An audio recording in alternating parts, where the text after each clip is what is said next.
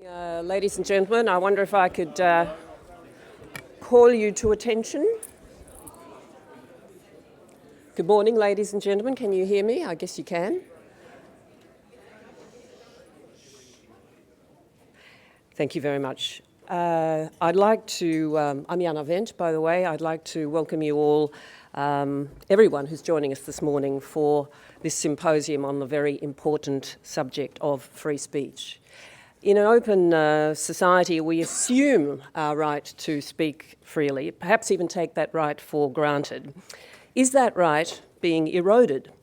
That is just one of the subjects that we'll be talking about in the course of the day. And we're very, very lucky indeed to have the participation throughout the day of some exceptional speakers who can speak with tremendous authority on all the related subjects to this very big theme. I want to start off by thanking the major sponsors of this event, of course, the AMIA Digital Policy Group and the Federal Attorney General's Department. I'd also like to thank the supporting sponsors, the Law Council of Australia and Sky News, for their help in putting this together. I should also let you know at this stage that there has been a last-minute change to the program. The Attorney General, George Brandis, will now no longer be attending today. So, at that point, I should get into some housekeeping matters which are very important when we are going to spend the day together. There is another event on at the Function Centre today. That event has separate catering to the right. The Free Speech 2014 catering, as you've no doubt already seen, is set up near the entrance that way on either side of the bar area. Next very important housekeeping is the issue of toilets. There are two sets of them. Accessible toilets are outside the doors to the right. The others are down the corridor past the lifts that way. Now, while I am an intensely mild-mannered person, I have this morning been asked to act counter to form and to be the marshal for the day's events. It is a very busy day and we really need it to run to schedule with very tight breaks for morning tea, lunch and afternoon tea. I'm sure Commission staff will be very active in helping you in and out of the room at those designated break times, but we really would like to stick to the schedule. You will notice, if you have a look at the order of events today, that there are speeches and questions sessions following this opening session, that is after the morning tea break. Now, they will involve speeches of 10 minutes in duration by each individual speaker, so they'll speak in a row, and then, this being a symposium on free speech, naturally the Commission would very much like you to have the opportunity to ask lots and lots of robust questions, and there will be roughly 20 minutes of question time after each series of speakers. And once again, I will be marshalling that. I have absolutely no doubt that the questions will be polite, they'll be respectful, and they will be concise, and they will in fact be questions as opposed to statements. The event is being photographed and videoed and live streamed. There is an issue, I guess if there is anyone in the room who would prefer not to be filmed, who doesn't consent to being filmed, then if you could, please let us know now by raising your hand discreetly if you like. There are Commission staff around the room and we will ensure that videoing will not occur in that particular area near you. So feel free to let Commission staff around the room know if you take exception to being shown. Also, if tweeting is your thing, the Twitter hashtag is FreeSpeech2014 for this event, and feel free.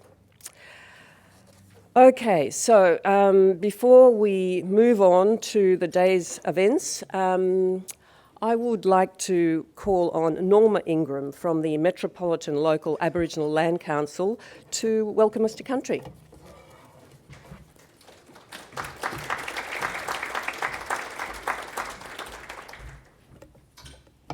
Oh, that's the gorgeous Jana. Isn't she lovely? Oh, we all know her because she's so familiar to us. Yera Dumarang, Yuandu Norma Ingram. Now, I take quite pride in saying that because after all these years, I am learning my language. And that language was restricted to us as Aboriginal people.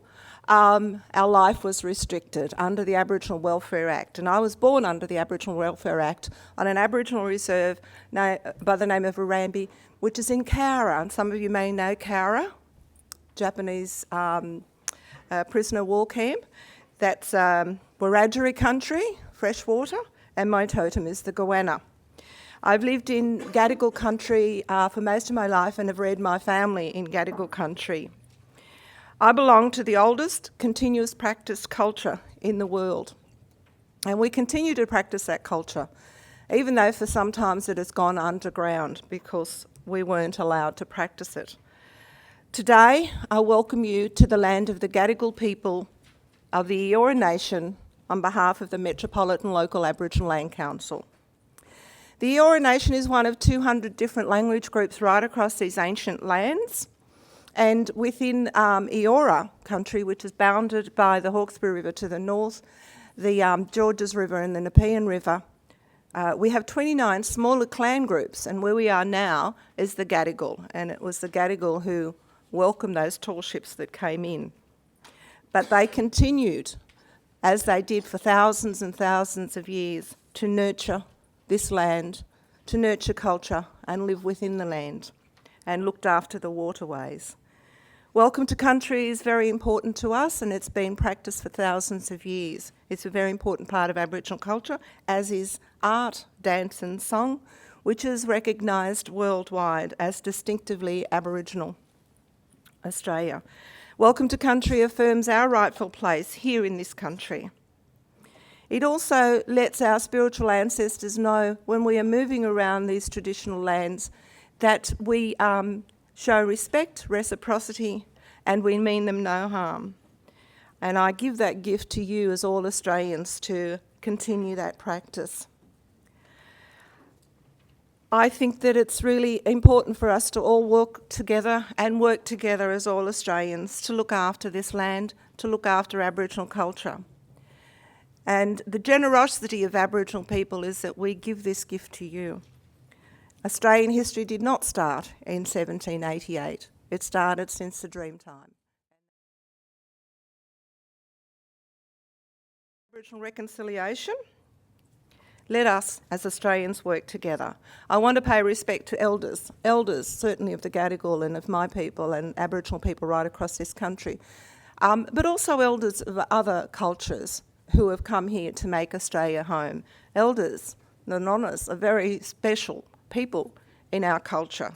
They have set the footprints. They have done the hard slogs for us. It's much, much easier for us to do the work now because of the work that they have done in the past. I want to acknowledge youth as well, because they are our future leaders, maybe a Prime Minister. So I didn't realise what an important session this was going to be today, and I'm very, very privileged to be here. The Metropolitan Local Aboriginal Land Council has responsibility under the New South Wales Aboriginal Land Rights Act. We as Aboriginal people, we have custodial responsibilities. I just would like for all of you to think seriously about the decisions that you make, because the decisions that you make affect others, and there are consequences for those. And those consequences can be good or they can be bad. Remember, it's not just about the physical, it's about the mental and the spiritual as well that can get hurt and get harmed. So no matter where you've come from today, to be here at this wonderful occasion and to share, wherever you come from, whether you're Australians, firstborn, second generation, or you've been here since the tall ships, I just want to wish you welcome to Gadigal land. And just remember, there is tar and cement on this land here, but it always was, always is, and always will be Aboriginal land, and it's here for us all to work together and to share, as I said. So enjoy your conference today. Congratulations to the organisers, to Tim, and yeah, have a great time. Thank you, everyone.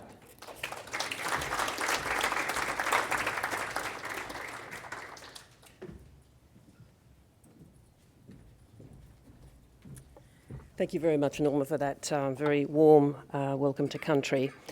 We are here, of course, at the initiative of the Australian Human Rights Commission, and I'd like to introduce now the President of the Australian Human Rights Commission, Professor Gillian Triggs, to open proceedings. I gather she's flown in this morning battling monsoons in Manila, so please give her a warm welcome.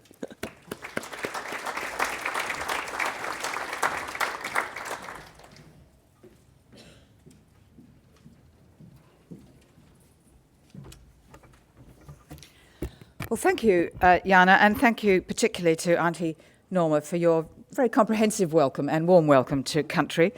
So on behalf of the Australian Human Rights Commission, our commissioners and the staff, it's a very great pleasure for me to welcome you to this free speech symposium.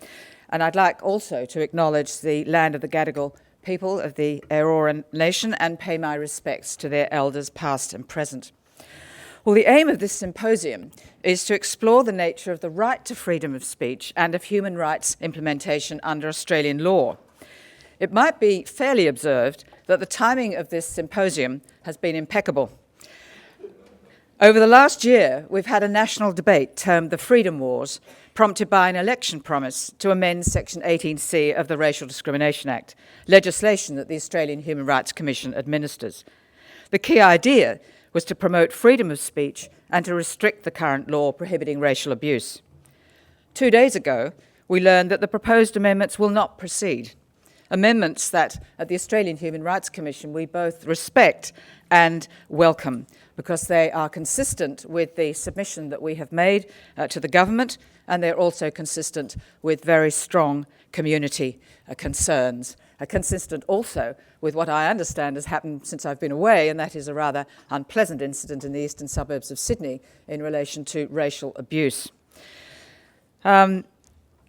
Instead of amendments to 18C, we have new laws to be introduced to respond to the terrorist threat that it is feared may be posed by Australians returning from fighting in the conflicts of Syria and Iraq. It's now proposed that to advocate the promotion of terrorism will be a new offence, along with retention of metadata. The burden of proof may be shifted to the accused. The threshold for arrest without a warrant and control orders will be lowered, and passports may be suspended. Seemingly overnight, there's been a radical reversal of the public debate, from protection of the right to freedom of speech in our democratic society to introduction of a suite of proposals to limit that right in the interests of national security. It's accepted that freedoms are not usually absolute, and there's no hierarchical order among them.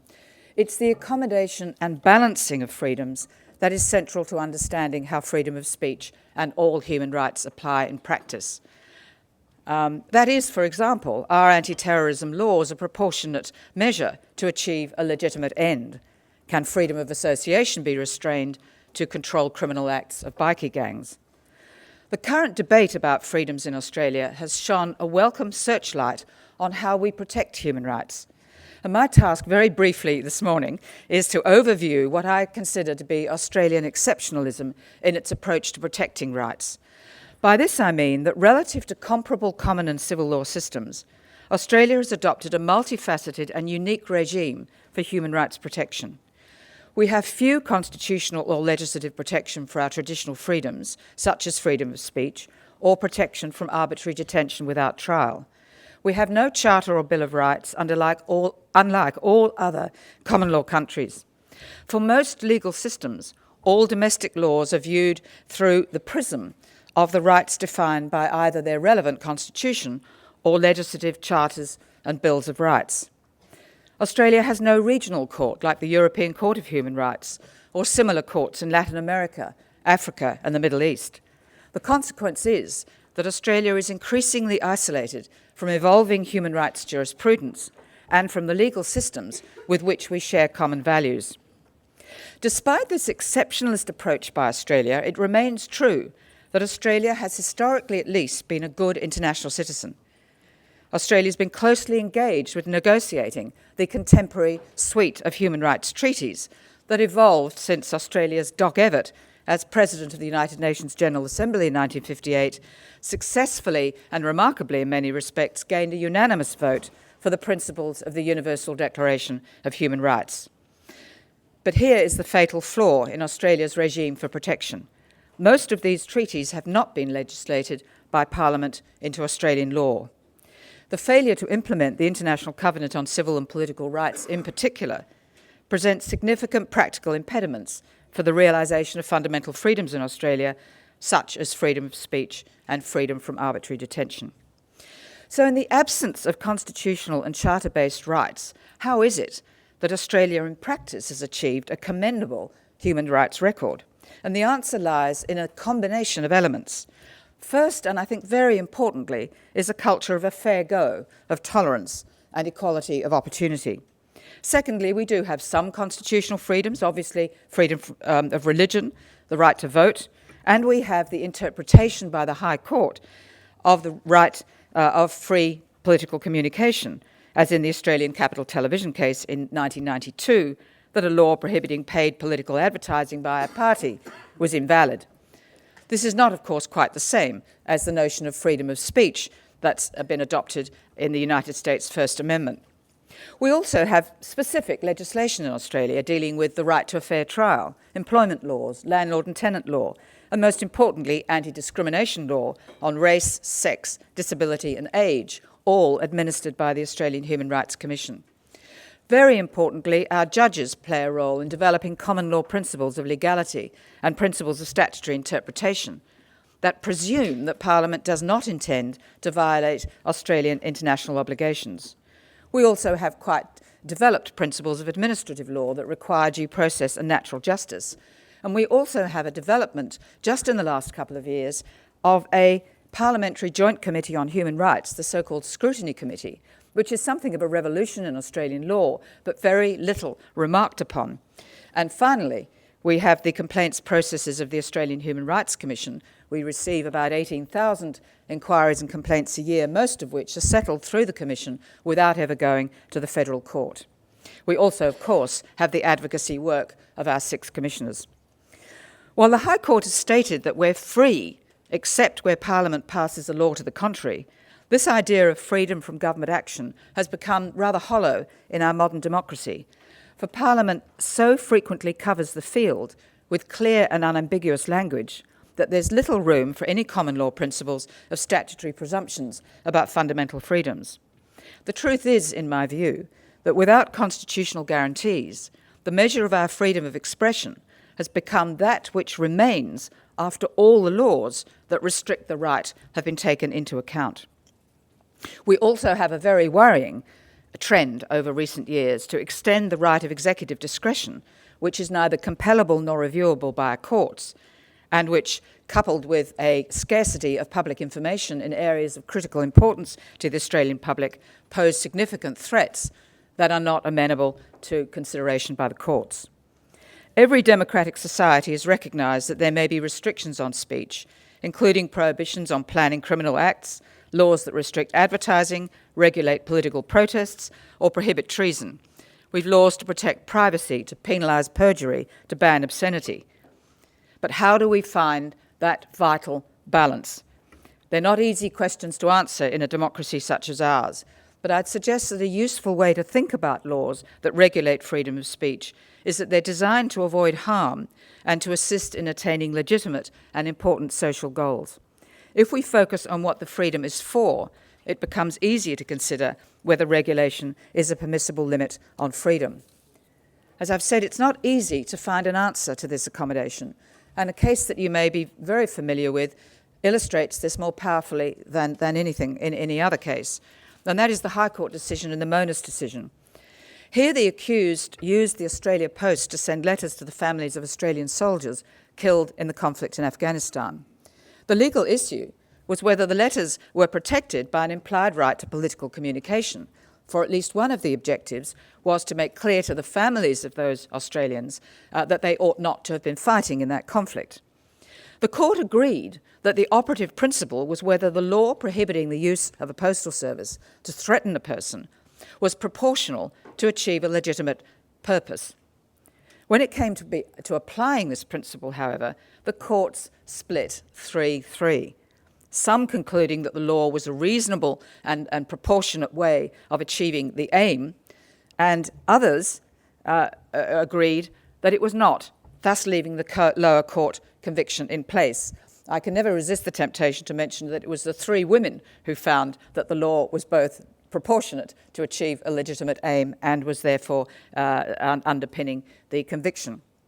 Well, in conclusion then, the freedoms debate has exposed the weaknesses in Australia's exceptional and fragmented approach to human rights.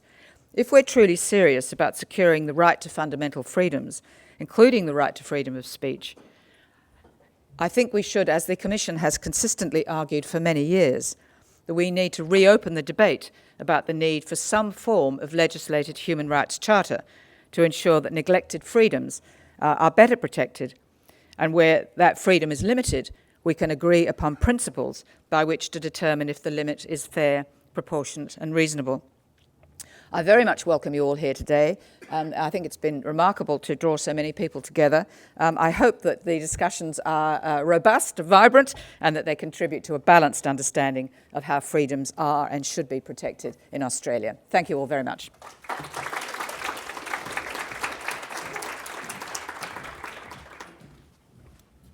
Thank you, Gillian, very much for setting us on our course today.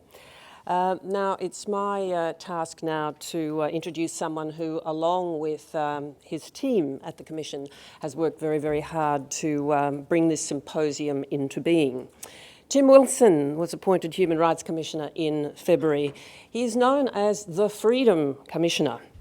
His focus as Commissioner is on promoting and advancing traditional human rights and freedoms, including, of course, free speech. I would now like to invite Tim to freely speak his mind for about 20 minutes. Thank you, Tim.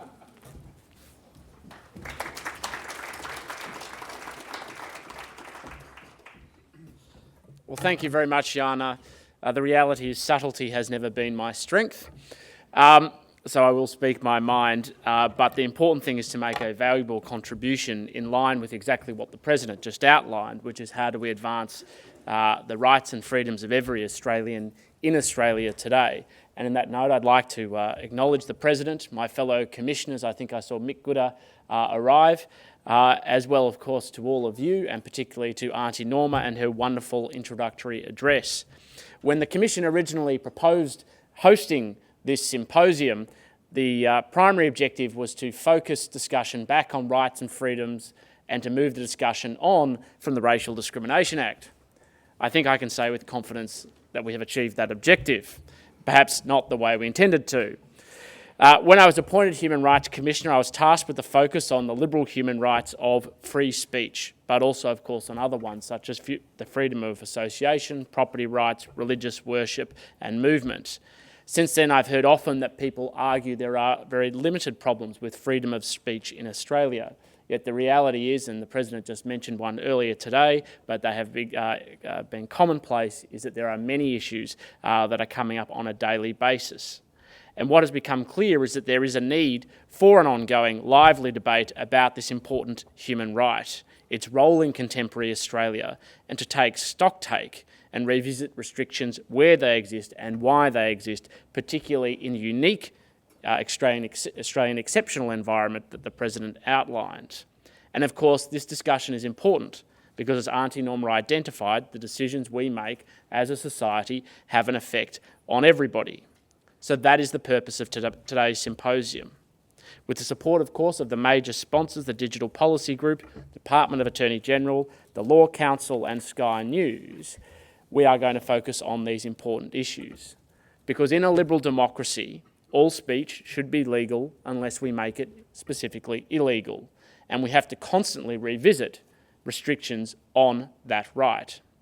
We also have to frame the justifications for restrictions and anchor them in principle, such as conflict with other people's rights and harm. The purpose of today is to take stock and highlight that there are many serious challenges to free speech in Australia today, and to start the process of identifying where they are and whether there is sufficient rationale to continue supporting them. Today should be the start of a much broader national discussion on the contemporary challenges facing free speech in Australia. The topics to be discussed are wide-ranging and they are varied. The program has deliberately brought together speakers that will inform and provoke discussion. They all come from an understanding that the necessity to preserve and protect this most basic human right, and that it is central to individual dignity. But of course, it does not mean that they all agree. But also, despite discussion about the importance of free speech, and it often appearing philosophical and distant, the consequences, as we know, are human. Recently, Australian journalist Peter Grester was imprisoned in Egypt on trumped-up charges of aiding terrorists and endangering national security. And I have to say that I'm particularly happy to see that his brother has come today and is going to address us shortly, because his imprisonment was a timely reminder that the liberal human right of free speech is designed to protect the right of the individual to speak out, even when their views are unpopular with some, particularly those in positions of power and responsibility. Importantly, today should also be an opportunity to change the tone of discussion around free speech. Too often we get caught in a trap of focusing on free speech at the margins, and more often than not, that amounts to focusing on the speech that we do not like. We have to refocus the discussion on free speech, in part as an end in itself.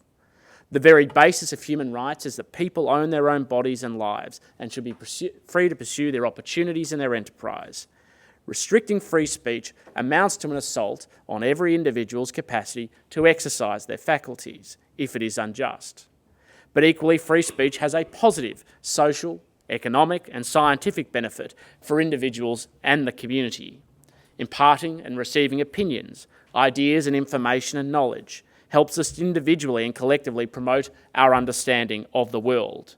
Doing so helps us to be educated, informed, and develop the mental faculties to exercise judgment and reason amongst all individuals.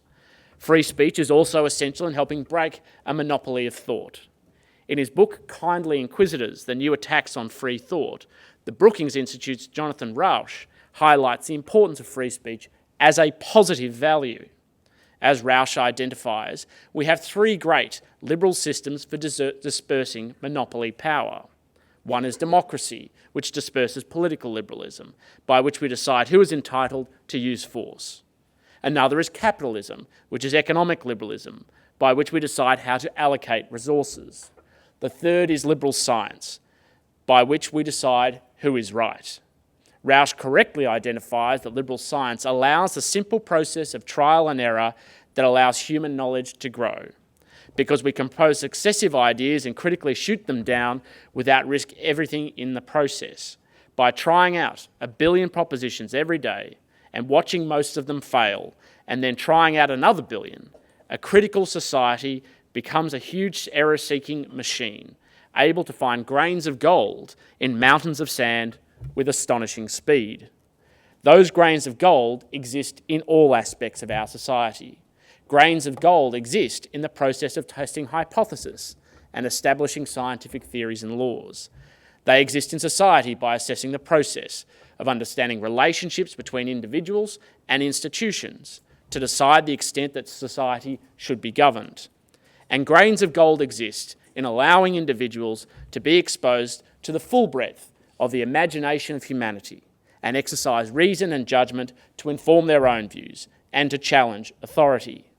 And on that strain, imparting views allows for decentralised thinking, rather than waiting for knowledge from authority. At the heart of freedom of expression is the preservation of individuality itself. And through restrictions and censorship, there are parallel assaults on what people can say and what people can hear. Both undermine an individual's capacity to exercise their faculties. Of course, traditionally, governments have been capable of imposing restrictions on what people can see and what they can hear. In a previous age of relatively centralised mass media production, the government was able to instill a form of control. The classification board is a defunct legacy of that era. The capacity for government to now do so has been severely compromised by technology and the internet. Whether through unpublished suppression orders, outrageous and deeply offensive ideas, or traditionally banned movies, governments are just on the back foot. They are simply incapable of assessing the content generated by billions of creators. But the real legacy of the internet is to expose the fallacy that restricting speech from hurtful and harmful ideas is justified in the first place. The justification behind restrictions is that the excesses of free expression will corrupt individuals and society in the process. And yet today on the internet, a technology that is only communication, we can access the full fruits of humanity's greatest intellectual achievements, as well as the sewer of our crudest and most basic impulses. And humanity has not been corrupted, and we are still the better for it. And yet, even in an age where the merits of restricting free speech face the most formidable hurdles, they are also prolific. In health regulation, there are bans on specialists using testimonials of satisfied patients to help promote their services. Copyright continues to be unjustifiably extended, while insufficient space is given for free expression. Local councils impose unnecessary restrictions on what people can say and do in outdoor malls. And in recent years, we've had proposals for internet filters, a state-sanctioned media regulator, and laws that may make it simply unlawful to offend somebody on the basis of political beliefs in the workplace. And that, of course, as you know and hear today, is just a few. Now, not all free speech restrictions are without merit, but the necessity to take stock and revisit them is based partly on the chilling effect that they can have. Not all restrictions are through law. Of course, we have social pressure as well. But the role of law in having a chilling effect is prevalent in law as a theme. Earlier this year, there was a storm of outrage in response to a leaked copy of the federal government's proposed social media code on public servants. The response from many was that it was a gag and significantly curtailed free speech. Now, of course, workplace restrictions on speech through codes of conduct or contractual terms and conditions are not unique. But unlike codes imposed by the private sector, ones imposed by government operate in a grey space. If they are too tight, they can unjustly undermine a public servant's democratic participation. The fact that the code only applied to social media also happened to apply to the general proposition of what public servants can say in public through traditional media had escaped some, though it's important for it to be accurate. Similar issues have been raised by the recently publicised attention to contractual arrangements by the Commonwealth Government and Commonwealth Government's relationship with community legal centres in relation to federal funding. Unlike previous contracts, which established that core services related to information, advice, casework, community legal education, and law reform and legal policy activities, there have been amendments that remove the last two activities as being capable of being funded by federal government money. Now, neither the APS Code of Conduct nor the Community Legal Centre contracts necessarily have an explicit restriction on free speech. But I think it's pretty clear that when you look at the grey area that exists in terms of interpretation, it has the potential to have a chilling effect on free speech. And of course, one wonders when you have a situation where mass surveillance through data retention may amount to having a chilling effect on free speech as well in the information that we choose to seek and impart. It's the chilling factor that sits at the heart of these recent robust debates, also about the Racial Discrimination Act and why it could have been fixed. The current design of the law, I believe, is too opaque and includes subjective tests to justify restrictions on sensitive subjects that should, of course, nonetheless be open to public debate. As important lesson from the government's decision to shelve this important process is that discussions around free speech must be inclusive. Discussion for reform could have been uniting and not dividing. In my opinion, the problem with the Act is that it establishes legal recourse for offensive speech on a subjective test that does not apply to everybody. No provision exists for other groups within the community, such as speech on the basis of gender, disability, sexuality, or religion. And yet, if we adopted those same standards, there would be community backlash. For example, if we had made it unlawful to air offensive speech on the basis of sexuality, it could open conservative religious preachers to lawsuits for preaching their view that homosexuality is immoral. But if you believe in equality before the law, what is good for one must also be good for all. Other existing anti-discrimination laws actually provide guidance, I think, to resolve many of these problems. The Sex Discrimination Act does not have anything like 18C, but it does have provisions around workplace harassment. Ironically, the RDA does not have a dedicated provision to workplace harassment. Instead, the RDA deals with it indirectly through 18E and its vicarious liability on employers. It would appear in haste that the federal government's exposure draft failed to recognise this and remove Section 18C. Yet workplace harassment could have been the basis and guidance for reform. There is no place for harassment in the workplace, racial or otherwise.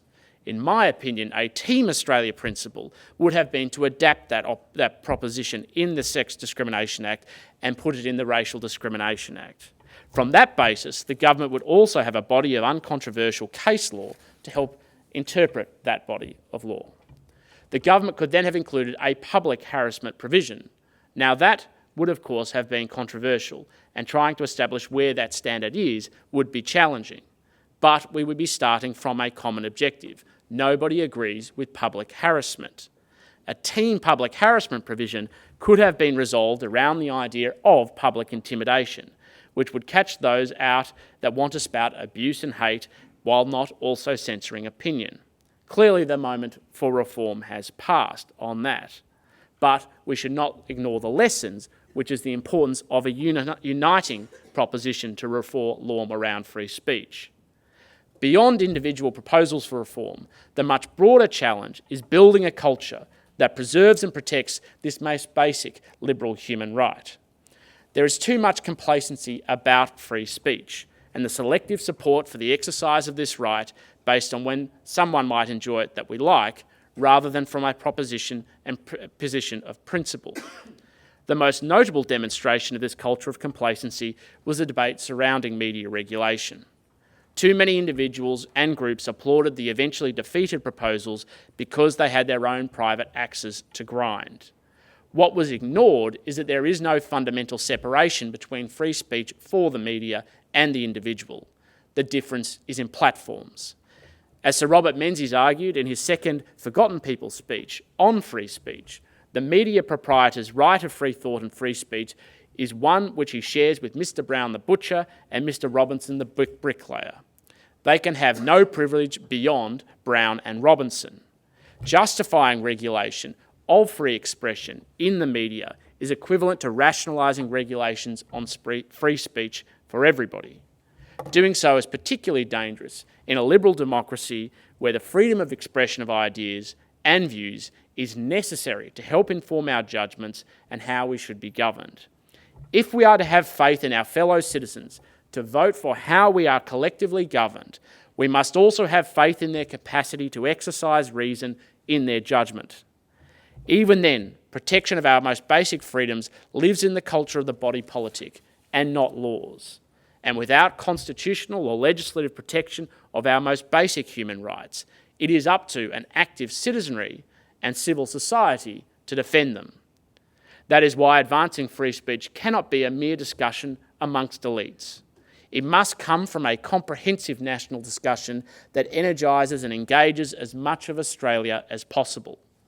The output of this symposium will be provided to the Law Reform Commission's inquiry into traditional rights, freedoms and privileges, and Professor Croucher, the head of the Law Reform Commission, will be speaking next.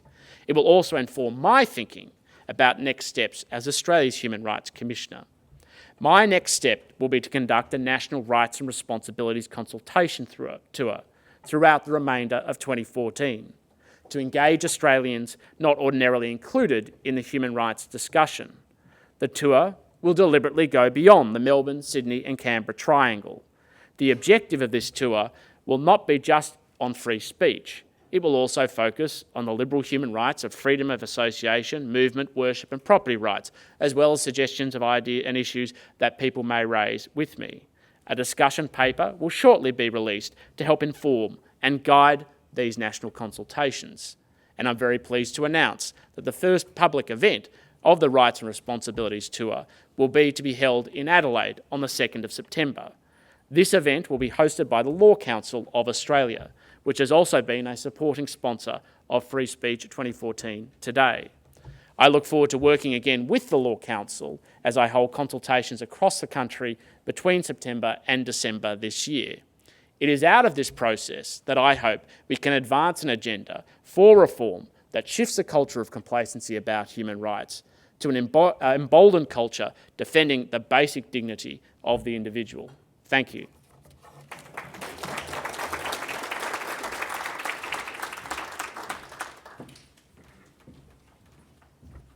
Thank you very much, Tim, for that thoughtful perspective on the complexities of the issue.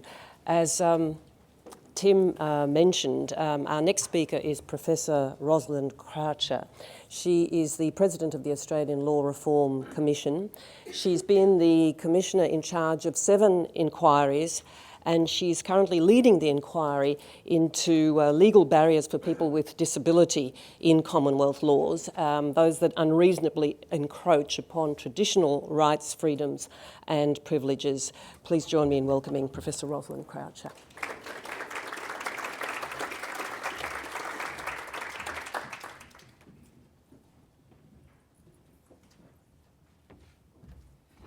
Thank you.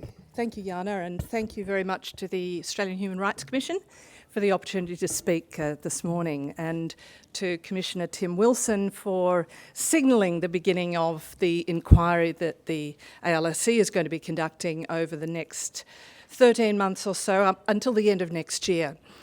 The opportunity to examine the topic of freedoms, which is very much the focus of today's conference, is a very challenging one. We were given terms of reference from the Attorney General, Senator the Honourable George Brandis, who gave us 2 big tasks. He asked us, first of all, to identify Commonwealth laws that encroach upon traditional rights, freedoms and privileges, such as freedom of speech.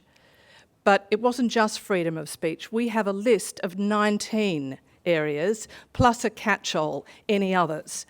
So the idea of identifying Commonwealth laws that encroach upon traditional freedoms is a big task. That was the first task. The second task is to critically examine those laws to determine whether the encroachment is appropriately justified. When Gillian Triggs introduced the conference this morning, she gave us a powerful examination of the idea of justification and the challenge that the backdrop of the International Covenant on Civil and Political Rights poses for any question of appropriate justification. What the ALRC has been asked to do is to focus on 3 particular areas, but not limit ourselves to those. They are commercial and corporate regulation, environmental regulation, and workplace relations. 19 areas, a big job. The attorney said that he wanted a doomsday book, like William the Conqueror, who set up a royal commission to do an assessment of his lands to provide a tax base. The doomsday book was a very important document in English history. Well, that's what Senator Brandis would like us to do, to provide a doomsday book. Challenging task? Absolutely. Interesting? Absolutely too. We're calling it the Freedoms Inquiry, and when we got that brief, the one thing I kept imagining was Mel Gibson and the idea of freedoms, William Wallace. I'll come back to William Wallace a little bit later. But it's a powerful image if you remember that wonderful cri de coeur when he said freedom. The inquiry that we have to do is an interesting blend for me because on both a personal level, I have an interest in the idea of freedom that goes back some time, and also because the ALRC has been working in the area of freedom of speech over a range of different inquiries. And as we're right at the beginning of the conversation, I like the ideas, the leitmotifs of discussion and conversation. The process that we're going to embark upon starts with questions. Any ALRC inquiry starts with questions, never any answers. To develop the answers in our inquiry over the period till the end of next year is where we need all of you, because that conversation is what leads us to an informed response in a report that we'll give the attorney at the end of next year. My own interest goes back to my doctoral study, which was, I suppose I'd label myself a legal historian. And my interest was in freedom of property, and particularly testamentary freedom, which was the right to leave property by will. And it was, for me, a balancing between the rights of property and the rights of family, but it took me into all of that discourse around the ideas that have informed the modern definition of common law rights and of constitutional structures. Because it was the work of writers like John Locke who propelled essentially the establishment of modern parliamentary supremacy that were very powerful in the ideas of freedom and as they were expressed in the 17th century. What a writer like Locke said, and it echoes very strongly with the backdrop of the International Covenant on Civil and Political Rights and the idea of appropriate justification. Because what Locke said was this: he said, freedom is not, as we are told, a liberty for every man to do what he lists, what he wants, but a liberty to dispose and order as he lists his person, actions, possessions, and his whole property within the allowance of those laws under which he is, and therein not subject to the arbitrary will of another, but freely to follow his own. The rubric within the allowance of laws is also the appropriate justification in modern terms. The idea that I looked at was propelled by the same philosophical discourse that led to the ascendancy of concepts of freedom of contract, laissez-faire economics, and was part of that idea of liberty to dispose of what he lists in Locke's thinking. Each expressed the idea of freedom from state control in favour of the power and choice of the individual. And in looking at freedom from, I was intrigued by Professor Trigg's introduction of another preposition, freedom for. In any examination of freedom, whether it was my own doctoral work some years ago or any modern study of freedom, it's always about prepositions, freedom from, freedom for. And the power of those propositions also ties into what the discourse and the arguments and the policy work around freedom is today. It is about balance. We can never escape the issue that it is about balance. How we do those balancing exercises is how we end up with the formula of appropriate justification. As a prelude to the work we're going to embark upon, I thought it would be useful just to summarise some of the free speech or speech work that the ALRC has done in recent years. We roam very widely. We always work under terms of reference from the Attorney General of the day. And it's one of those ideas that has informed several key inquiries. Let me just give you a quick snapshot of what they were. We've often, obviously, needed to balance freedom of expression with other rights and interests. And I think what Locke said is a bit archaic now. There are echoes of it more recently. If we go first to the Privy Council in 1936, in which it was said, free speech does not mean free speech. It means speech hedged in by all the laws against defamation, blasphemy, sedition, and so forth. It means freedom governed by law, within the allowance of laws, in Locke's terms.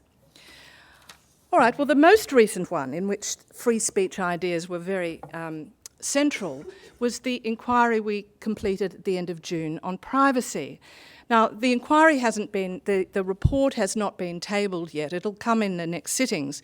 So I can't talk about the specific recommendations, but certainly the discussion that many of you were involved in was a very propelling, powerful one around ideas of freedom of expression, free speech. It will hardly surprise any of you that we heard many concerns that the introduction of a new cause of action for serious invasion of privacy, which was what we were asked to do, required to do, would damage free speech. Media freedom in particular, we were told, would be undermined if the media feared being sued for invading people's privacy. But in designing the cause of action, not only did our terms of reference require it, but of course our serious consideration of the issues also commanded it. we had to be constantly mindful of the need to ensure that free speech would not be unduly undermined.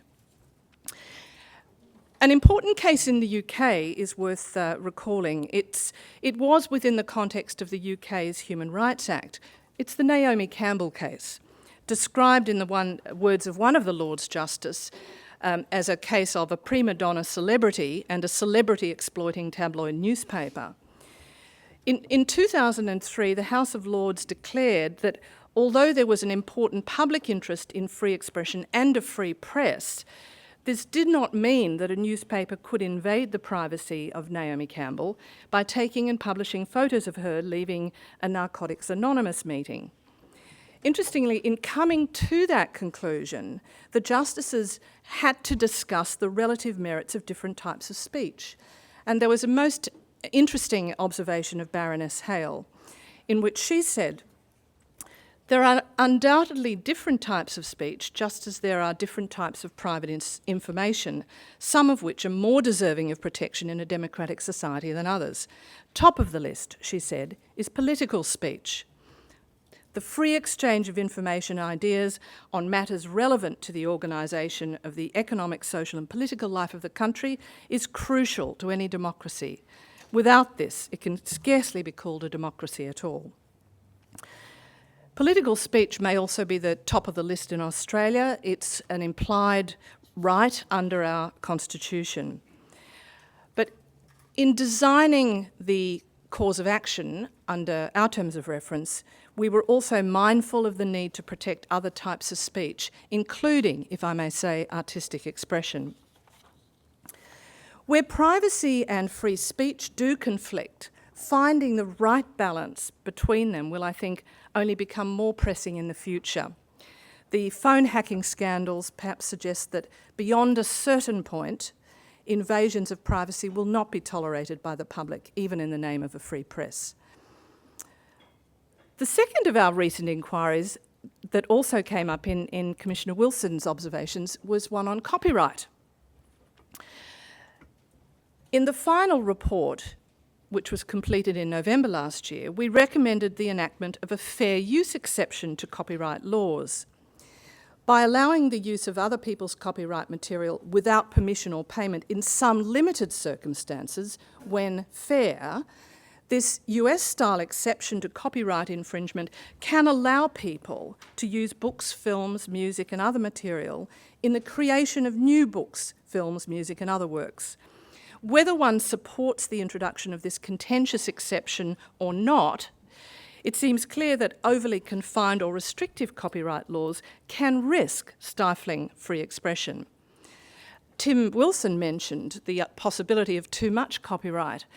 I wonder whether Mozart, how he would have fared today in writing his 12 variations in C major on the theme Twinkle, Twinkle, Little Star. It's not quite Kookaburra Sits on the Old Gum Tree, but it's analogous.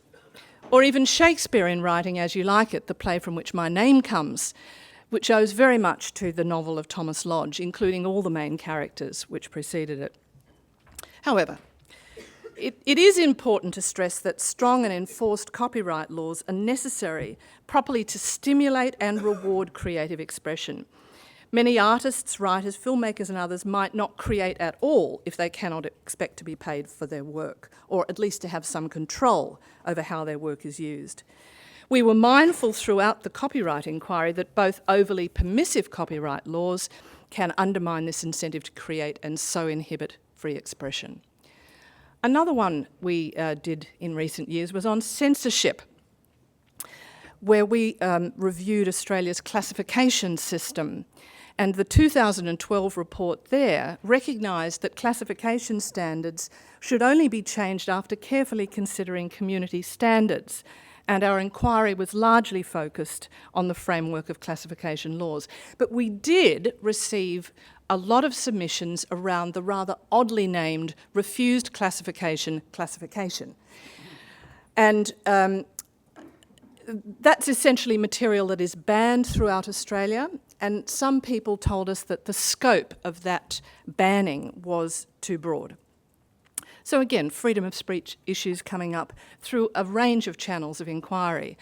In 2009, we completed an inquiry in relation to secrecy laws in the Commonwealth.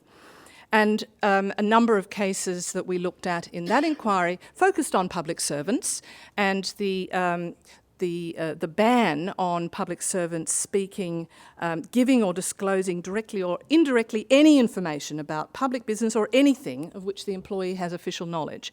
That was the way that the public service regulation was expressed at the time, and Justice Finn of the Federal Court said that was inconsistent with the freedom of political communication implied in the Australian Constitution. So the allowance of laws did not allow that extent of inroad on a Commonwealth officer's freedom of expression. As he said at the time, official secrecy has a necessary and proper province in our system of government, but a surfeit of secrecy does not. And it's in that context that the more recent initiatives towards whistleblowing laws, public interest disclosure legislation, have finally emerged as a balance. Well, there are a number of other inquiries that I could mention in which we have considered freedom of speech. In 2006, we did a report on sedition. In 2004, a report on classified and security-sensitive information. It is a regular theme in the work of the Australian Law Reform Commission. So I think there is an essential mindset in a body like the Australian Law Reform Commission that enables us to undertake this very big next project. In the Freedoms Inquiry, we will once more tackle the conundrum of the appropriateness of justification, the extent to which it becomes freedom from to freedom for. We'll produce an issues paper by Christmas this year, a discussion paper by mid-next year, with lots of consultations and opportunities for submissions in the meantime, concluding in a final report at the end of next year. We'll set up, in accordance with our normal practice, an advisory committee of experts, consult widely, and of course engage with the Australian public, including as many of you who wish to get involved. As I said at the beginning, the attorney has suggested that he wants a doomsday book, but he also said he didn't want a Magna Carta, a source of data he wants, in other words, rather than a philosophical or a jurisprudential discussion. Well, we won't end up with the Articles of the Barons signed by King John at Runnymede in 1215, that Magna Carta, which in its own way was a precursor to the Glorious Revolution of 1688, which was the foundation of our modern constitutional monarchic system.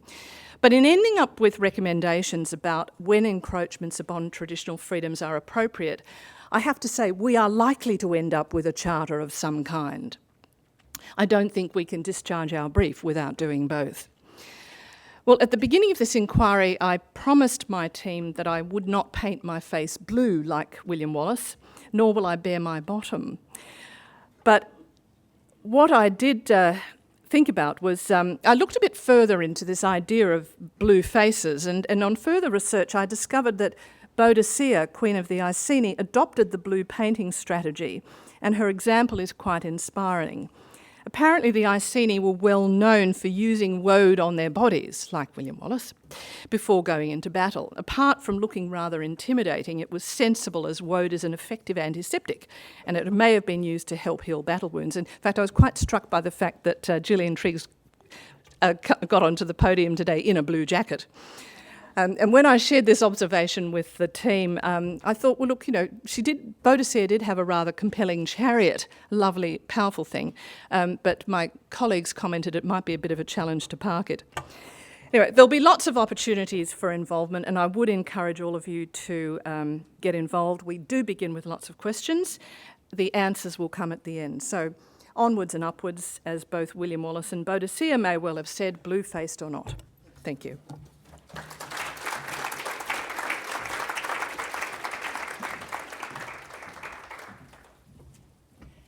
Thank you to Professor Croucher for giving us a look into the fascinating work and the issues thrown up by the work of the Law Reform Commission. I'm sure we all wish you every good luck with the Doomsday Book. Well now, at times, discussions like this, as important as they are,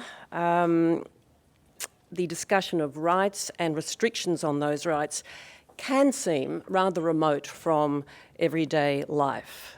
The recent trial, as Tim earlier mentioned, in Egypt of journalist Peter Grester brought home to many of us, and might I say especially the journalists among us, the consequences of a denial of free speech. In Peter Grester's case, the result was a 7-year jail sentence. Now, as we all in this room know, Peter's family is fighting very hard for him. And this morning, I'm particularly pleased to be able to introduce Andrew Grester, Peter's brother, to address us.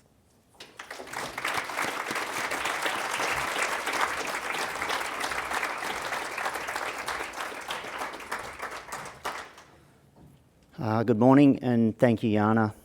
Thanks very much to the Australian Human Rights Commission as well for giving me this opportunity to share our story. So thanks very much, Tim. I don't usually find myself in front of a camera or microphone. I'm not a journalist or academic, and by no means an expert on free speech. I'm actually a cotton and grain farmer from Weewaw in northwest New South Wales, but I'd like to share with you my experience and the impact of Peter's arrest has had on our family. It is, of course, an irony and a consequence of the direct impact of free speech suppression that I'm here, and Peter is currently locked up in an Egyptian prison serving a 7-year jail sentence on terrorism-related charges and charges of spreading false and misleading news.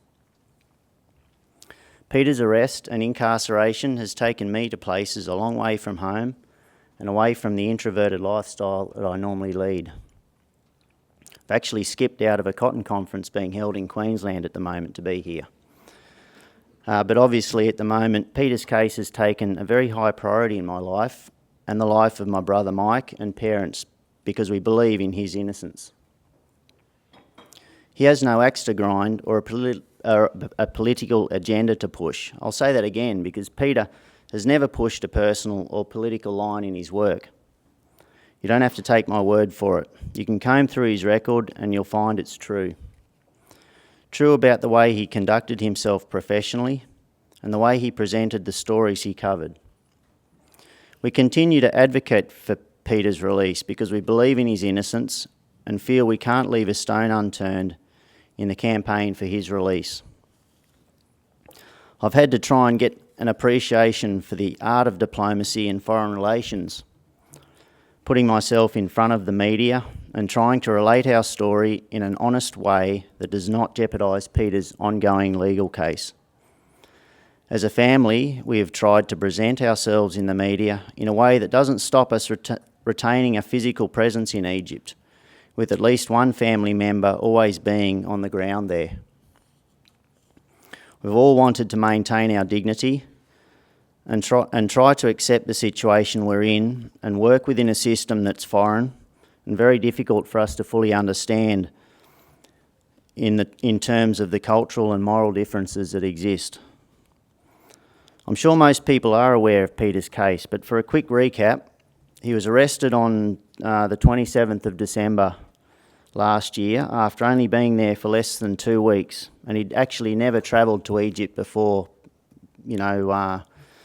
professionally or personally. He was formally charged at the end of January.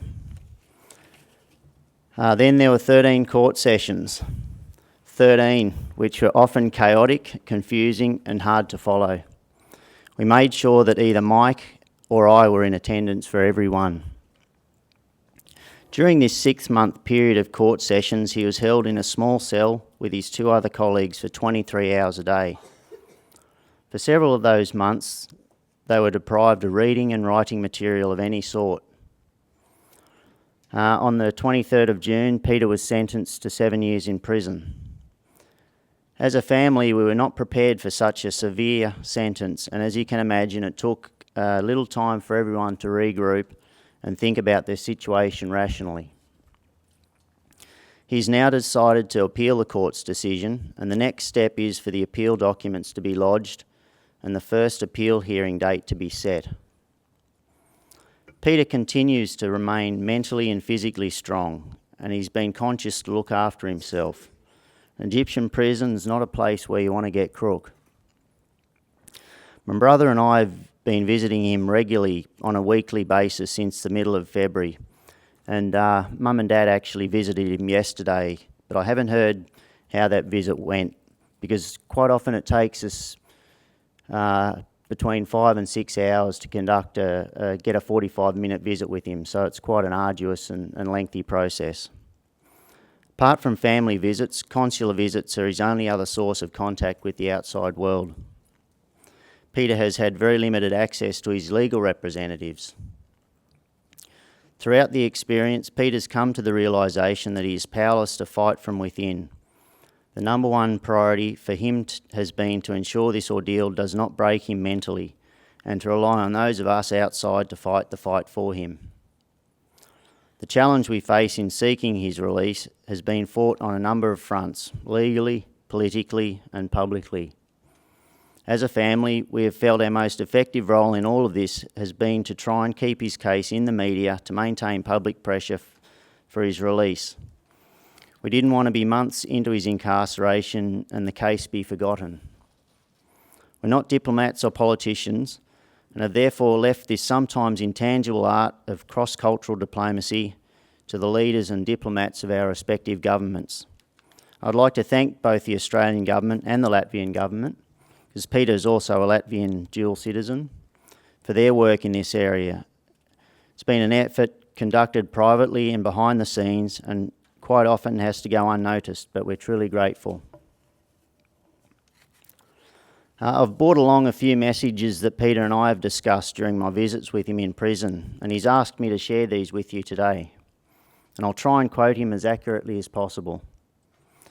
Through his professional career, the idea of a constitutionally enshrined press freedom was an abstract, an idealised principle that he understood to be a fundamental legal cornerstone of both his trade and the wider concept of a free and open society.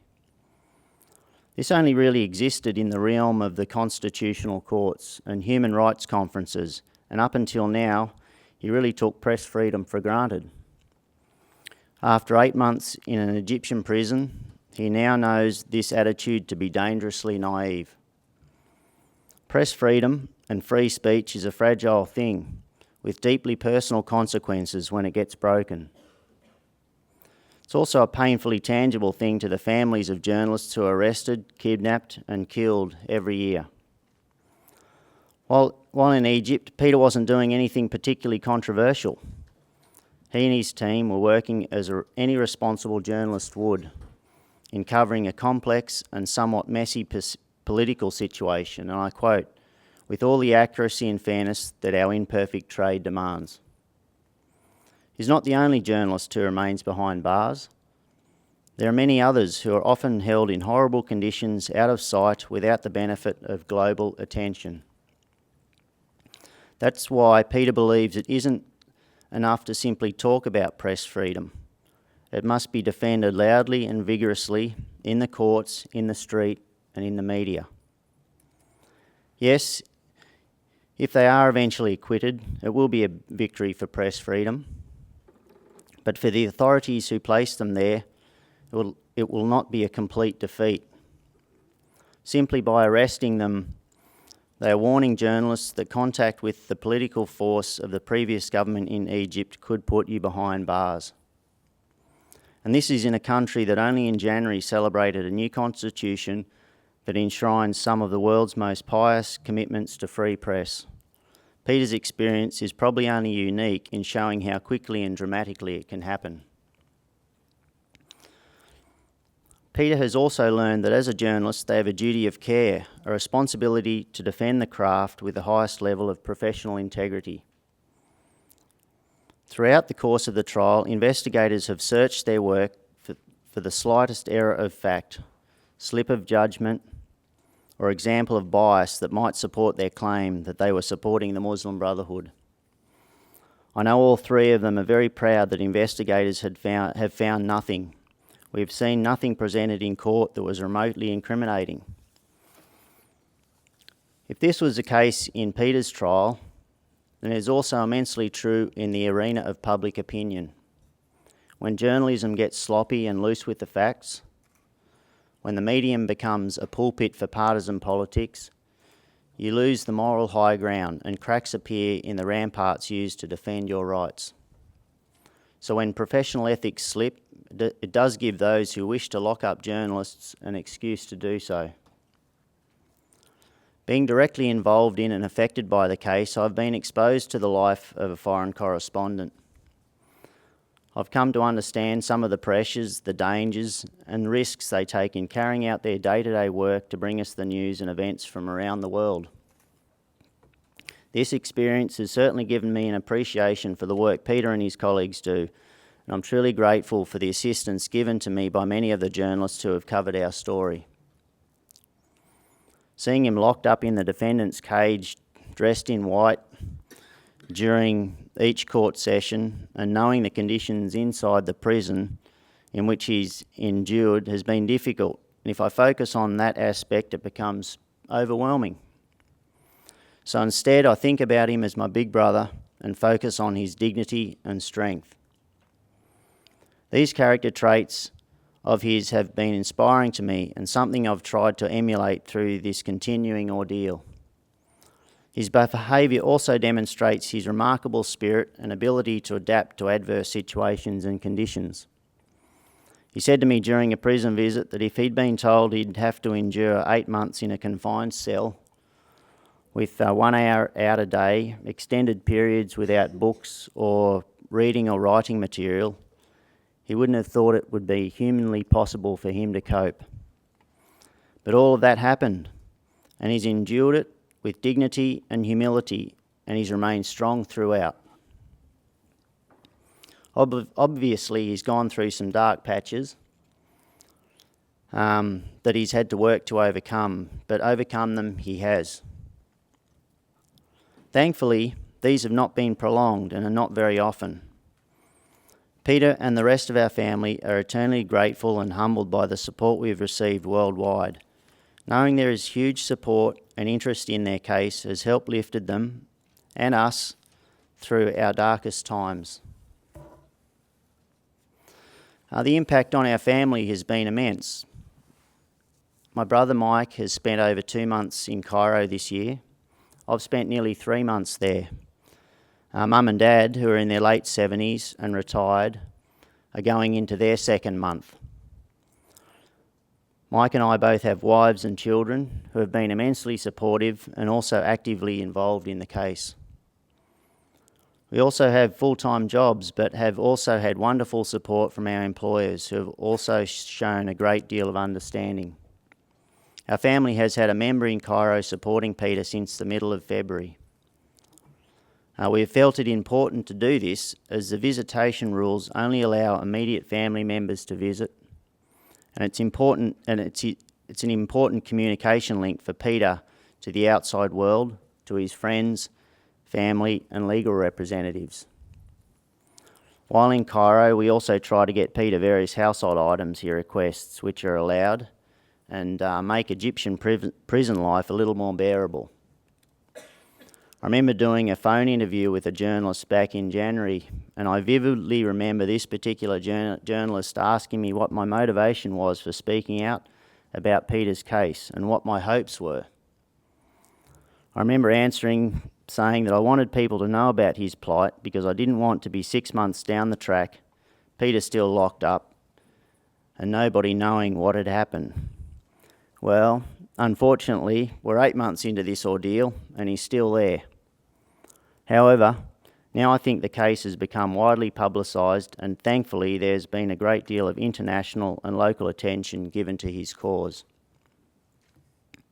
And if people feel strongly about this case, I'd encourage them to write to their local members of Parliament to let them know.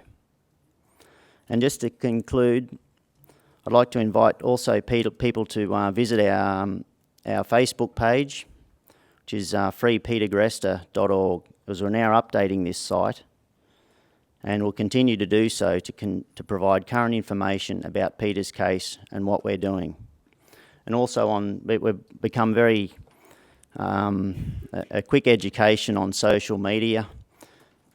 We're managing Peter's Twitter account, which is @PeterGresta, which is managed admirably by my brother Mike, and the Free Peter Grester Facebook page, which has also been wonderfully managed and updated by Mike's wife Nikki and my wife Kylie.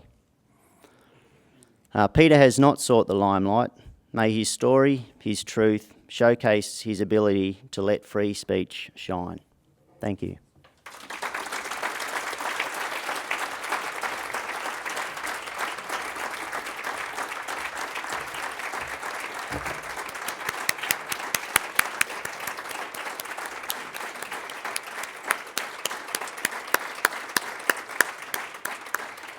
Andrew, thank you very much indeed for that. It is greatly appreciated. It is true that watching your brother in that defendant's cage was very difficult indeed. I can only imagine what it was like for you. So we salute you, and we salute the incredible mental strength and resilience of your whole family, and please pass that on to your brother. I'm sure you are all grateful that we had the privilege of hearing Andrew speak today. We will break now. It will be a 20-minute break for morning tea. I think you know the ropes. Our catering is on this side here, either side of the bar. 20 minutes it is, and so we look forward to seeing you back for the next session. Thank you.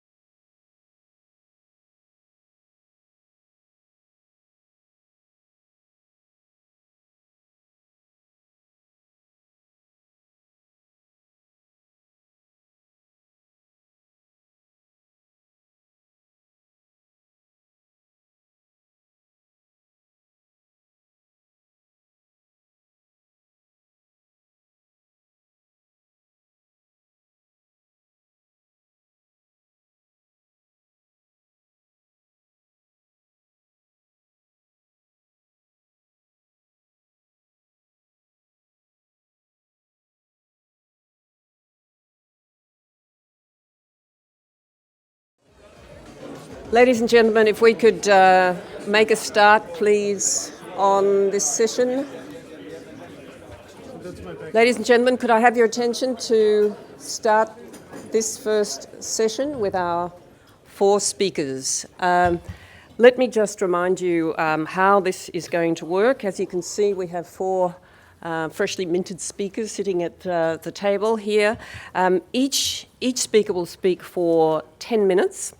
I suggest that if you want to take advantage of our question and answer session at the end of the whole segment, you make notes on the way through, because each speaker will speak, and only following that will we have a 20-minute segment for questions and answers. So I'll just remind you of that before we get underway. So without further ado, Chris Berg. He is Policy Director at the Institute of Public Affairs. His latest book is In Defence of Freedom of Speech, From Ancient Greece to Andrew Bolt. Please welcome Chris Berg.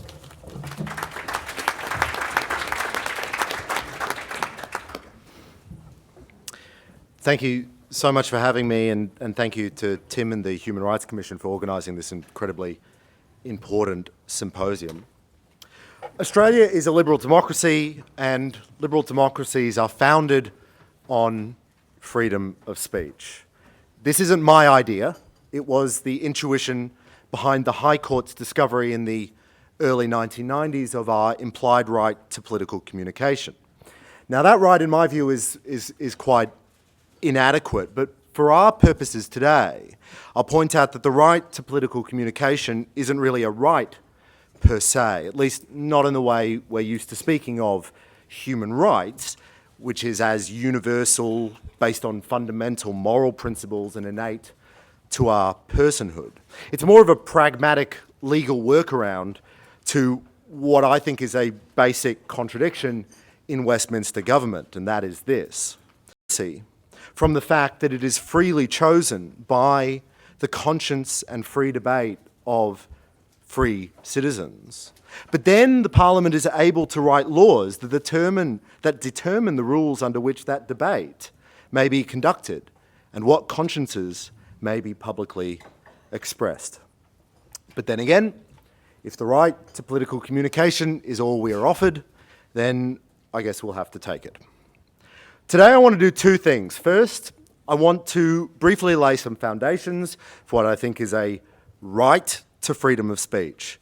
Now, these foundations are philosophical. You might even say they are ideological. The last 3 years of free speech debate, beginning, I think, with the Andrew Bolt case, has been a very ideological one. It should be an ideological one. Pretending that free speech is just a matter for lawyers to negotiate competing rights claims in courts, or for human rights technocrats to arbitrate between different international instruments, I think just pays lip service to the very foundation of those rights in the first place. The idea of human rights is a fundamentally political one, and human rights claims are political claims. Second, I'll connect those principles to a few examples of what I consider to be the most interesting and concerning limitations on free speech today. The American legal academic Lee C. Bollinger once wrote that free speech is not just a practical tool for making systemic repairs, but an affirmation of what we value as a people. He went on to say, the reason we shelter speech is as important as the speech we shelter. Yet the popular free speech debate, particularly in Australia, is mediated through a thicket of metaphors and analogies. One of the most common that you hear is that one cannot falsely shout fire in a crowded theatre. To my mind, it is astonishing that people keep using this metaphor. It was originally conceived as a justification for the suppression of socialist anti-war dissent during the First World War. The crowded theatre in this metaphor was the American war effort, and to falsely shout fire was to conscientiously object to that First World War effort. But if we insist on the use of metaphors to determine our ideas of what freedom of speech is, then it is hard not to see the stubborn persistence of the crowded theatre story as itself a metaphor for the way free speech limitations are almost always defences of the power of the state.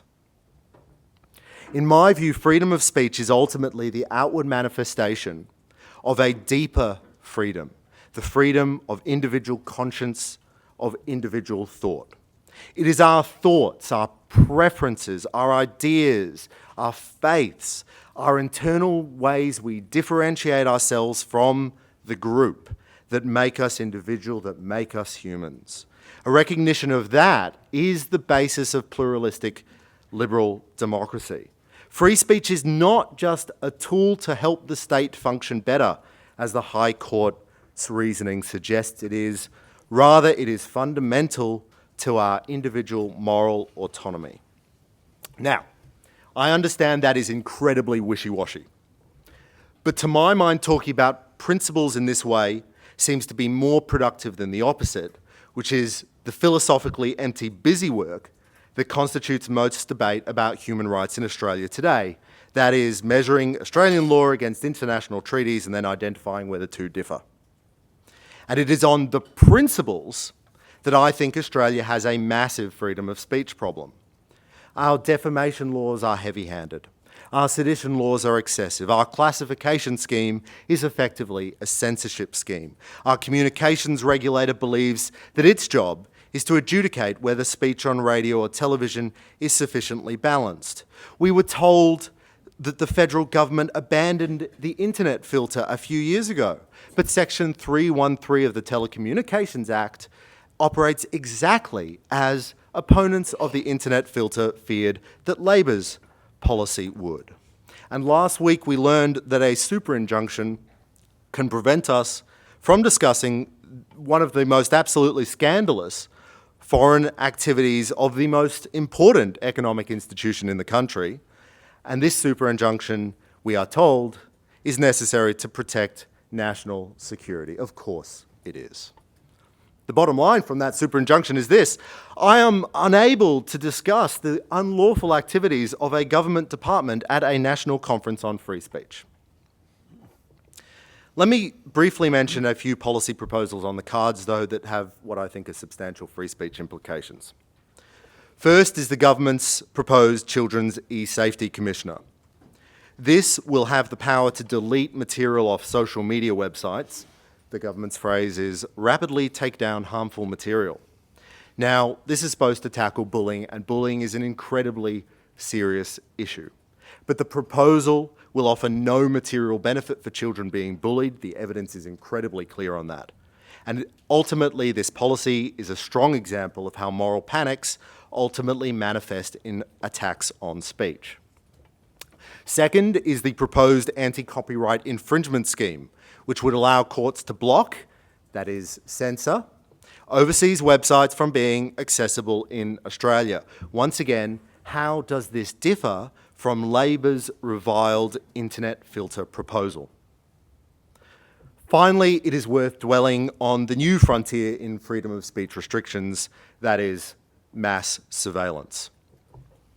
The sensation of being watched and the fear that private speech or expression is going to be recorded or scrutinised makes people more reserved and less willing to participate in discussion. As one significant study on this issue concluded, the threat or actuality of government surveillance may psychologically inhibit free speech. This is something to reflect on 2 days after the federal government has announced it's seeking to require internet service providers to retain records of their customers' internet activity for 2 years. What websites would you be reluctant to visit if you knew that they were going to be placed on your 2-year activity record at your internet provider? For any of Australia's dozens of law enforcement agencies or regulators or quasi-judicial bodies to trawl through years later, what would you decide not to read, not to watch, not to look at in the privacy of your own home? What links would you regret clicking? What emails would you avoid sending? Data retention is and will be a truly repressive constraint on free speech. And that's before we start talking about the privacy implications or the cost. The Abbott government came to the 2013 election promising to pursue what it described as a freedom agenda. Unfortunately, on Tuesday, it also announced it's abandoning its promise to repeal Section 18C of the Racial Discrimination Act in its current form. Apparently, it would be too divisive to restore in some small way freedom of speech while introducing a policy, data retention, that will suppress speech even further. This is incredibly disappointing. What is left of the freedom agenda? For my organisation, the Institute of Public Affairs, and its thousands of members, Section 18C is still an iconic and unambiguous limitation on free speech. We will continue to fight to repeal it, whether in this government or the next. The Roman historian Tacitus defined the essential attributes of free Roman citizenship as one who can think what they please and say what they think. Without such liberties, liberal democracy is weak and our human rights are without protection. Thank you very much.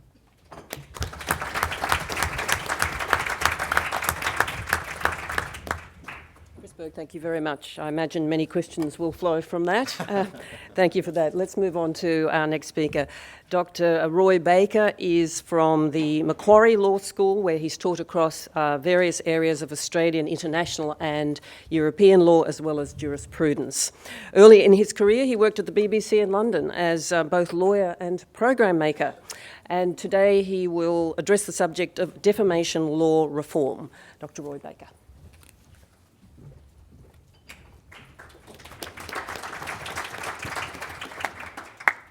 Well, the title that my paper's been given, not by me, I have to say, but the title it's been given is, Does Defamation Law Deserve Ridicule?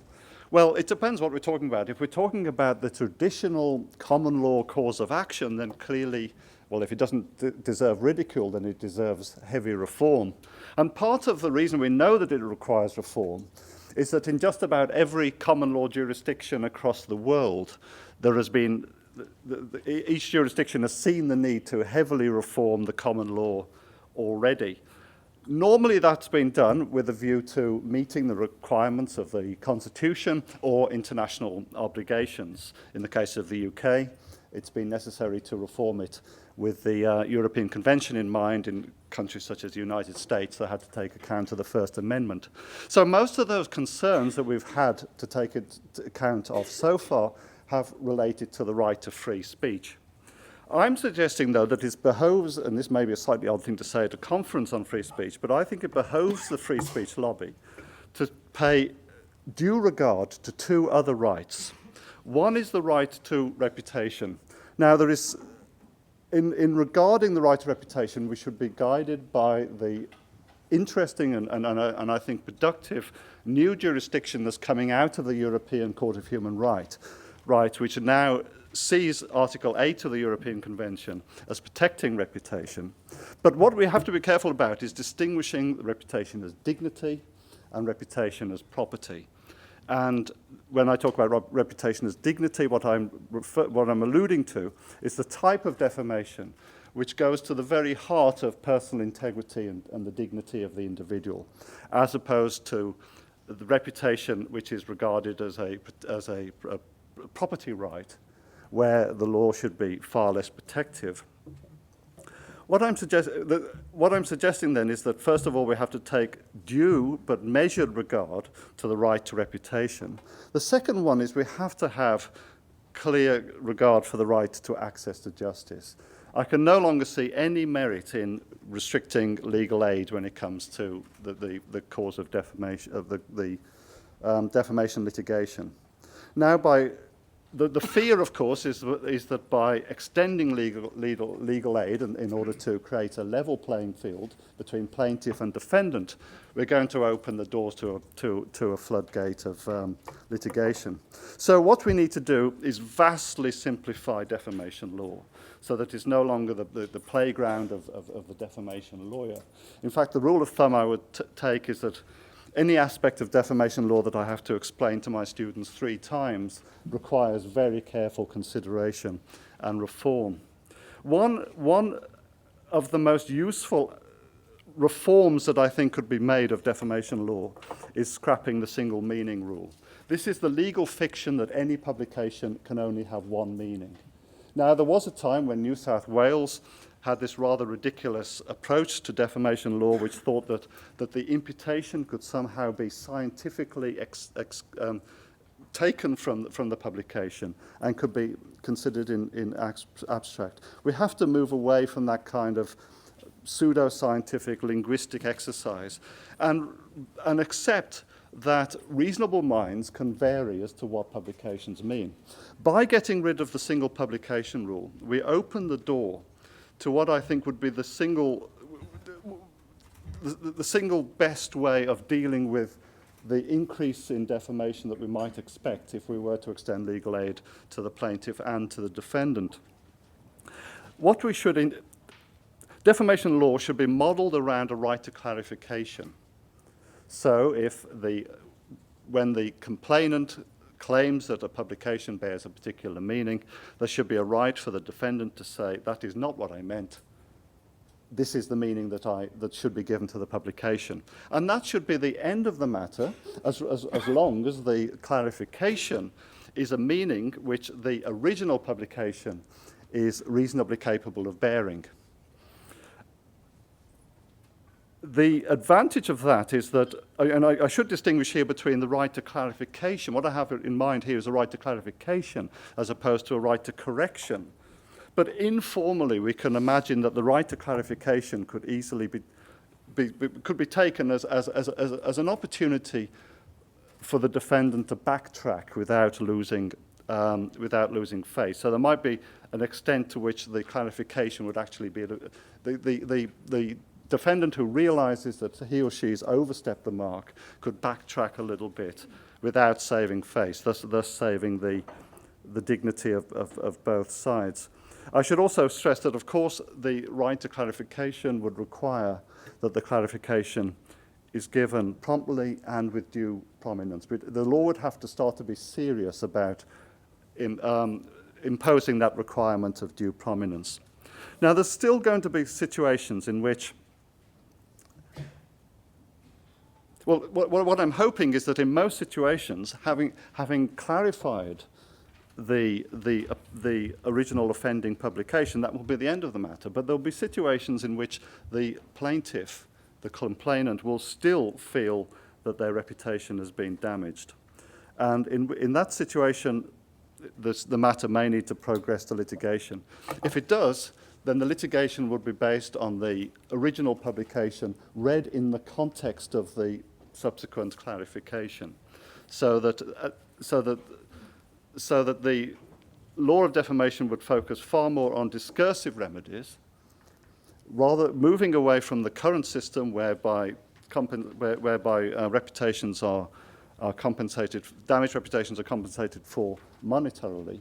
We move to a discursive remedies so that speech becomes the remedy to harmful speech, which is an argument that the free speech lobbies made for a great deal of time. We also need,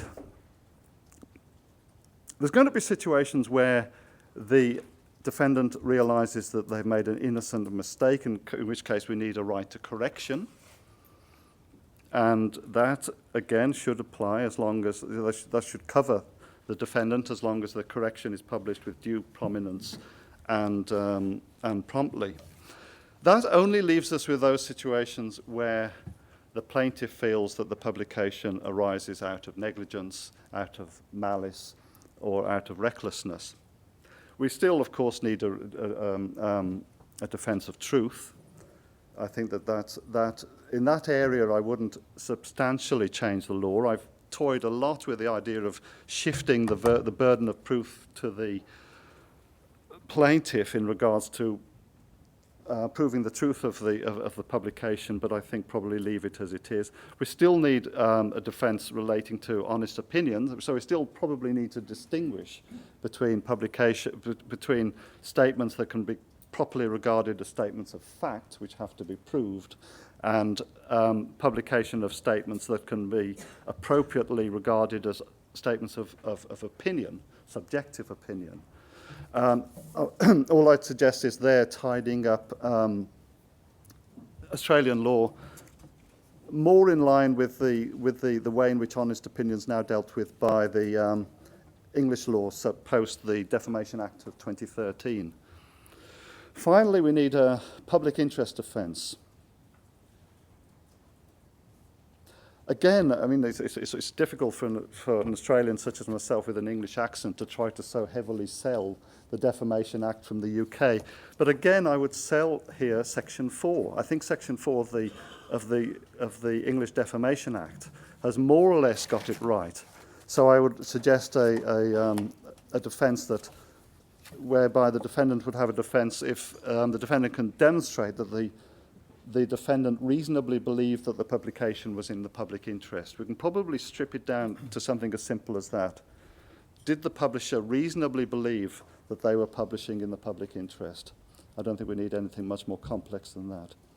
Finally, we need to retain defences of privilege, probably extending them to cover scientific and academic discourse. Without doubt, we need to introduce a single publication rule so that we get away from this nonsense idea that every time a website is downloaded, there is a fresh publication. We certainly, and that has now been introduced in the United Kingdom. The act of publication should be publication as it's understood in the lay mind. So when I upload a website, that is the moment of publication. We need measures to prevent forum shopping, and we need to move to trial by judge alone. I don't see any need for a jury in this. What needs to be a streamlined defamation system. The final thing I might mention is the question of corporations, whether corporations should have a right to sue. I really sympathise with what Australia did when it removed the right for large corporations to sue. It was clearly an egalitarian measure, which I have a great deal of sympathy for. It was a heavy-handed measure, though. So I would probably reintroduce a right for corporations to sue, but it would be stripped right down, as I said at the beginning, taking account of the limited right to reputation. So the right to reputation only relates to dignity rights, and I would thus hugely curb the damages that any corporation could recover. And that's, in very sketched outline, is more or less what I'd suggest. Thanks.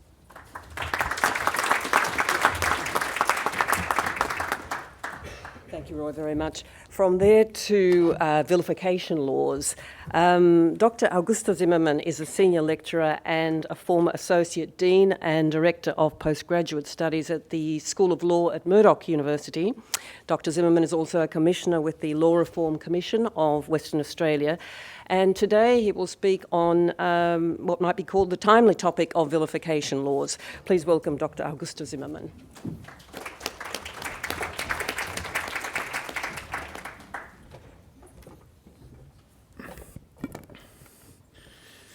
Thank you very much. I had a bit more of work than I thought by being present here because I had to rewrite my paper. And that made me a bit unsettled.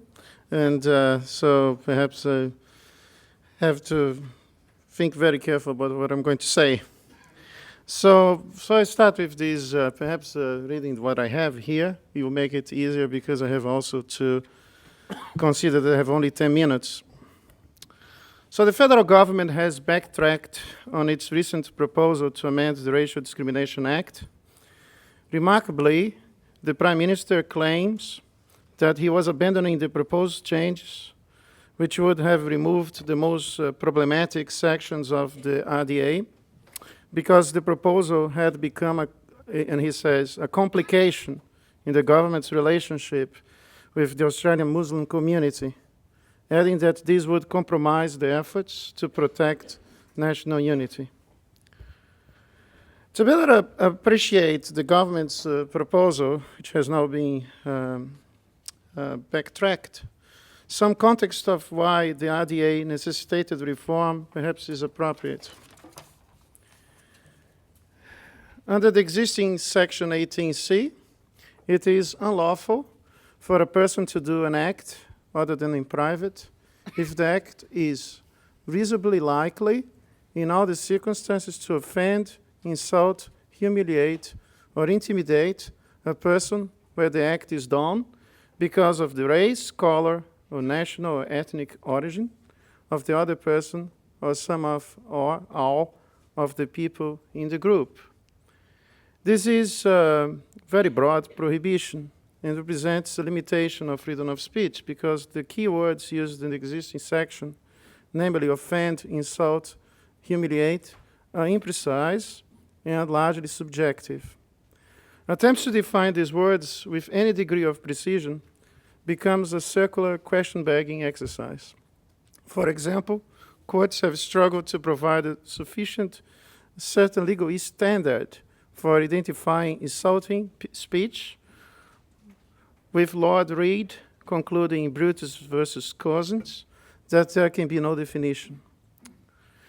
The undesirable outcome is aggravated by the fact that the present notion of being offended is dangerously emotive. According to Dr. Albert Mohler, desperate straits are no longer required in order for an individual or group to claim the emotional status of offendedness. All that is required is often the vaguest notion of emotional distaste at what another has said, done, proposed, or presented. Hence, he concludes, being offended does not necessarily involve any real harm, but points instead to the fact that the mere presence of such an argument, image, or symbol evokes an emotional response of offendedness. To make it worse, under Section 18C, judges are instructed to approach the conduct in question not by community standards, but by the standards of the alleged victim group. Testing to the standard of the reasonable victim lowers an already minimal harm threshold, adding further imprecision and uncertainty, increasing the section's potential chilling effect on speech. Of course, this goes in line with the morally relativistic tendency to minimize cultural differences as a way of celebrating diversity. In our view, however, the use of ordinary community standards is a more appropriate test to be applied in this context. Although Section 18D provides for a range of exceptions to Section 18C, with the overriding qualification that the act in question, the acts must have been said or done reasonably and in good faith. The decision in bold provides a clear demonstration of the subjective nature of the existing defense. Indeed, the existing qualifications of reasonably and in good faith are ambiguous terms of art a judge can use to decide some speech on political, social, or cultural topics didn't actually qualify for the exception. So the Prime Minister, in explaining his reasons for abandoning the amendments to the RDA, stated that the changes would impact the government's relationship with the Australian Muslim community. However, as noted above, the legislation has nothing to do with religious discrimination. Perhaps the Prime Minister is unaware of the fact that the proposed amendments could not be taken to promote such behavior. This is because the legislation simply does not address religious matters. The legislation concerns racial and not religious discrimination. One must acknowledge the enormous harm that racial discrimination causes both to individual victims and the broader community. However, in a true democracy, everyone must have the right to criticize religious ideas. The Prime Minister has mistakenly applied the same formula to religious beliefs as applied to racial issues. From a freedom of speech perspective, this is very problematic because religion, unlike race, is not an immutable genetic characteristic. one should expect the laws of every democratic society to be much less prepared to protect criticism of voluntary life choices as compared to unchangeable attributes of an individual's birth. While people cannot choose the color of their skin, unless perhaps they are Michael Jackson, religion, to some degree at least, is a matter of personal choice. Thus, open and free discourse about religious ideas ought to be encouraged and not discouraged. What is more, in a world where terrorism has become so common and where radicalized people have expressed sympathy with terrorists, the ability of Western democracies to defend their own interests is actually weakened by hate speech laws that make citizens ill-prepared to criticize or give warnings about the nature of certain religious beliefs, however well-based these warnings might be. This is the singular tragedy of hate speech laws that reduce free speech on some of the most fundamental issues of public morality. The distinction between racial vilification being the object of RDA and religious vilification, therefore, needs to be clarified. To this end, the Prime Minister's statements only evidence the misconceptions surrounding the legislation. Free speech does not disadvantage necessarily minority groups, nor does it favor those with more power. On the contrary, freedom of speech is a core principle of every democratic society. It is important to remember that all totalitarian governments restrict speech as a matter of course. Democracy naturally implies that both good and bad ideas ought to be allowed and encouraged in the marketplace of ideas. Thus, under this democratic principle, religious debate ought to be encouraged, not disencouraged. Free speech ensures that every individual, every citizen within a free society has the capacity to voice their opinion. Arguably, this principle is essential to the functioning of a diverse society. Naturally, absolute free speech is impossible under all circumstances, and it can never be a possibility. There are easily and demonstrable exceptions whereby reasonable limits to speech may provide greater service to freedom than open discourse. Within the boundaries of speech that should enjoy some protection, certain limited categories of speech have lower value, most notably sexually explicit speech that falls short of obscenity. Further, direct acts of violence and direct attacks on the physical integrity of another person should never be protected.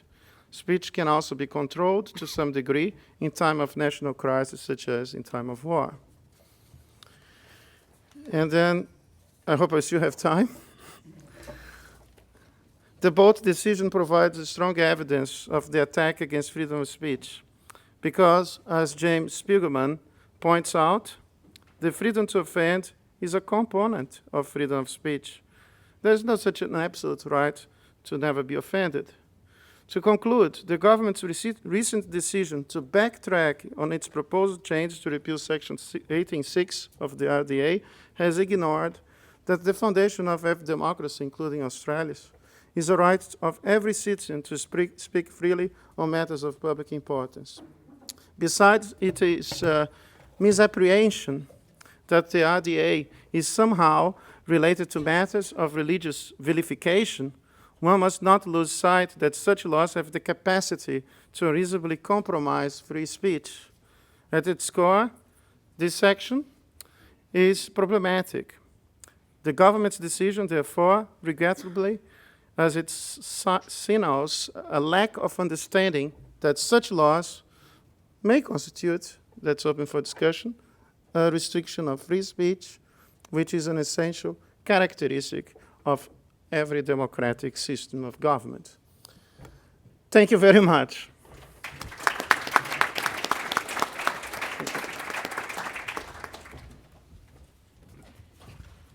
Dr. Zimmerman, thank you very much for a speech that clearly needed a lot of last-minute reworking given the fast-moving events of the last few days. Appreciate it.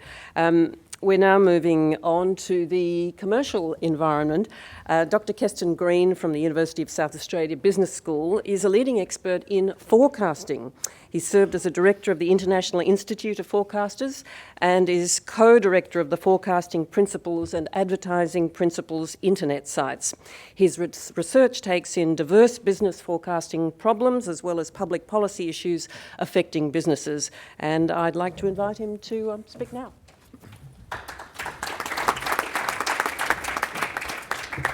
Thank you. In 2007, I was involved in preparing evidence for a Florida court case on the effects of a government-mandated disclaimer on consumers. My colleague and I commissioned field workers to show 2 advertisements to Florida shopping mall visitors. The ads were for implant dentistry services. Bear with me, please. One of the dentists made a claim to no credentials for performing implants. The other advertised American Academy of Implant Dentistry, AAID, qualifications. One version of the qualified dentist's ad included the Florida mandatory disclaimer. The disclaimer stated that the American Dental Association does not recognise the AAID as a bona fide specialty accrediting organisation. When asked, which dentist would you recommend to a friend who needed implant dentistry, more of those who'd seen the disclaimer chose the dentist without credentials. The findings from our experiment convinced the judge that the disclaimer was inconsistent with public interest and could not, therefore, be justified. We looked for evidence on whether the harm caused by the Florida disclaimer was unusual. And we found anecdotes abound. For example, the US Federal Trade Commission lifted their prohibition on comparative health claims. When they did so, cigarette companies developed ways to reduce harmful tar and nicotine levels. But anecdotes and non-experimental studies cannot disentangle long-run causes and effects in complex and uncertain situations. And so we looked for experimental evidence. We found 18 studies. For example, more high school students exposed to danger, shallow water, you can be paralysed, no diving signs, dived into the shallow end. More people chose to watch violent movies when the description included a warning message. When M&Ms were labelled as low fat, consumers, especially overweight ones, ate up to 50% more. And people with health complaints who had seen TV drug ads that included mandated product risk disclosures were less knowledgeable about the drug's benefits after having seen the ads. The clear conclusion from the studies is that government-mandated speech confuses buyers and is either ineffective or harmful. As it happened, 2 law professors, Ben Shahar and Schneider, had been reviewing evidence on mandatory disclosures at the same time as we'd been looking at speech restrictions, and they came to the same conclusion. Here's a challenging statement. Experts are useless at making predictions about what will happen in complex, uncertain situations. The conclusion, which comes from decades of research on forecasting, is that experts' judgmental forecasts are about as accurate as those of novices or guessing. This is a problem because attempts to regulate what we can and cannot and must say are based on expert judgments of what will happen. There is an alternative to experts' judgments and guessing, namely scientific forecasting. Scientific forecasting is the product of evidence from decades of testing alternative approaches in many disciplines. We now have a unifying theory of forecasting, the golden rule of forecasting. The rule is to be conservative when forecasting. To put it another way, forecast unto others as you would have them forecast unto you. Conservative forecasting it's simple in concept. First, you need to know everything worth knowing about the situation. Second, apply that knowledge using scientific forecasting methods. Okay, so the Golden Rule provides a very high standard for would-be speech regulators to meet. But isn't that appropriate given that government regulations involve compulsion and may cause harm? To help check if the predictions of benefits from a speech regulation are sound, we've provided an online checklist of 28 guidelines on goldenruleofforecasting.com. The iron law of regulation states there is no form of market failure, however egregious, that is not eventually made worse by the political interventions intended to fix it. The problem is that a regulator can't know enough about the situation and the preferences and circumstances of the citizens whose lives she wishes to regulate. This has been known for a long time. Even before 1759, when Adam Smith referred to the conceit of the fellow who imagines he can arrange people as if chess pieces. Sellers provide buyers with products that they want at prices they can afford in order to be profitable. Sellers know more about their product, their market and their customers than anyone else, and need to take care of their reputation for fair dealing if they're to survive. Buyers aim to use their money in ways that give them the greatest benefit. They know that sellers are motivated by self-interest and so are inclined to be sceptical about sellers' claims. Competing sellers, word of mouth, and a vigilant media help buyers to beware. All of us wonder sometimes at the way other people spend their time and money, but we should nevertheless reject the illusion that some of us are so knowing, so clever, and so pure of motive that by controlling speech, we can make other people happier than they would otherwise have been. Commercial media organisations hope to make profits by providing information in the form of advertisements, community announcements, warnings, news, commentary, discussions, political speech, and investigative reports that readers, listeners, and viewers value. In doing this, the media helps people make decisions that affect their livelihoods. Thanks to technological advances and economic growth, people have better access to information than ever before. But in practice, we live and work and buy and sell in an environment in which the government regulates speech. Sellers have to conform to regulations that dictate what we can and cannot say. Buyers know this, and especially when they see or hear government-mandated messages, assume that the government is looking after them, and so they're less vigilant, may be inclined to be more rebellious. Because sellers have the responsibility of free speech taken from them, they're less motivated to take care.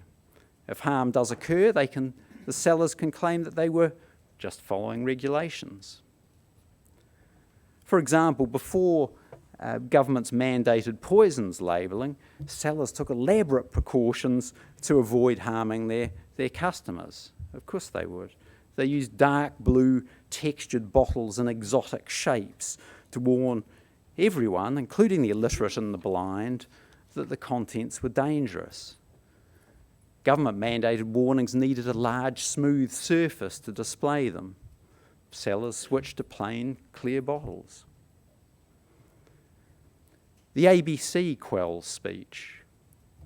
Commercial media outlets compete for the attentions of Australians, but much attention is diverted to the ABC's advertising-free offerings. Commercial media, as a consequence, have smaller and less diverse voice than would otherwise be the case. Because the ABC is government-owned, its speech is widely perceived to be less biased and more authoritative. The perceived authority of the ABC gives its staff considerable power over the content and the limits of the speech people hear in Australia. Our livelihoods are harmed as a result of the diminishment of alternative voices. There is no clear basis for distinguishing between commercial speech and political speech. Both political decisions and commercial transactions affect people's livelihoods. As for importance, people are more pressingly concerned about matters that directly affect their expenditures and incomes than political debates about, for example, border control. In some, the freedom of commercial speech is just as deserving of protection as that of any other speech. Economic theory and experimental evidence both reject speech restrictions because they reduce welfare. Unfortunately, the weight of reason and evidence is often rejected with the unsupported claim that things are different this time. With that obstacle in mind, I propose that any speech restriction should be discarded unless evidence from scientific experiments and forecasting of a clear net benefit is provided. Thank you.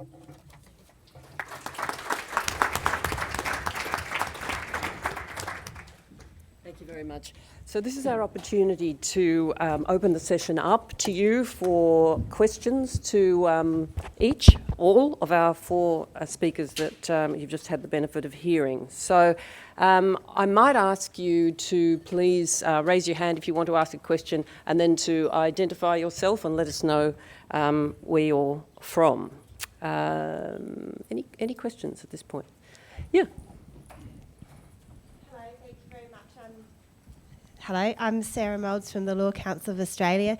Thank you all for your excellent presentations. We heard from some speakers about what they consider to be the appropriate test for when free speech can be justifiably regulated.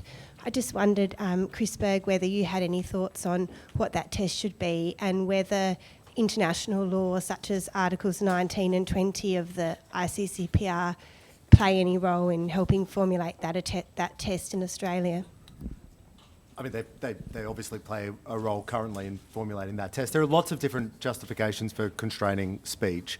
If you go down to the bottom, what I consider to be philosophical distinction, you're talking about where words become actions. So we're all familiar with the John Stuart Mill mob outside the corn dealer. You can say whatever you want about corn dealers, writing a letter to a newspaper, or so forth. But if you say, the corn dealer in the house behind me is a murderer to the mob, then that crosses the boundary from speech to action. Now that is a marginal question by all means, and then we have to have a debate at the margins. There's a lot of long-standing justifications for specific constraints. Overwhelming state security is one of them. You can't broadcast troop movements in the matter of wartime, and obviously from in our contemporary debate, that's also security, ongoing security operations, and so on and so forth. What Australia lacks in this area is the deep jurisprudence that the United States has. The First Amendment has given the US basically 100 years of deep thought about these boundaries. Those boundaries have changed over time. They've become narrower and more carefully defined. So it's actually quite clear in a lot of ways about where the limits of freedom of speech lie. And one of the, look, our right to political communication may in 100 years look like that, and I hope that it will, but right now we're sort of floating freely about what is legitimate and what is illegitimate speech. Okay, thank you. We have a question over here. Thank you.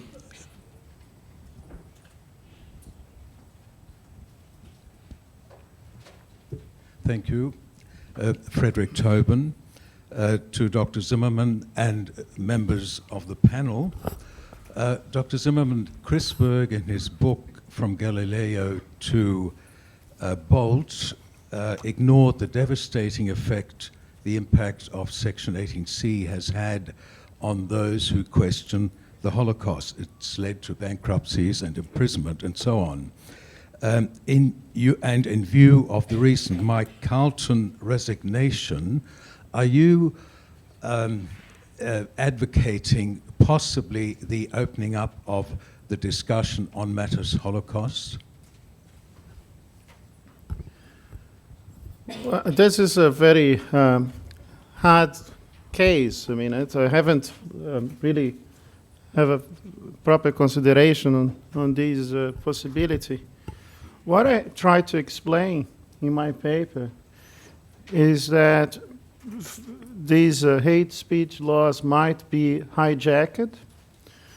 As a person who believes to be tolerant, I would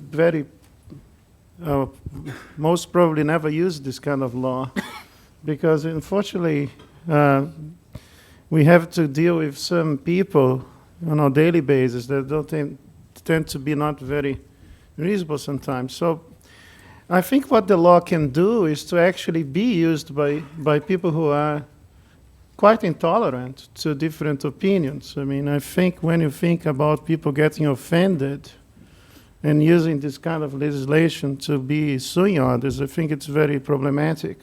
Another thing is that I think you are punished by having to find a good lawyer and spending $100,000 or so just to be innocent. So I think that this kind of legislation can actually be counterproductive. Another thing is that if you think, since you have mentioned the Holocaust, that pre-Nazi Germany had this kind of laws, and they were used by Joseph Goebbels and others as a platform to promote their despicable ideology at the courts, because, of course, then they had the victimization strategy of being victims of persecution as a result of being brought to the courts. So it's not true to say that the Nazis were protected by the lack of anti-discrimination laws. Actually, the Nazis had to be facing this problem in pre-Nazi Germany of laws that would restrict free speech. But I don't think that was something that worked against them. They could have they used this to their own benefit. Thank you. Chris Berg, did you want to respond to that as well? No, under no circumstances am I calling for a reopening of the debate about the Holocaust. But the legal situation in Australia is this: Holocaust denial is not actually unlawful. The Tobin cases concerned anti-Semitism as part of that Holocaust denial, and so it's very important to be clear about what we're talking about, and this has been one of the issues that's been raised repeatedly in the debate about 18C.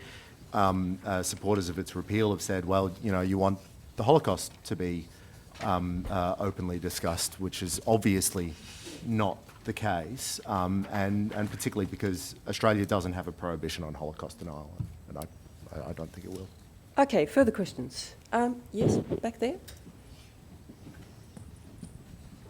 Sorry, the lady in green we'll start with and we'll come to you. So, Anna Brown from the Human Rights Law Centre. Just following on from the question from Sarah, Chris, you talked about our inadequate protections for free speech in our Constitution, for example, and the fact that we need to look to the US and their jurisprudence.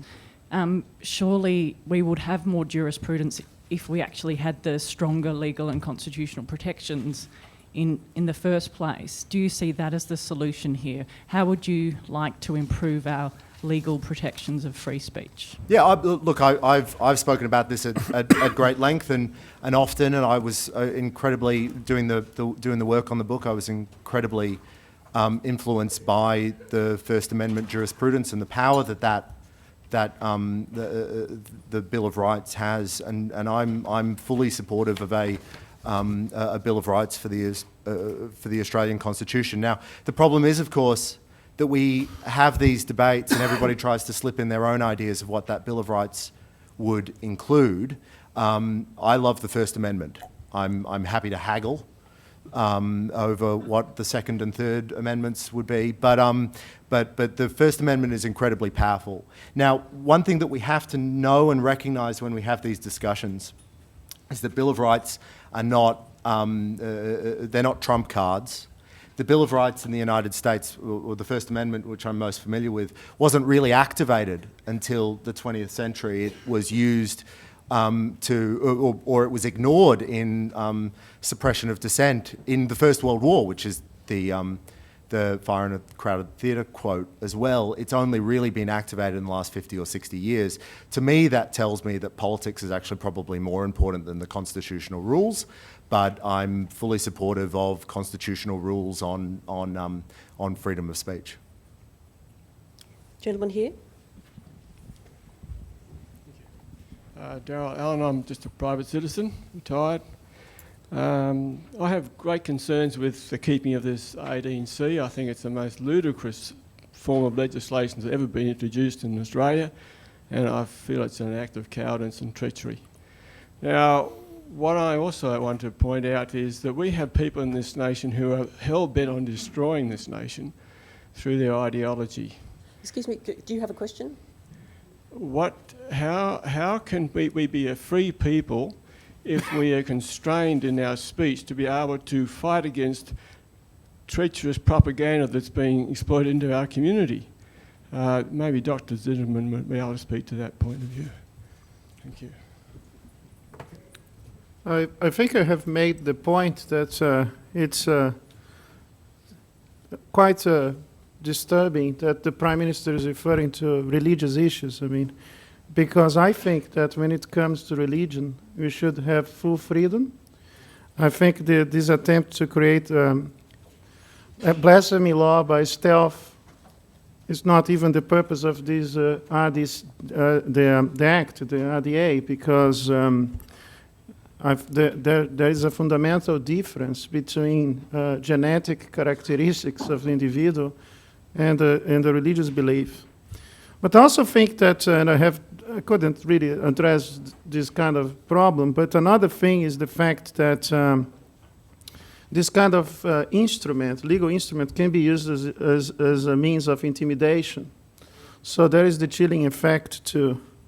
I reserve my right as a citizen to discuss religious matters confidently and comfortably. And I think now that you face the threat of terrorism, it's more necessary than ever. So I find that it's really contradictory to be talking about, in terms of even very disturbing words that were used, like, national defense and national security and all these kind of issues. And in the end of the day, the combination of the two most recent measures are very much restricting furthermore the right to freedom of speech. So I think this conference became more opportune than ever. Any other questions? Perhaps something on defamation, or perhaps something on the subject of experts being useless? Yes, over here, sure.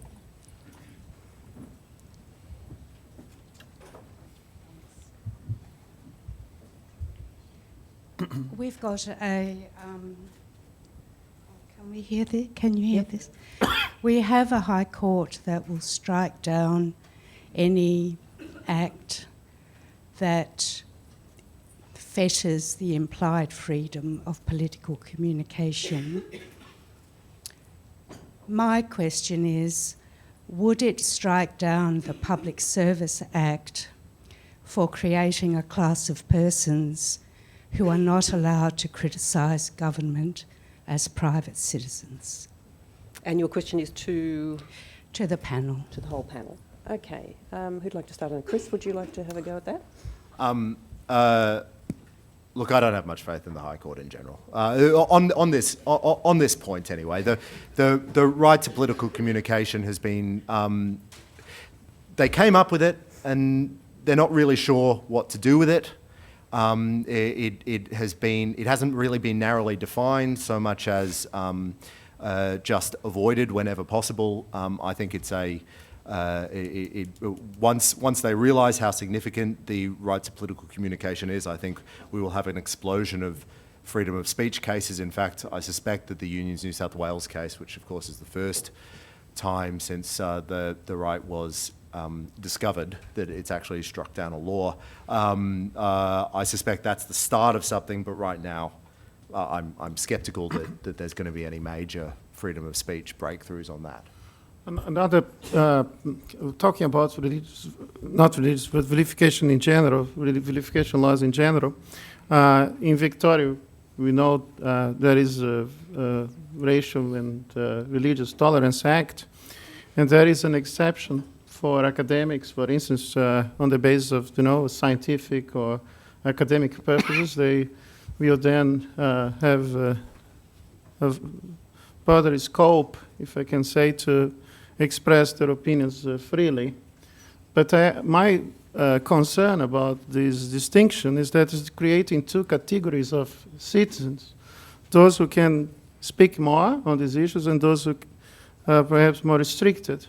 And I contend that if racism becomes a problem, it will probably come from an academic, actually, or someone with enough influence and power to change minds and hearts.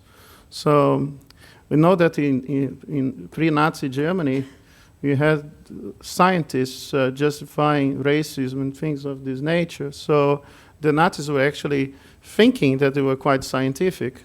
So I think that if you have a problem with racism, it's probably coming from my peers, not from an average citizen. So I don't like any law that is undemocratic and actually creating distinctions between citizens. Okay, do we have any further questions from the floor? Oh, one just there, yeah. Yeah, Martin Hurst from Deakin University. I think this is possibly for Chris and Professor Zimmerman. Relating to the Mike Carlton case, I'm not quite sure how 18C might work here, and I think there's some confusion, and I'm a little bit confused myself now, about how would you describe Judaism? Is it a religion or a race? Because I think that's probably an important distinction here. One of the things that Mike Carlton said, is alleged to have said in one of his emails, was calling somebody a Jewish bigot. Now, it seems to me that there's nothing that says Jewish people can't be bigoted. So I'm wondering if you could comment on this case, because where does it stand in terms of 18C? If you criticise Zionism, you're accused of anti-Semitism. Does that mean I'm against the Semitic religion, or is being Semitic somehow also a race? I really would like some clarification of that. I have absolutely no expertise in that whatsoever. I think the Mike Carlton example is a pretty good illustration of the way popular backlash to unpopular speech can punish a commercial organisation, and that commercial organisation responds. Whether that was the right decision by the Sydney Morning Herald or not, I'm not sure. But I hope that there isn't a 18C case following it. That's all I really can say. Hopefully there aren't too many 18C cases in the future. So just make a comment. I think it's the right of a person to feel uncomfortable. I think there's a difference between the censorship of the society and one coming from the heavyweight of the law. So if I have an employee, for instance, being an employer, who behaves in a way that I think is inappropriate, then it's a private issue, it's a private matter. I think that there is a remarkable difference between you having the freedom to censor an idea as a citizen, not liking what people are telling you, and having the government using the force of the law. But another thing that I think is important is that perhaps the race and religious distinction is actually because of this fact that some people, especially within the Muslim community, thought that the Jews were protected by the racial anti-discrimination laws, and they thought that they would need then the religious one, because people somehow think that Jews are a race, not just religion. So the other communities thought, well, they got the protection, so why not to have an extension to religious considerations as much as racial ones? And that's why I believe that the verification law, religious verification law, was introduced in Victoria, extending the method to racial considerations as well. Thank you very much. So unless there is anything... So religious. One more? Okay, one quick one, please.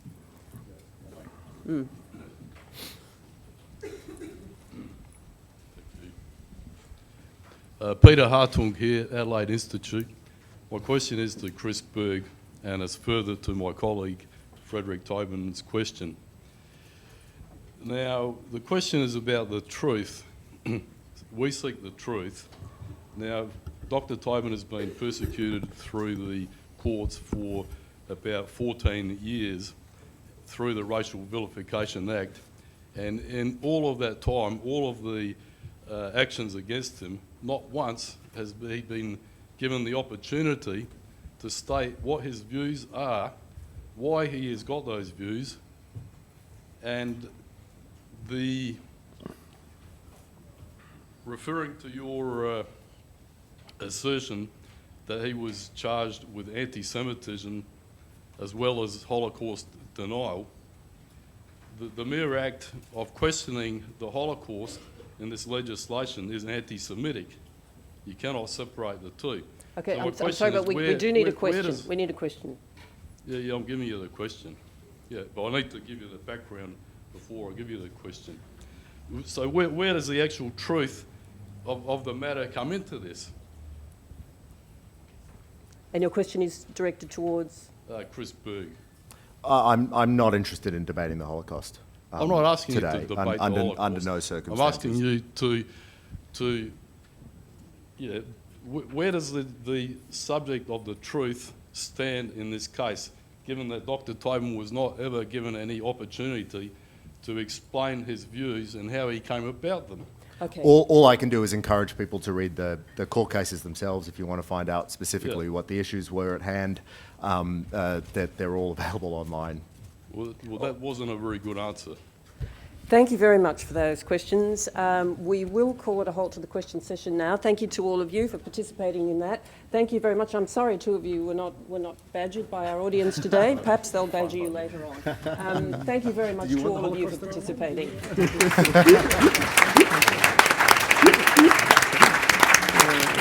Tapping on the shoulder. Thank you. And could I request our next speakers to come up to the stage, please? Thanks very much.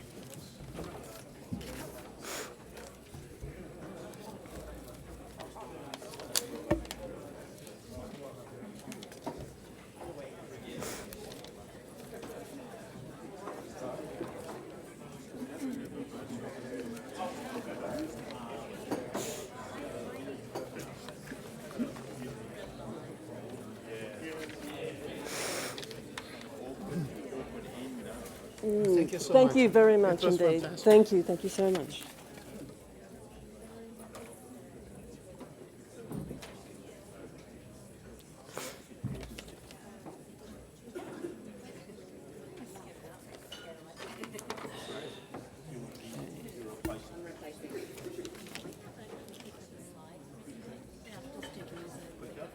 Oh, there's one there, yeah. Oh, is that right? Oh, okay. Yes, it's Julia, Monica. Okay.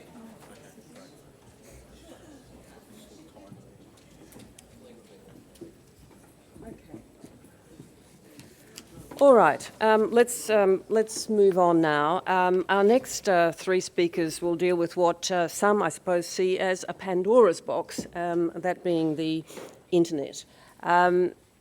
Professor Julian Thomas is Director of the Swinburne Institute of Social Research and Professor of Media and Communications at Swinburne. His research interests are in new media, information policy and the history of communications technologies. And I'll ask him now to open up this big subject for us. Thank you, Julian. Thank you. Thank you very much, and thank you indeed to Tim and the Commission for inviting me to participate in what I think is an incredibly important and timely conversation. I'm somebody who's worked for a while, as Jana said, on the histories of new communications technologies. I've been involved a bit in the development of what we call internet studies, if you can believe there's such a thing, there is, in this country, and our attempts to get a handle on what has been an extraordinary, fast-moving set of digital transformations that have taken place in Australia over the last couple of decades. So I would kind of love to be sort of standing here saying, we actually know how all this stuff works, we know what the consequences would be, we know what kinds of calculations should be made around different sorts of regulatory or legal or code sort of type interventions on freedom of speech. That's exactly what I can't really say. And the theme of my remarks is really that we do know the internet makes an incredible contribution to freedom of expression and vibrant political debate in this country. We know that contribution is extraordinarily conflicted and contested, but we also need to know a lot more about it than we do. So that's embarrassing for me to say as a researcher, but it's important because we need that extra knowledge, I think, not just so it's easier for someone like me, but so that we can all make much better decisions about regulation, especially when we set out to regulate the internet in new and unprecedented ways. Tim talked earlier about the degree of complacency in Australia around this area, and I think if we look at what are the ingredients of complacency, one of the ingredients is a lack of knowledge. And our lack of knowledge, as I'm going to illustrate briefly, I think, can also have other bad consequences as well. Now, 30 years ago, a very famous American liberal critic of media policy, Ithiel de Sola-Pool, described communications technologies as technologies of freedom. The idea was, of course, that if we were able to free technology from the dead hand of government control, then the electronic communications of our time, oddly enough, he was writing about things like video discs and cable TV, the electronic communications of our time had the potential to open up politics and culture and social life and enterprise in unprecedented ways. And I think that idea of the internet as a kind of potential liberal machine continues to very powerfully shape our expectations of what it can do. But that image of a technology of freedom has been complicated dramatically by recent and very hard experience and real uncertainty. And it's created that uncertainty and experience has created a very unhelpful kind of oscillation between utopian and dystopian images of the internet. First of all, of course, we've discovered that the technologies of freedom can also be technologies of unfreedom. We know that the internet can also work as a system for control and suppression. And that level of surveillance has taken most of us as naive users anyway of the internet by surprise. In Australia, scholars like Mark Andrejevic at the University of Queensland and others have started tracing the emergence of what they call a sensor society, where we, the users, are better understood as elements in an information gathering system rather than the subjects with the power to manage our own communication systems. So that's the first thing. The second thing that's happened, of course, is that the uptake, the social distribution and adaptation of the internet over the last couple of decades has just been extraordinarily rapid. We have gone, even just in the last decade or so, from a kind of low-speed, dial-up information and text communication system to mobile broadband and the video internet. And we just actually don't know a lot about it yet. When I started researching Australians' uses of the internet back about 10 or 12 years ago, we were asking people questions like how many times a day did they check their email? How many times a day did they log on to the net? These are now questions that are almost meaningless, but it points to a problem of how, a real problem of knowledge, where we just aren't keeping up particularly well with what's going on, even though there is some really good work being done.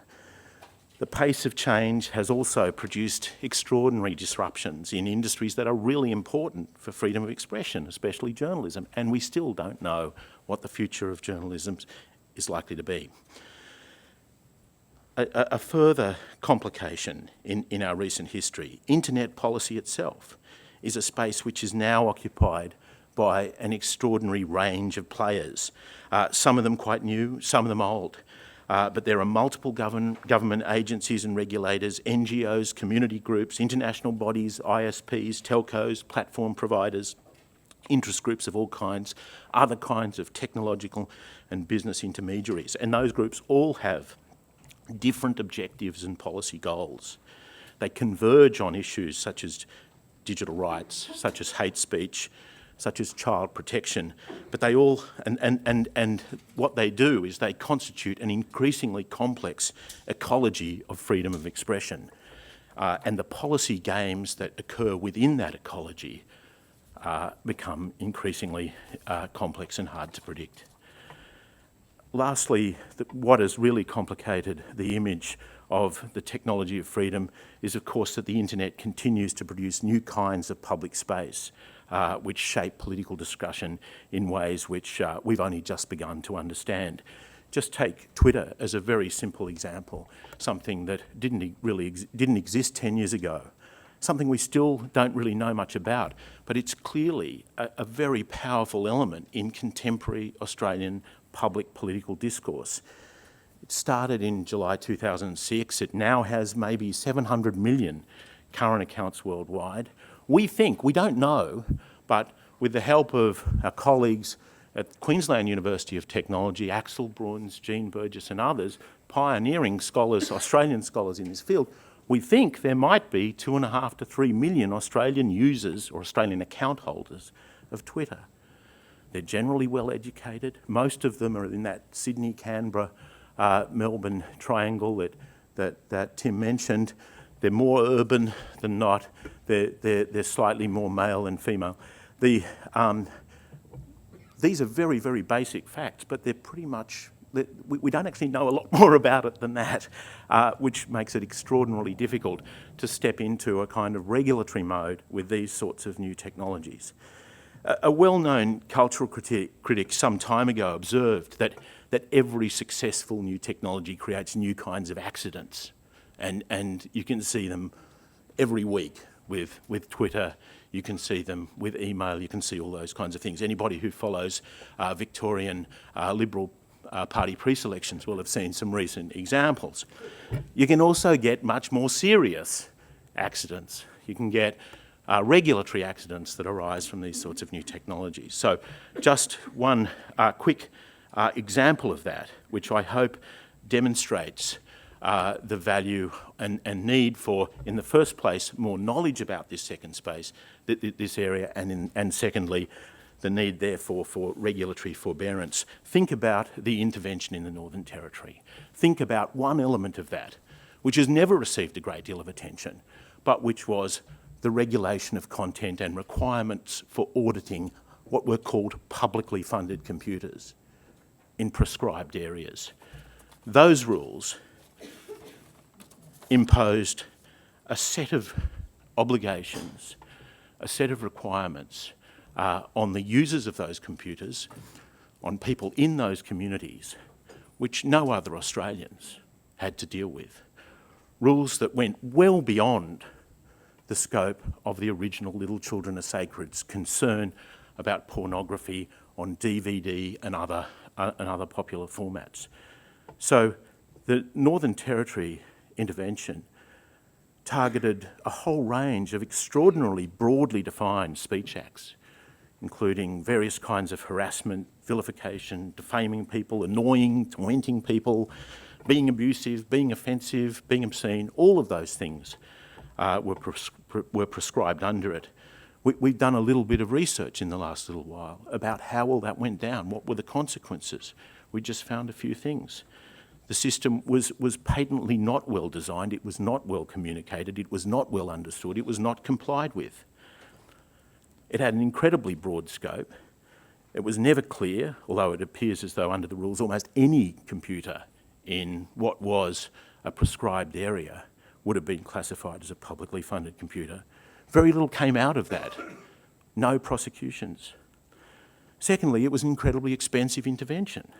Significant sums were spent on creating software tools for the auditing task, and the funds would have been much better spent on building digital capabilities and literacies in those communities that were concerned.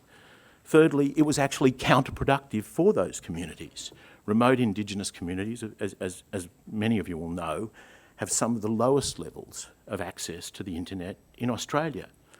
So the policy exacerbated Australia's so-called digital divide by imposing costly and unnecessary requirements on any attempts to provide some level of access to those communities.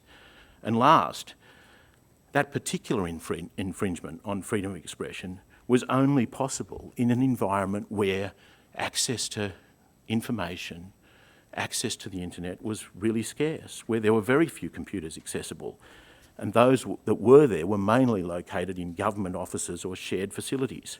So it was the so-called digital divide between Indigenous and other Australians that made that particular policing of that vulnerable population possible.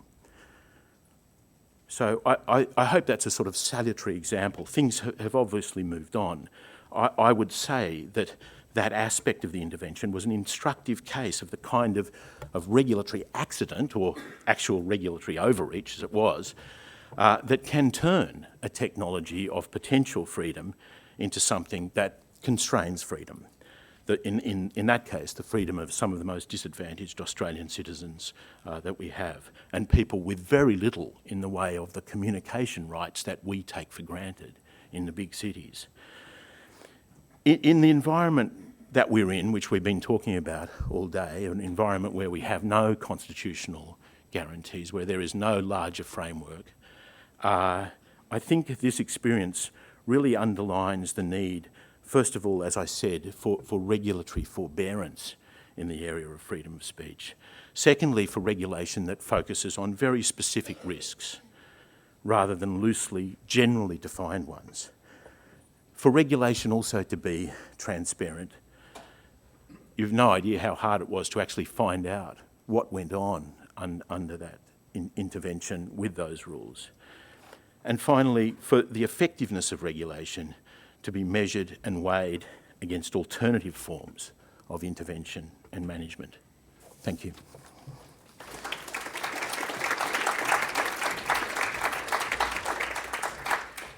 Thank you very much. So many questions thrown up by that. New technologies, new accidents every day.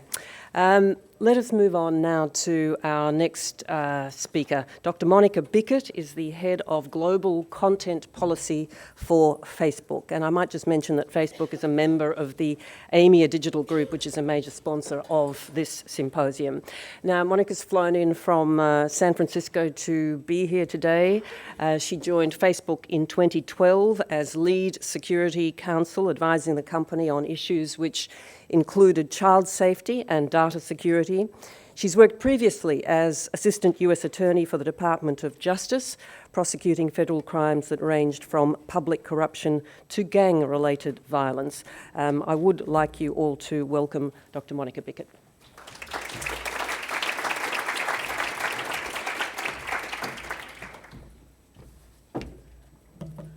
Thank you. And thank you very much to Professor Triggs and to Commissioner Wilson for giving me the opportunity to be here today to talk about this very important and exciting topic. My team at Facebook is responsible for managing the standards for how people can use the product. And that means, especially relevant to today's conversation, what people can share and what people can post when they're on Facebook. Now this is, bear with me here, I'm going to try and use this clicker and see if it works. Ah, it does. This is truly a global task because Facebook's community is increasingly a very global community with people all over the world engaging within their own countries and with one another. We currently have over, I guess I better stand here. We currently have over 1.3 billion people regularly using the product. And the vast majority are outside the United States and Canada. So this company may have started in the US, but make no mistake about it, it is definitely a global company and a global community. Our policies and the way we think about speech on Facebook have to reflect that. And that's one of the reasons that my team and the teams who are crafting and enforcing or applying the policies are global in terms of their location and reviewing content in different languages. But at the same time, we have to have one set of policies. And that's in part because of the way that the product works. One person in Australia writes something, somebody in Germany comments on it, another person in Canada likes that comment. So we have one set of policies, and that's something that I think people often don't realize about Facebook. So the challenge for my team is, how do we write a set of policies that can be applied globally, but that take into account the many different cultures and backgrounds and legal landscapes of the countries where the people that use Facebook live? We try to do it with a three-prong approach. And the first prong is transparently telling people what we expect when they use Facebook. And that's our community standards, which I'll talk a little bit about in a second. The second prong is giving people the tools they need to control their experience. Because there may be a piece of content that is upsetting to somebody that does not violate our principles and our standards, and we want to make sure that that person has the ability to control her experience. And then the third prong is giving people the tools to resolve disputes among themselves and to speak up productively and positively against speech that they find offensive. So the first prong is our community standards. You can see a screenshot here. If you go to our site, and the link's at the bottom, you can see the standards in more detail. But these lay out the basic areas or the basic issues that our standards govern. You'll note on there, we do have a section about bullying and harassment, neither of which are welcome on our platform. And you'll see that our standards also cover a variety of other areas. I've listed some of them here. Some of these are what we would call no-brainers. Nobody wants child exploitation imagery on the site. I think we would all agree that we don't want that. There are other issues where we talk about areas that some people might think they're okay, other people might not. And that's where the real challenge in crafting global policies comes in. Here's how we think about it. Facebook's mission is to help people connect and share. And they're only going to do that if they feel that the platform is a safe place to be. So our fundamental priority, our number one, is making sure that people are safe on the site.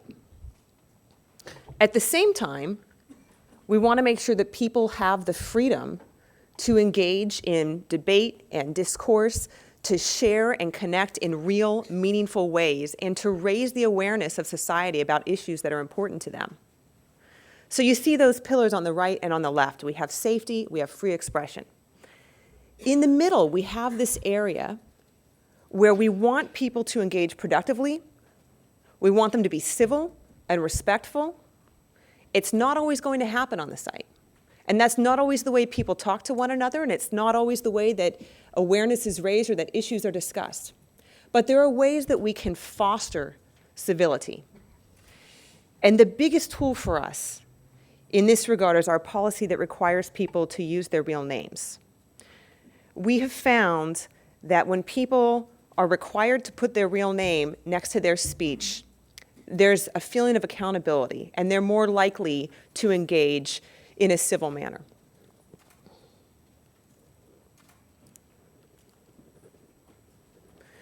And you can see, again, the three prongs here.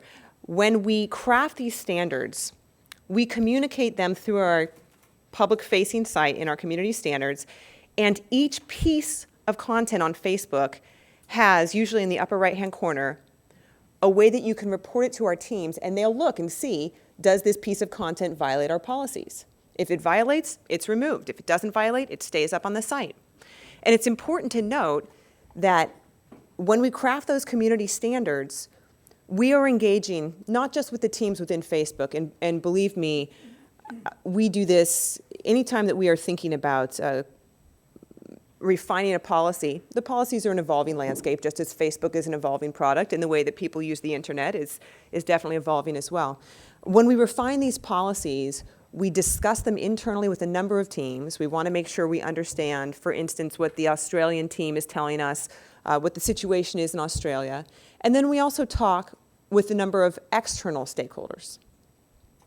People in society who are working for NGOs, who are affiliated with advocacy groups, or who have experienced themselves some of these issues.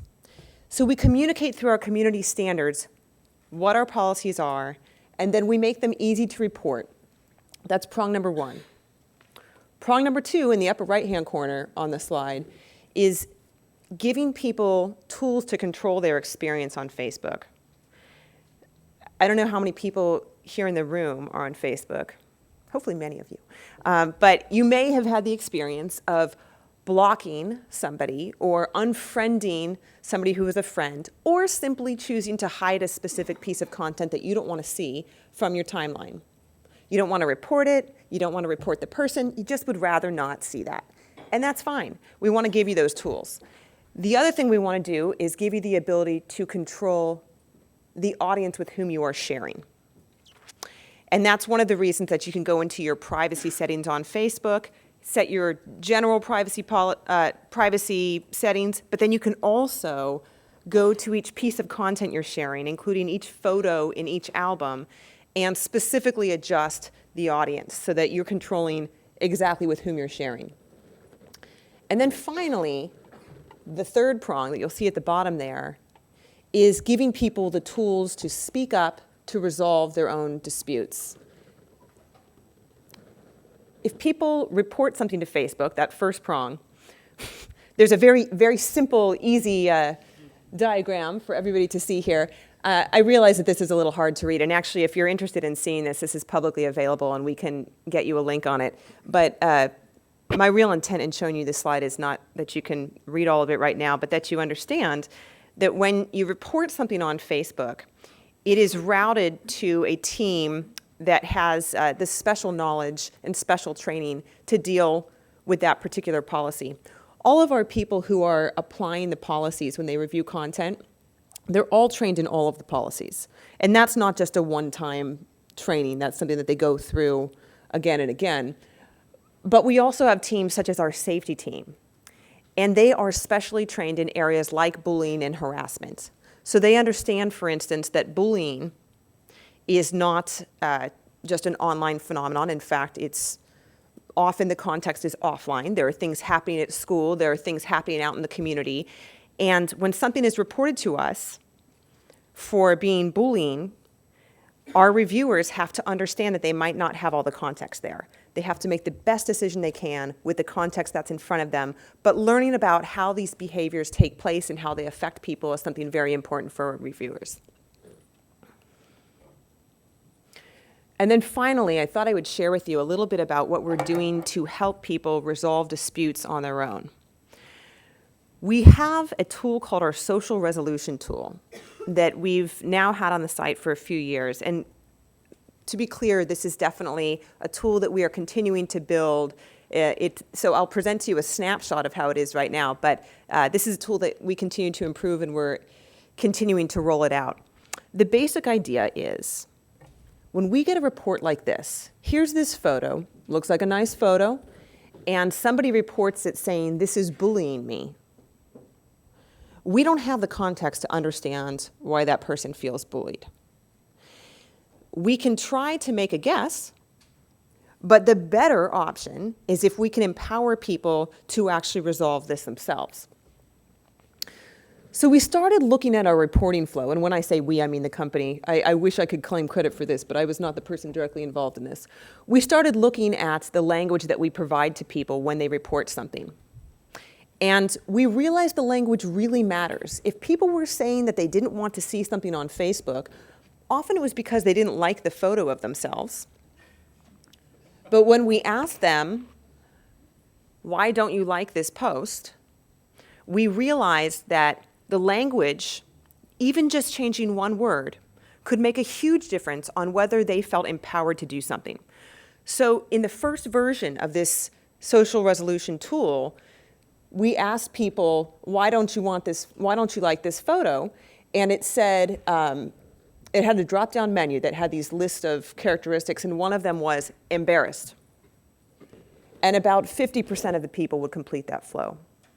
We started working with some researchers at Yale and Berkeley that are emotionally rich language specialists, and we found that if we made it more conversational, and if we said, I don't like this photo because it's embarrassing, that one little tweak led to a much larger percentage of people actually completing the flow and saying something. The other thing we noticed is that, oh, I have slides down here, is that we could give people a dialog box that suggested language that they could use to reach out to the person who posted the photo and ask her to remove it. So when we started this social resolution tool, we gave people an empty box. Basically, the way it would work would be, I post a photo, you don't like it, you are presented with an option to ask me to remove the photo. And we give you a blank box and we say, type a message to Monica explaining why you don't like the photo and see if she'll remove it. And people were completing this, but only about 20% of the people. After working with our external researchers, the Berkeley and Yale folks, and also testing some different flows, we found that if we provided text to people, suggested text, and they could change the text or edit it if they want to, but a message that says something like, Monica, this message makes me, or this photo makes me uncomfortable, I really don't like it, would you mind taking it down? That people were a lot more likely to actually complete the flow. All right, I'll just wrap this up by showing you, finally, that we are starting to understand also that there's a value in understanding the different way that people talk in different countries. We're exploring this now, but we're realizing that the way people think in India is not necessarily the way people think in Australia when they want to approach somebody about removing a piece of content. But our data does show us that these tools are working, and that in the majority of cases, when a person receives a message asking her to remove a photo, she will engage in a dialogue, and in many cases, she will remove the photo voluntarily, which results in a better experience for everyone. And finally, it's very important to us that people understand that Facebook can be a tool for engaging in counter speech. And this is an example that I just wanted to share with you from the bullying and harassment context. This was a young high school student in California who was being bullied for a poor soccer performance. And what we saw was that in the wake of somebody posting mean photos of him missing he was a soccer goalie, missing the goal, his teammates posted photos of him making a great catch with the caption, "We are all Daniel Quee," his name. And they made that their profile picture on Facebook. And this went viral. And pretty soon, all the students in the high school were doing it, and other people in the community were doing it. And this video, which is available through Facebook Stories, you can go to our page, actually features Daniel Quee talking about the way that this made him feel empowered and feel strong to stand up against bullying. So counter speech, very important to us, and the platform can be a powerful source for it. Thank you.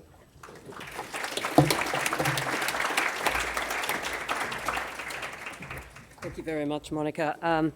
I'm moving along very quickly here because I'm mindful of the fact that I'm sure you'll be wanting to ask Monica and the rest of the panel questions. So onwards to Trish Hepworth, our final speaker in this group. She's from the Australian Digital Alliance. There was some talk earlier about copyright. The Alliance is the peak body representing copyright users in the digital sphere.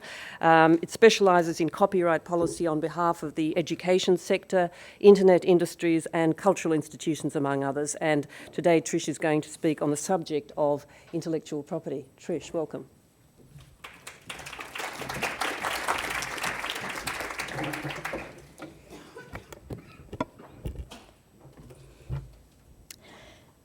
Free speech is an essential human right in a liberal democracy. It is the extension of the absolute human right of freedom of conscience and thought. In a liberal democracy, we must approach free speech as a blank canvas, where restrictions must be justified. We do not seek permission. In a liberal democracy, all speech is legal until it is made illegal, and not the other way around. It's a fairly clear articulation of the classic liberal approach to free speech. However, if I express it in those words, I risk infringing copyright, because those words were already used by a certain Mr. Tim Wilson back in May of this year. If I want to explain the concept of the liberal approach to free speech, I need to use different words, words that Tim hasn't already used, or the people who went before Tim have also not already used. Now, to be fair, I was invited here today on the promise that even though I was a lawyer, I was not going to be overly legalistic about everything. So I've got some pretty slides while I run through the legal concepts of copyright. Copyright is a property right over the expression of ideas, which means that Millet, painting in 1866, doesn't own the idea of two people sleeping in a field. Sargent in 1875 cannot stop other people from painting two people in a field. But in this painting, an acknowledged masterpiece from Vincent van Gogh in 1890, he's probably flagrantly breaching copyright. Because he didn't paint two other people in a field, he took the entire design concept. Nowadays, Sargent would probably have slapped Van Gogh with a DMCA takedown notice, a lawsuit, collected damages, and made him destroy all derivative infringing works. I'm not going to pause to discuss the merits of a lawsuit between two acknowledged masters, but I did want to make two clear points. One, there is a difference between the protection of an idea and the protection of the expression of idea. But in that protection over expression, we risk confining free speech. And that is because the way that people communicate builds and uses upon that which has gone before. So we have this fundamental concept and this fundamental tension between giving the copyright owner the exclusive right to control the use and reproduction of their expression and the free speech of others. In Australia at the moment, you can build upon a work in two different ways. You can, like the overly cautious lawyer I am, ask for permission before I use Tim Wilson's quote to open a speech. Unfortunately, you cannot always get permission. A prominent figure who has, for example, written an anti-Semitic work is unlikely to give you permission to translate that into Hebrew and open it up for criticism and review, or let you memify it into a joke and ridiculing piece. Sometimes you cannot find the people to get permission for. Trying to track down permission for essential things such as safety regulations or instruction booklets to translate them into languages.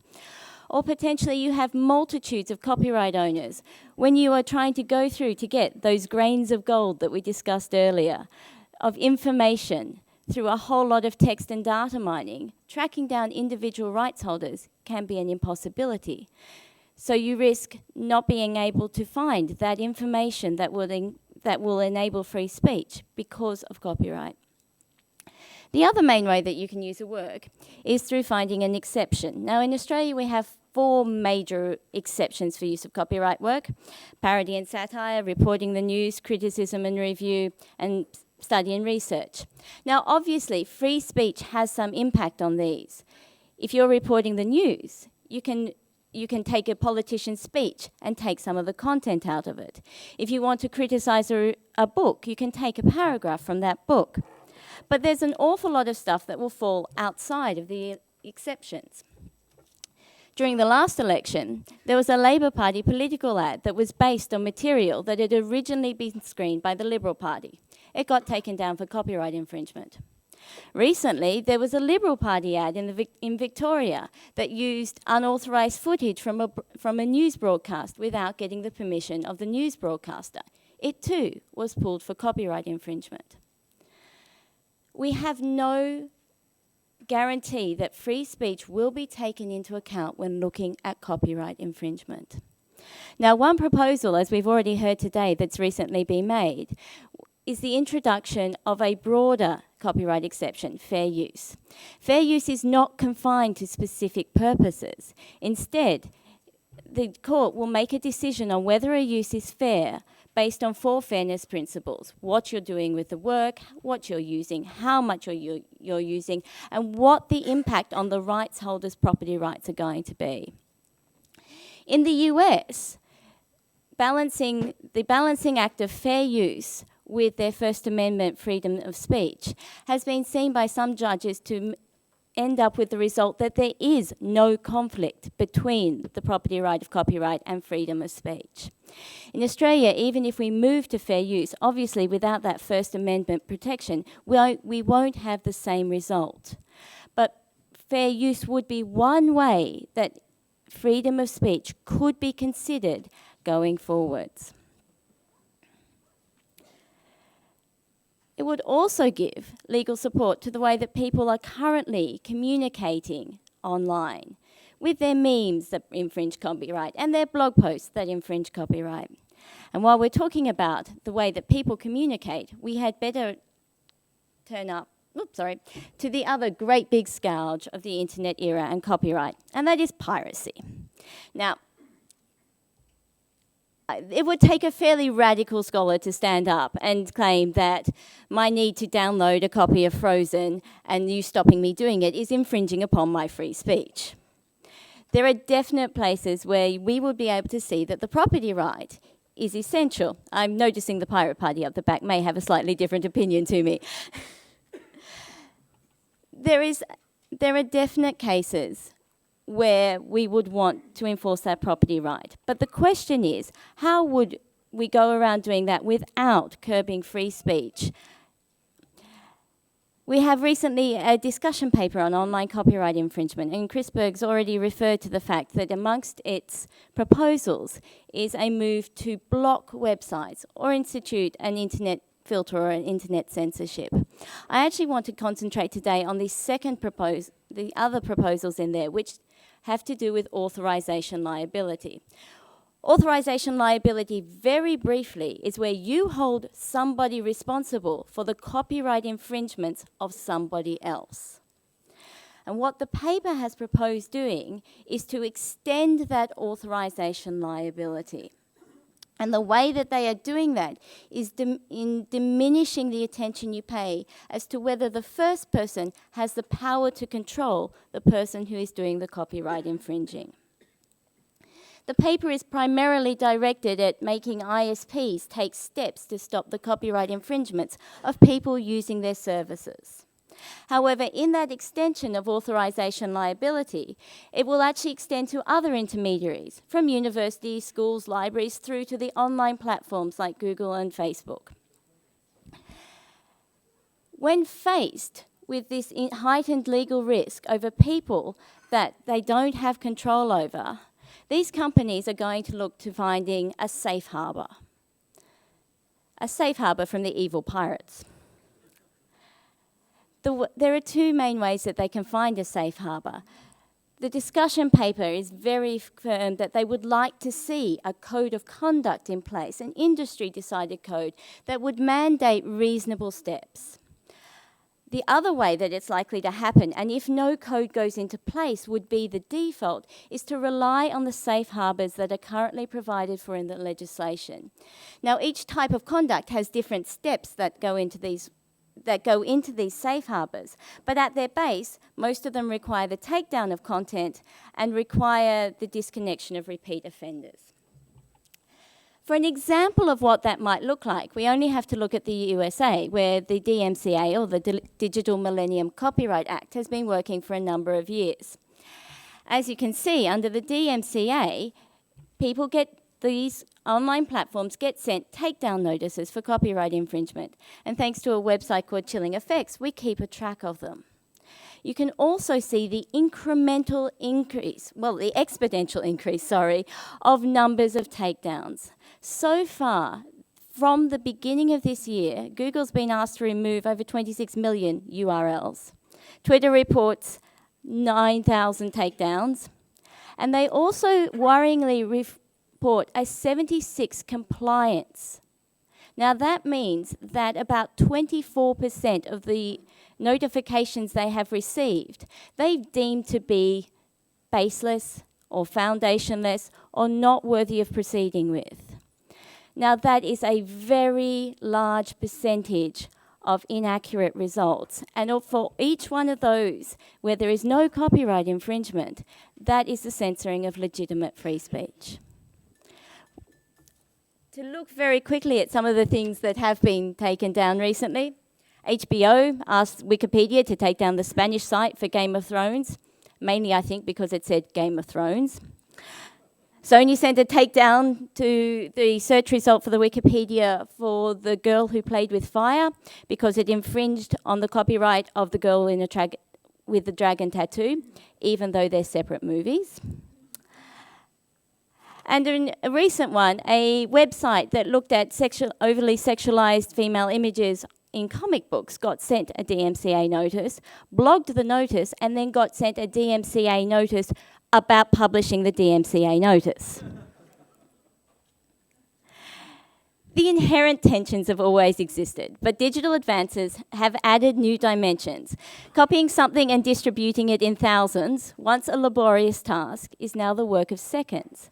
And conversations that might have been had over lunch in person now happen in the digital sphere, which means you have taken untraceable derivative conversation and made it highly traceable permanent copyright infringement.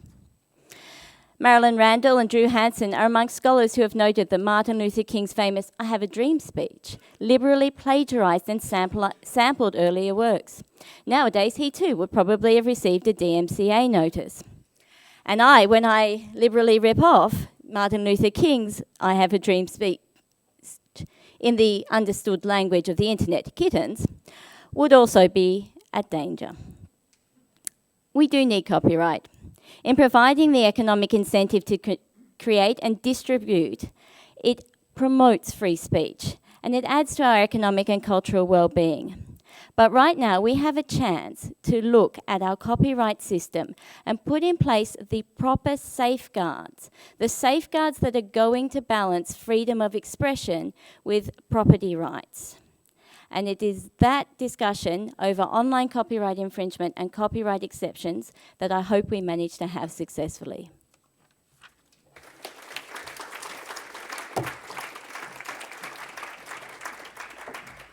Thank you very much, Trish. I didn't think we'd get to Van Gogh and Sargent today, but we did nonetheless. Now, it is pretty clear that either I or someone here has been naughty because we are really quite short of time before our lunch break. Nonetheless, obviously, we're very keen that you have a chance to pose questions to our guests. So, are there any questions from the floor? And we'll do what we can to fit them in. Any questions? Everybody hungry? No questions from the floor for our guests. Speech or food? Speech or food, as Julian puts it. There is one. Okay, yeah, please. Sorry, Thomas Spohr from New South Wales Young Lawyers and the Law Council. The question is largely for the entire panel. It's true, isn't it, that a lot of what online speech is going on at the moment is largely monetised free speech. And so, for example, it was mentioned in the speech about Facebook that people who use their real names online are therefore more cautious about what they say. What went unmentioned, of course, was that using people's real names increases their value to advertisers. The question then is to the panel, given that commercial interests will generally defend free speech to the extent that it's consistent with their commercial interests, are they the right people to be the loudest voices on this topic? Julian, would you like to take that up? Well, I mean, I actually think they're one of many voices. And one of the things I was actually sort of, I guess, wanting to kind of talk about is the kind of complexity of what I was describing as the ecology of free speech, which I think includes obviously those big commercial platforms, but many others as well. And I think that there is a very strong voice for, I hope, for a vibrant and continuing anonymous and pseudonymous internet, as well as the real name one. Thank you. We have our policy about real names because we think it's the best way to foster safety on the site and because it makes sense for the way that people use Facebook. Facebook was really started as a way that people could communicate using their real identities. And that's how it's designed. Now, there are ways that you can have a relatively anonymous presence on Facebook. For instance, if you're a business and you have a page, or if you're an NGO or a community group and you have a page, you can do that in the name of your page. But we have found that the real name policy makes sense as far as fostering accountability. As far as who should be the players in the conversation, our approach is definitely that it makes sense to understand a broad range of perspectives. There are many different voices in shaping how we think about speech on a platform like Facebook.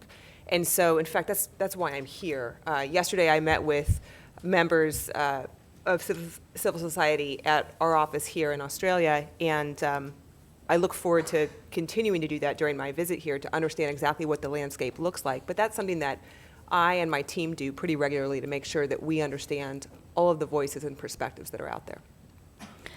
I'd just like to say that I think the importance is that you have that broad range of stakeholders. So in any discussions about free speech, it can't be just government, it can't be just corporations, it can't just be consumers.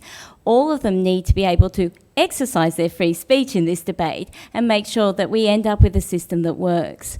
Speaking of which, online copyright discussions paper submissions closed on the 1st of September, so I'd urge you all to put in a submission. Hi, thanks. John Lawrence from Electronic Frontiers. This is more of a comment than a question, but I just sort of wanted to point out, and I know, for example, that Trish has a number of identities that are all actually her real name in different forms, married, unmarried, and so forth, shortened, long. I also have a similar process. I'm a different person on Facebook than I am on Twitter, even though they're both my real name, as we discussed yesterday. And I think it's important that people are able to have multiple identities, but still, not necessarily be trying to be anonymous, but just having different voices in different spaces under different names, while still sort of, as I say, being, working under their real name, as it were. And then also, as I think Julian pointed out, it's important that people have the ability to operate under pseudonyms as well. Do you have a question? That's just a comment. Right, okay. Any further questions? If not, going, what I would propose is that we let our terrific speakers be released and you be released to enjoy lunch. After the lunch break, we have a debate moderated by Tim, and we would like to start that by 1:10 So please enjoy lunch and let's see you back here very soon. Thank you.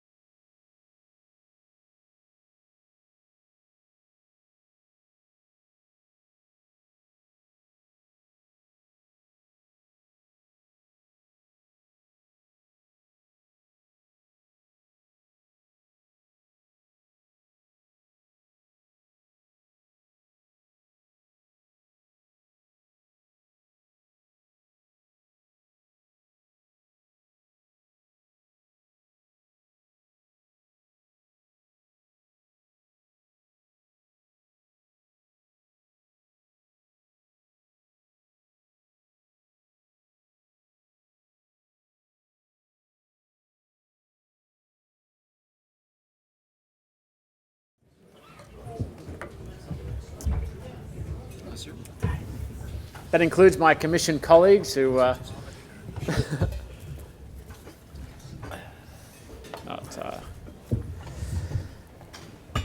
Well, I hope everybody had a lovely lunch break. It was certainly a good opportunity to catch up with various people and discuss some of the important issues that have been discussed this morning, particularly following on from the previous session around the internet and regulation on speech on the internet, and fascinating proposals by all of the presenters. But what a wonderful privilege it was to get from Monica Bickett, who's the Global Head of Content Policy at Facebook, who's come out from San Francisco to address these very issues. The next session is to focus on what are the limits of free speech and how should it be protected. We thought we needed to have a robust session after lunch to wake you all up, if the food and cheese hasn't done that already, but also to get some very clear ideas about the conflicting views around the important issue of how we preserve and protect free speech in a country where we don't have any constitutional or legislative protections. And at least for the moment, that's unlikely to come along. So the role of culture, the role of the citizen, as well as practical measures for reform are very much part of the discussion, as well as people seeing whether we should be looking to the United States or whether we should be looking to New Zealand, or we should be looking towards some other form of democratic system to preserve and protect free speech. We have 4 fantastic panellists, each who will make their own contribution, have their own things to say. I will perhaps start introducing them in the reverse order. None of them, I'm sure, for most of this crowd, need any introduction. But firstly, Professor Spencer Zivchak from Liberty, Victoria, but he is also the Alan Myers Professor of Law and Associate Dean Research in the Academy of Law at the Australian Catholic University from Melbourne. We're also very lucky to have Professor George Williams, AO. Like Spencer, George is somebody who everybody in the audience will know. He is a prolific writer with the Fairfax Press, but is also the Anthony Mason Professor at the University of New South Wales. We also have with us Professor Suri Ratnapala. Suri is the Professor of Public Law at the T.C. Burney School of Law at the University of Queensland. And we also have the Honourable Dr. Gary Johns. Gary is the Director of the Australian Institute for Progress, but of course also frequently writes for the Australian newspaper. And we thought we might kick off the discussion just by asking them a very simple question of the subject that has been put forward, then invite discussion amongst themselves, but also from questions from the audience. So if you have a question, please put your hand up. I will acknowledge it and we will get to you once we have a microphone. So perhaps, Spencer, with you, what are the limits of free speech and how should it be protected? Do it from the table, so there's good discussion. Thank you, Tim. Thank you for the invitation, and thank you everybody for coming. Look, I don't think anybody at this conference would disagree with the proposition that freedom of expression is a political principle of fundamental value. And from where I stand, there are 2 important reasons for that. The first is that freedom of expression is essential for the maintenance of democracy and for the effective participation of citizens in democracy. People can't participate effectively in democracy unless they have a reasonable understanding of political issues. So open debate about political and governmental affairs is absolutely essential. Secondly, and it's not my argument, it was an argument originally of John Milton and followed then a couple of centuries later by John Stuart Mill, freedom of speech is crucial to the pursuit of the truth. Society will more effectively ascertain accurate facts and valuable opinions in an atmosphere of free and uninhibited discussion, criticism and debate. It's also well accepted, and Chris Berger has alluded to this already, that freedom of expression should, in certain circumstances, be limited. So, as the jurisprudence around freedom of speech has developed, a number of reasonable limits have been identified.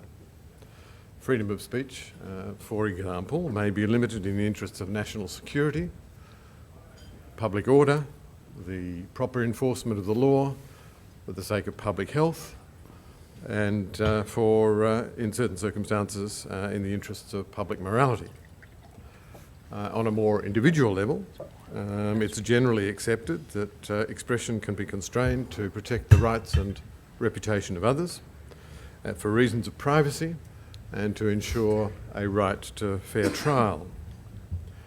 In each of those instances, the political and social value of freedom of speech must be weighed in the balance against other competing and compelling public interests.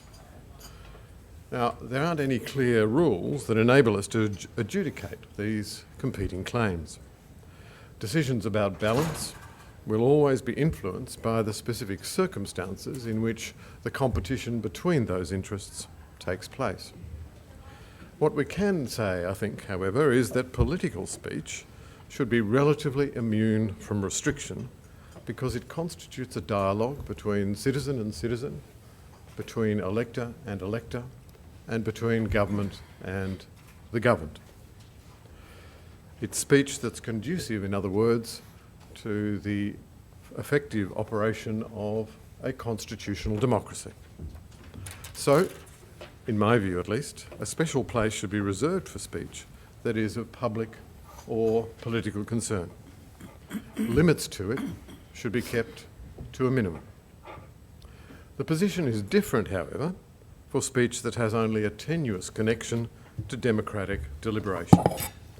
Racially hateful speech is an example of speech of that kind. That is because racial hatred is fundamentally an attack on a tolerant society and the right of everyone in a community to equal respect and concern. For that reason, limits to it may more easily be justifiable. It's considerations like that that I had hoped might predominate in our recent discussion about the balance between freedom of expression on the one hand and the provisions of the Racial Discrimination Act on the other. It's regrettable, in my view, that that debate over the last 2.5 years became one that was ideologically driven, focused upon personality, and essentially pugilistic in nature. And because of that, I think that we lost an important opportunity to make a modest set of reforms to the Racial Discrimination Act, which would have created a more sensitive and sensible balance between freedom of speech on the one hand and the rights of people of racial minorities on the other. Right, George. Well, thanks very much, and I'm going to start with the obvious proposition that when it comes to the protection of freedom of speech in Australia, Australia has a legal problem. If you look at how well freedom of speech is protected in this country, the answer often ranges from weak to non-existent. We don't have any general protection of freedom of speech in statute law. If you look at the Constitution, yes, we've got the implied freedom of political communication that's been mentioned a couple of times, but gee, be a brave and a rich person to try and vindicate your rights based upon that freedom. In some 22 years in the High Court, only on 2 occasions has the High Court ever invoked and used that freedom, and in a litany of other cases, the High Court has refused to apply it. That's because it only applies to political speech, doesn't apply to artistic speech, commercial speech, and even where it does apply to political speech, the High Court has taken an approach that means that so long as you've got some other reasonable basis for restricting that speech, well, it's not going to be a constitutional problem.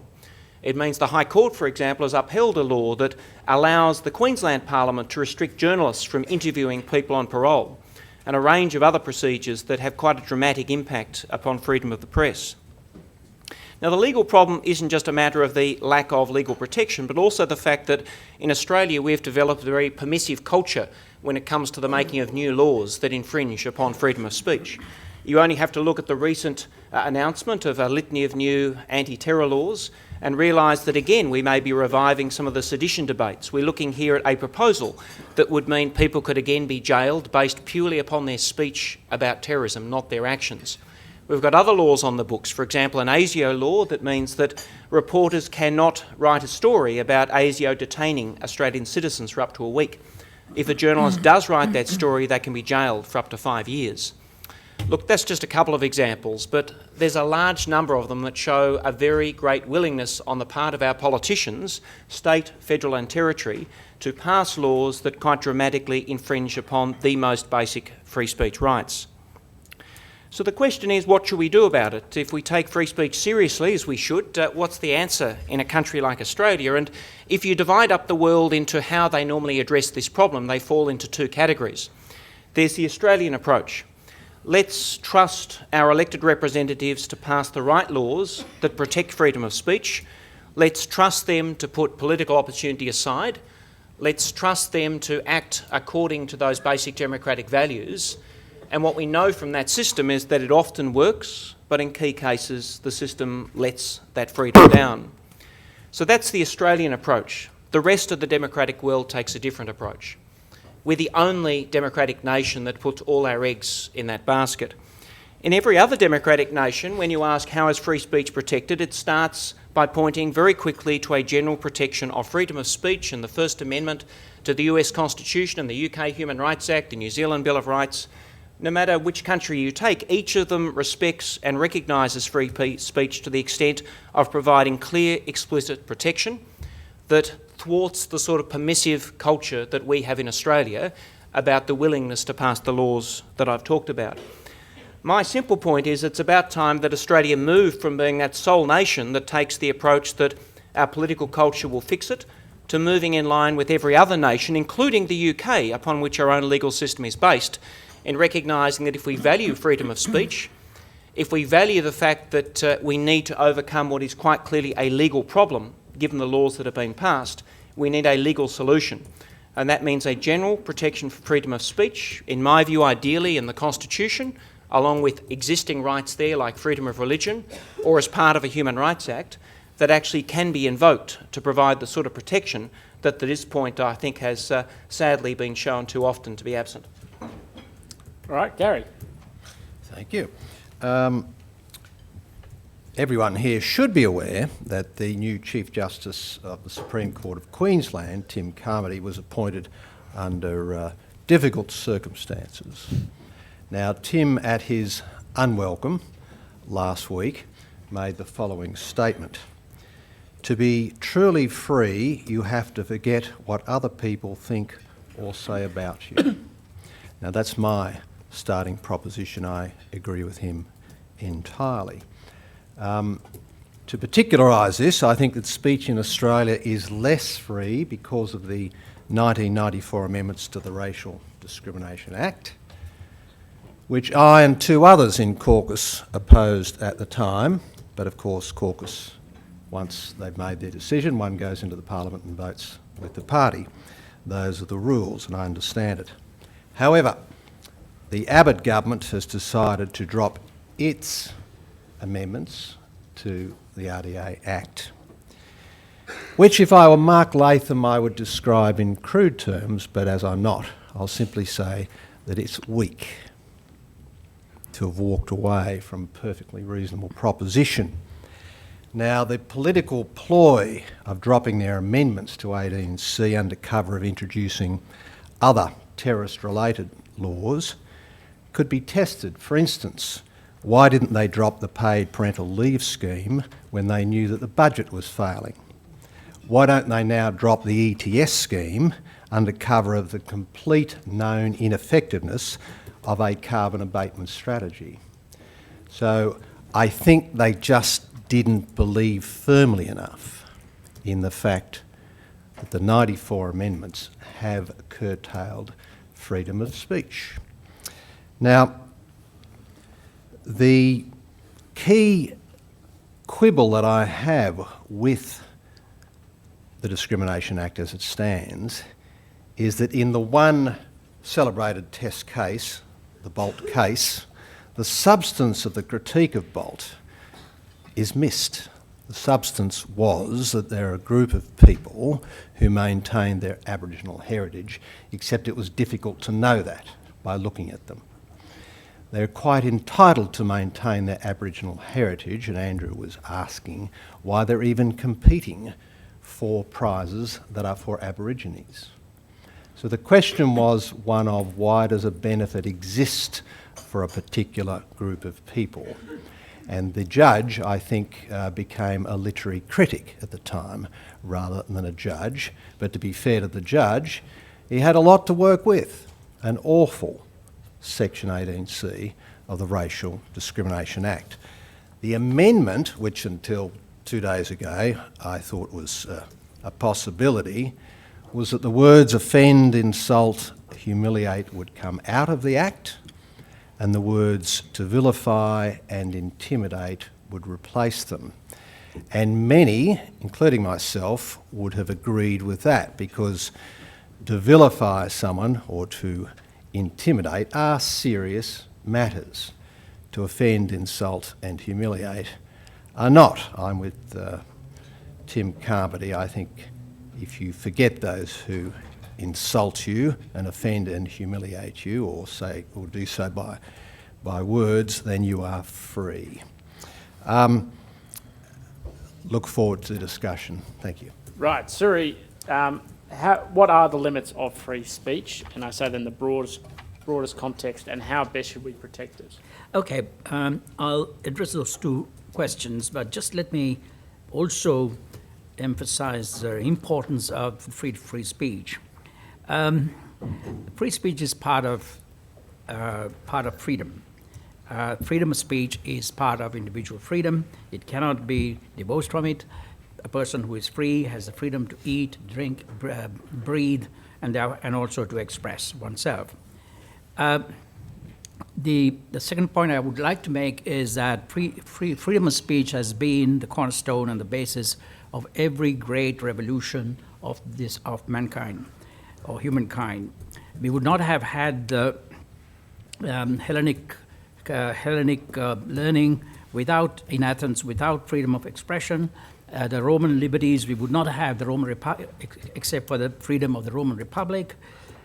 We would not have had the Reformation. We would not have had the Enlightenment of the 18th and 17th and 18th centuries, and we would not have the kind of commercial society that we have today. There's one other reason which I think has not been perhaps emphasized sufficiently, and it is this. Information is not the monopoly of any one authority. It is not the monopoly of governments. Information is scattered among millions of individual persons. And how a society can harness that information for the benefit of society is through what we know as the market process and the price signal. And that can only happen if there is freedom of expression, if there is freedom of speech, if there is freedom for individuals to use the knowledge that they have in expressing their wishes and choosing the way they want to live.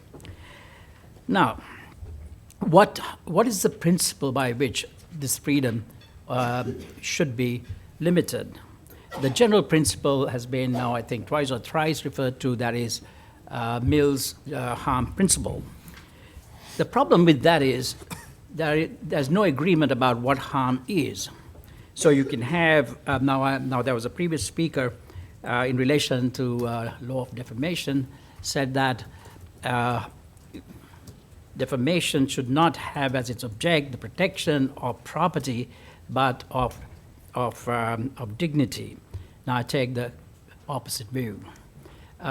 Defamation law, as well as everything else, any limitation should really be focused on a person's individual rights and property. In the case of defamation, you have to quantify the harm, whether it is to dignity or to reputation. You have to quantify the harm. I can give you one example. When the horrible dictator Papa Doc Douali of Haiti actually sued the Le Monde, the French newspaper in Paris. And the court found that actually there was a case of defamation. Papadoc Duvalier's reputation had been harmed. But what was the damage? The court awarded 1 franc as damages. So that because Papadoc Duvalier had no reputation to lose. So it should be quantifiable harm.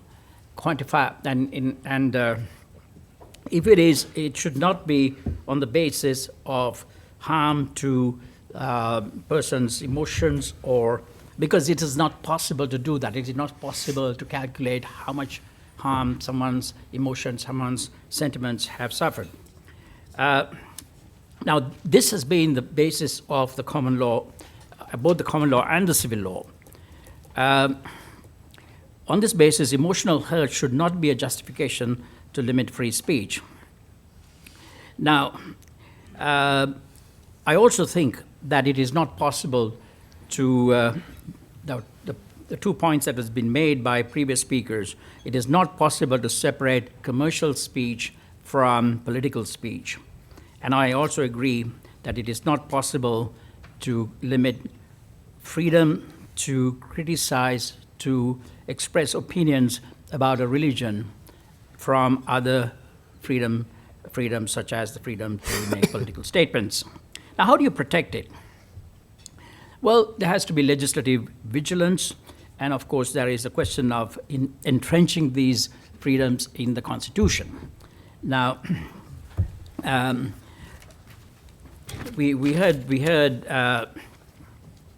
a very good exposition of the different sides of this debate from Professor Williams, and the fear that some of my colleagues have of entrenching or constitutionalizing these freedoms is that it would further increase the power of judges to make decisions which are essentially moral or political.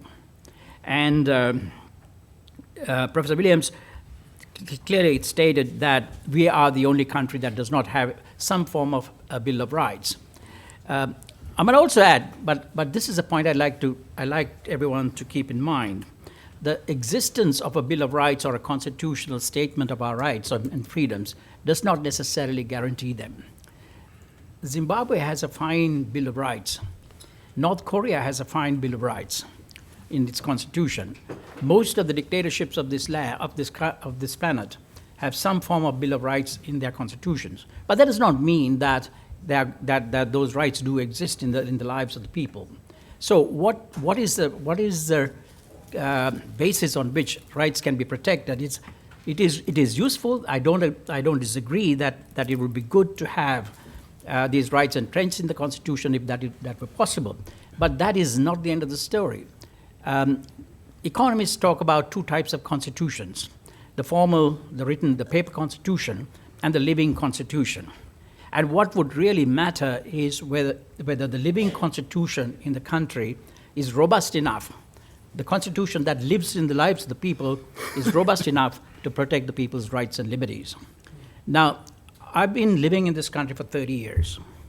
And as you can all see, that my skin is pretty dark. And I've been waiting for someone to tell me, you're a monkey or you're a black man or whatever. Now, I still haven't been told that because I have a nice answer, which was suggested to me by my wife, if somebody did call me a monkey. Do you know what the answer is? The answer is, you just say, hello, cousin. That's not entirely accurate.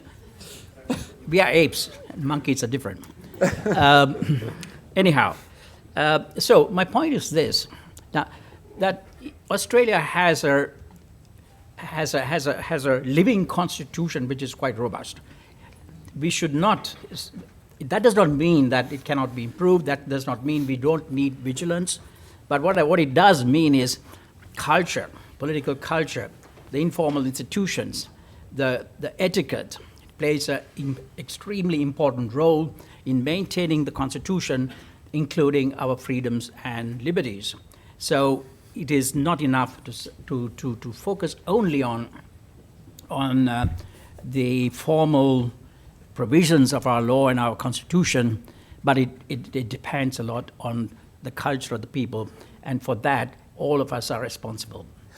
So picking on that point for the whole panel perhaps, the idea of culture as an important part of protecting free speech in a liberal democratic tradition, we're talking about things that are very philosophical. How do we make them real and tangible for people so that they feel it necessary as part of a cultural practice to defend free speech? Any takers? Suri. It takes, the culture of liberty and freedom, for example, in England, did not happen overnight. It happened over centuries of development through historical processes. And we have been, to some extent, the beneficiaries of that legacy. But civil society and private institutions can play a very important part. I can give you a very good example since we are in the middle of the footy season. I'll take that example from football. The AFL, the Australian Football League, the NRL, National Football Rugby League, and the ARU, Australian Rugby Union, they're private bodies. They're based on contract among thousands and thousands of people, the players, clubs, and the governing organization. They do not permit any member, any player, or any member of a club to engage in racial vilification. Now, it is not law that prevents this happening. It is contract. It is a culture that has been developed within these organizations. And likewise, what are churches for? There are churches. There are religious organizations. There are sporting bodies are giving some leadership. So it is possible from the grassroots to develop this culture. And it can be done because it's already there. It's quite strong in this country. And that's why we don't have racial conflict.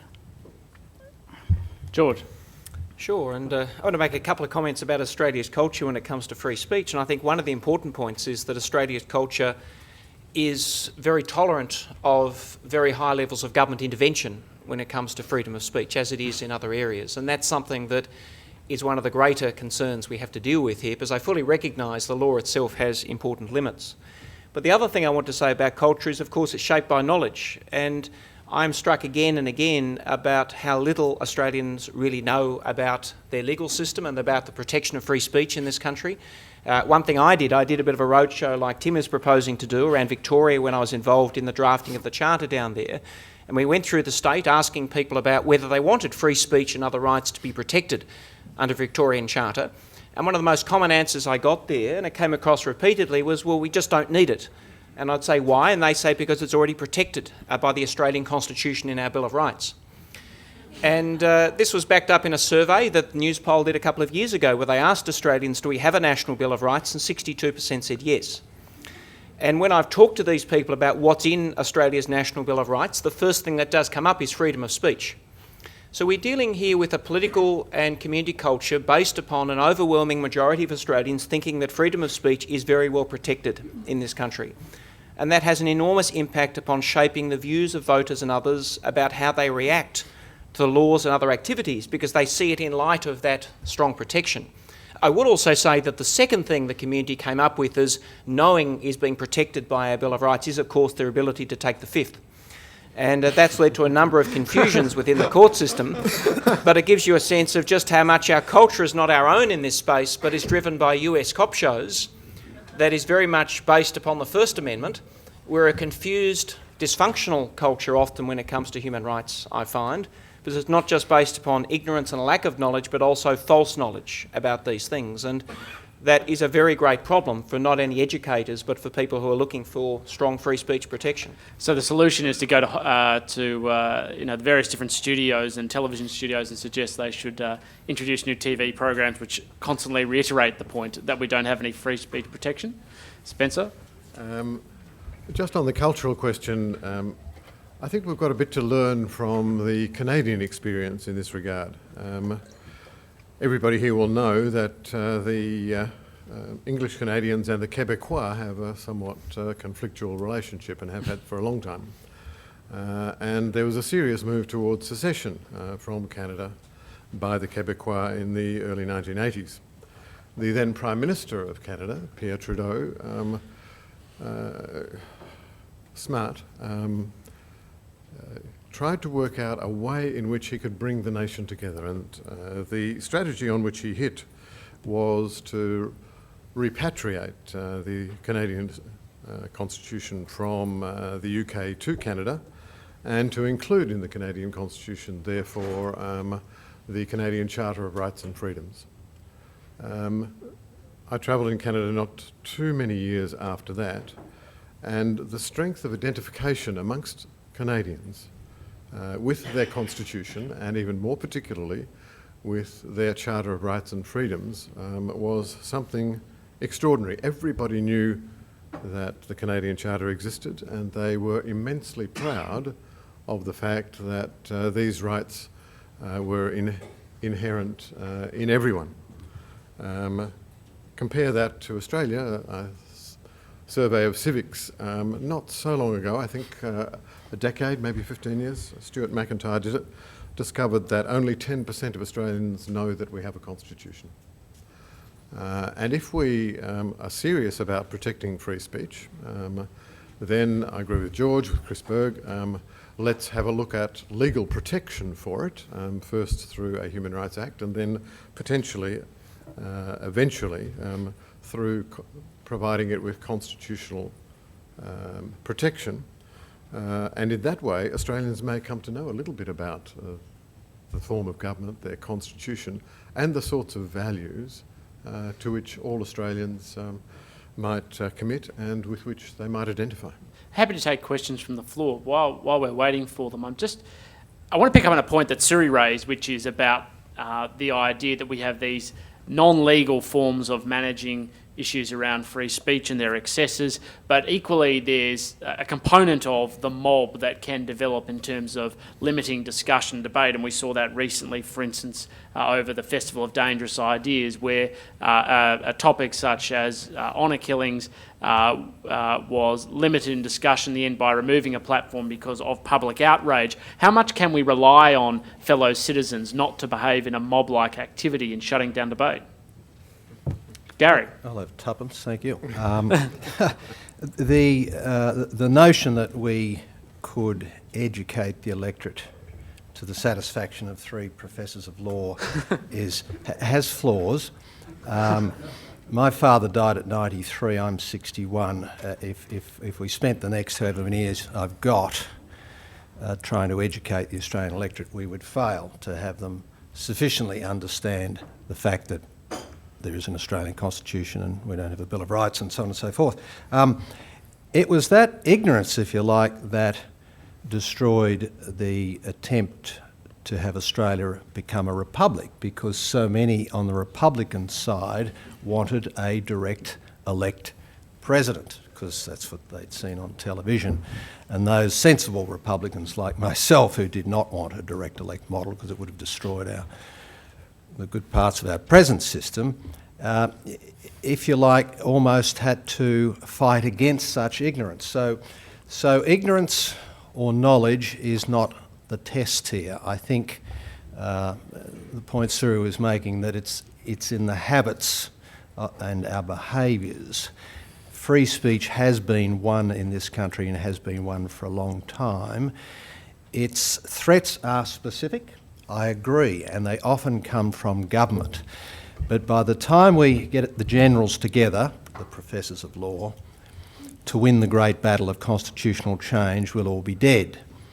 Meanwhile, attorneys general will have come and gone and written and tweaked and moved and gently nudged freedom of speech against our broad interests. And just finish on this little point that it's a delight at the completion of each election in Australia that the losing leader rarely complains about the electoral process and that, we was robbed, as would take place, for instance, after an election in Indonesia.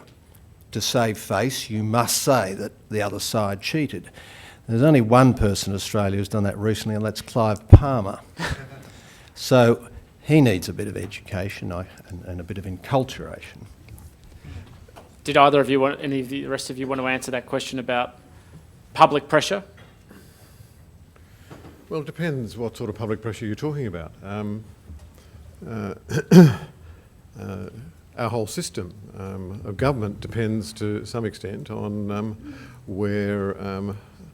what kind of parliament and what kind of parliamentary representatives we want elected, and we can't call that mob rule. It's a normal part of democracy. But if we're talking about small pressure groups speaking intensely and perhaps to some measure threateningly in relation to a particular issue and intimidating people into pursuing certain courses of action, the answer to that is a mixture, in my view, of further expression of contrary views and courage.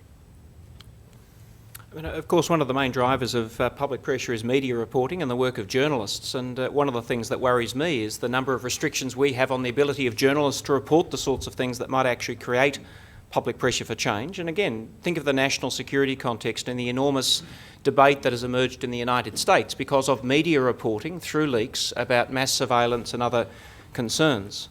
Now, in Australia, we've got a bill in the federal parliament that will mean that if a journalist reports the same information here, that journalist might be jailed for a decade. And we're all rightly concerned about Mr. Gresta in Egypt, but I think we should be asking ourselves in this country, is it right that we would jail journalists in those circumstances? We really ought to be looking a little closer to home about that, because laws are being introduced and indeed already on the books that actually would head off any capacity to have the public pressure that we might like to see to bring about those changes.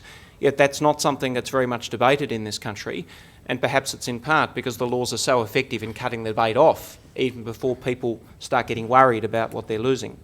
Well, George, you should wait for the discussion this afternoon with Brett Walker, because he's certainly going to be talking about these matters. Suri. I just wanted to mention also the fact that there is a fairly strong interconnection between economic progress and prosperity and the strength of the institutions, cultural institutions. In many countries, it's not that the people are less moral than, say, Australians or Englishmen or New Zealanders. It's because of poverty that they behave in the way they do. So there is it's a question of the chicken and egg, which comes first. Strong institutions promote economic growth, and economic strength promotes strong institutions. So we don't know what comes first. Perhaps a lot of luck is involved in the progression of economics and institutions. But what we do know is that there is a very strong nexus. I came from a country in which you couldn't leave goods outside a shop without it disappearing in 2 minutes. And one of the culture shocks I got when I came to Australia 30 years ago was to see all these goods outside, unsupervised, unguarded, and people simply going into the shop and paying for it. So what's the difference? I don't think there is a moral difference between Australians and Sri Lankans. The Sri Lankans are, in their current state, they're very poor, and the incentive to take and not pay for it is too great for them to resist the temptation, whereas it is different here. So there is a very, very close nexus. One of the ways of protecting liberty is actually to protect the economy. If you destroy the economy, if you undermine the economy, you're also undermining the liberties, the institutions that protect the liberties, and the Constitution itself. We're going from the philosophical to the practical again. If you were to name your major concern in terms of free speech restrictions in Australia today, what would it be?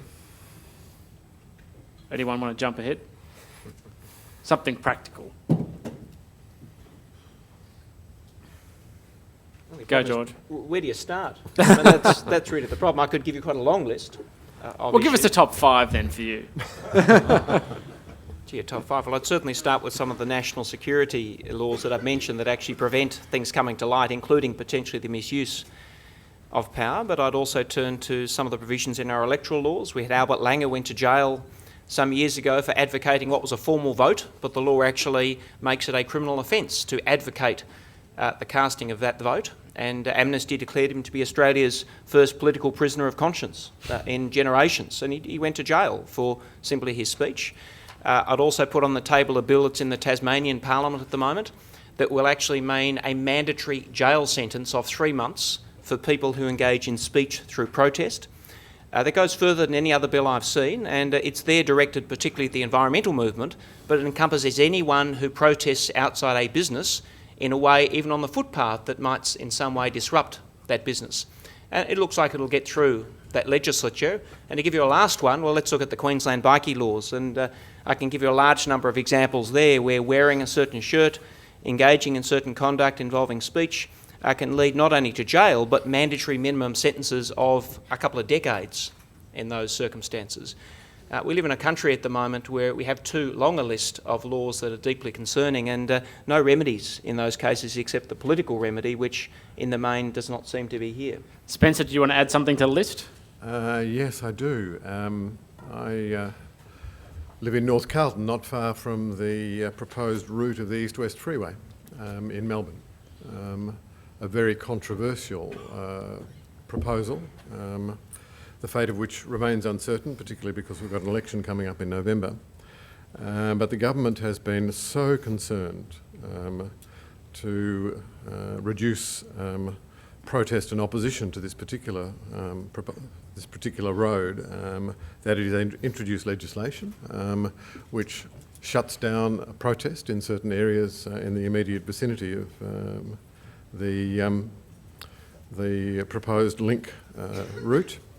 And not only that, during the course of the consultation, which was compulsorily required by legislation governing the deliberations about the East-West link, it took off the table certain kinds of criticism and certain forms of, how shall I say, certain kinds of arguments that were not essentially economically founded from consultation meetings. So the chairs of the meeting were simply able to rule certain kinds of objections to the road off the agenda, and consequently those views were not capable of being heard by the consultation and review panel. Those sorts of restrictions, I think, are bothersome. We've got a Charter of Rights and Freedoms in Victoria.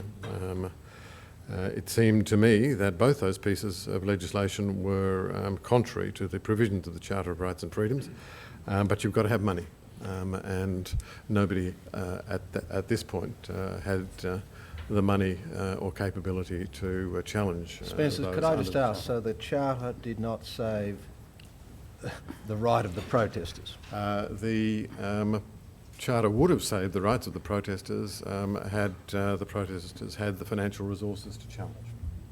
Isn't this one of these challenges, though, where you have a parliament that legislates a Charter of Rights, then they're able to override that through legislation, and its efficacy, of course, makes it significantly diminished, which means the only game in town is actually a constitutional provision? Just quickly. Look, I think most people on this panel agree that the constitutional solution is the ultimately most desirable one. Right, sorry. In my list, everyone may not agree with this. In my list, compulsory voting is a long-standing derogation of free speech. It took the High Court 100 years, long after we academics have been arguing for it, to recognize that Australians had a right to vote, the right of suffrage. But it still does not recognize that right not to vote is also part of that freedom of expression. So I think that's an important thing. One of my students went to jail, unfortunately, having refused to vote. And he did so, I feel a little guilty about it. It was your fault. He listened to my lecture, criticizing the High Court's position on compulsory voting and took it too seriously. That's the power of knowledge, I take it. Gary, apart from the RDA, do you have something to add to the list? Well, I'll be on a unity ticket with George. The bikies, the LAD legislation in Queensland is a disgrace. And the Premier has said that he will, on a verbal in, but withdraw the legislation reasonably soon because he copped an 18% swing against him in his own seat. in a recent by-election in an adjoining seat, and this sort of focused his mind somewhat. I don't think the Vlad legislation was the thing that did it, but it is possible for people to speak out at little cost, even compulsorily when they vote, to straighten politicians. But look, it's the job of bits and pieces. I don't think the grand design is possible. I think we have to fight this one in the trenches, and mostly on the side of the various civil libertarian groups around the country. You just have to battle these ones one by one. But we are getting to a point where governments themselves are the problem, not laws which keep the people in check. I always remember a lovely phrase that Donald Horne left us just in a conversation at a meeting. He said it was all about inclusion and so on and so forth. He said, we don't have to love each other. We don't have to like each other. It was really a question of not tearing each other apart. So don't egg the business of writing laws to have us like each other. Just make sure that we're all ready and armed to make sure that those who would seek to take our liberties from us, freedom of speech in this case, know that we'll come for them eventually. A stirring call to arms. We've got just one final question, then we'll have to wrap up for the next session. It seems to me that everybody's drawing part of a distinction between free expression generally, which may include commercial expression, it might include various types of language that we don't like, and then what we have in terms of political speech. And the political speech, takes a precedent in a liberal democracy. Spencer, you said yourself explicitly you think there should be fewer restrictions on that than others. But when you come to political speech and what informs that, of course, it's the values, the views, the expressions of others for you to exercise your own mind in deciding your political speech. So how do you justify that when there are so many other types of expression that underpin the development of it so that you can have your political expression? What was the question again? Well, how do you separate the two, political speech and non-political speech, and say that they're distinct? Suri? I think you can't distinguish them, and I'll give you a very good example of what the High Court did in relation to commercial speech, and that's called the Apla case from New South Wales. It was a case concerning the prohibition of advertising by lawyers of their services, and the High Court upheld that prohibition, which was put in place by the disciplinary authorities of New South Wales. Now, how much closer can you get to the rule of law and to democracy and the way the Constitution works than by going to a lawyer and by getting legal services? And for the High Court, that was not a sufficient connection to governance and to democracy and to the rule of law for them to say you cannot limit commercial advertising of legal services. But I come back to my main point, that is, the information that is essential to the functioning of a free society, it does not belong to any one authority. It belongs to all the people. It's scattered all over among millions of people. So the only way in which that information can be processed and be made to work for society is through free expression, and that includes free expression in commercial matters. The discovery of the market processes must be allowed to work, and without that, the entire edifice will collapse. George, Spencer? Well, I was just going to say, look, it's a nonsensical distinction that no other country maintains for the very reasons you've suggested, and that is that we can't determine what the boundaries of politics are. But what we have in Australia is the privileging of political speech, and conversely it means that if you're only engaged in what the court might regard as artistic speech or other forms of speech, that you're seen as non-deserving of protection. And I think that has an impact. For example, you look around the debate around some of the Bill Henson photos and some of the other debates that have arisen around artistic speech. And I think in those cases, the absence of protection has had an impact upon the willingness of the community to perhaps see that it's justified more than it should be to restrict some of that speech. It also leads to some very perverse outcomes. I remember some years ago that I was giving some legal advice to the Eros Foundation, who wanted to get some protection for essentially pornographic speech. And all I could advise them was they needed to make some pornographic videos where the actors were portraying politicians. And on that basis, they might have a case, but otherwise, bad luck. The Shadow Attorney General's looking a bit uncomfortable at this point. But as I said, nonsensical, I think is the short answer. Gary, did you have something to draw to the distinction? No, it would be no. No, okay, so it sounds like it's 3 versus you, Spencer. No, I don't think that it's versus me. I would privilege political speech and do so while recognising that at the outer edges, the boundaries of political speech are blurred. But that doesn't mean that the essential proposition is a deficient one. But having said that, let me make it clear. I believe in free commercial speech. I believe in free economic, social, cultural, artistic, scientific speech as well. So the answer is that we should take seriously freedom of all those kinds of speech. However, given its centrality to the preservation of a constitutional democracy, a system of government which I think is generally accepted as being the least worst form of government that we have, we should remain committed to that and particularly vigilant about protecting it. Particularly vigilant about protecting it, perhaps. That is the theme for the day. Thank you all to our professorial and doctoral rock stars of free speech here this afternoon. Ladies and gentlemen, could you extend your thanks? And now we'll commence the next session. I'll hand back over to a much more competent MC, Jana Wendt. George, that's good.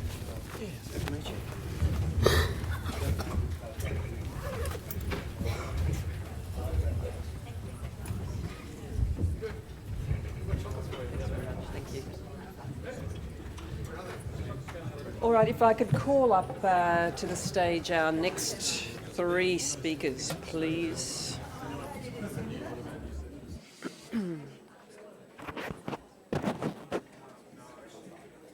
Hello, how are you? Hi, good to see you.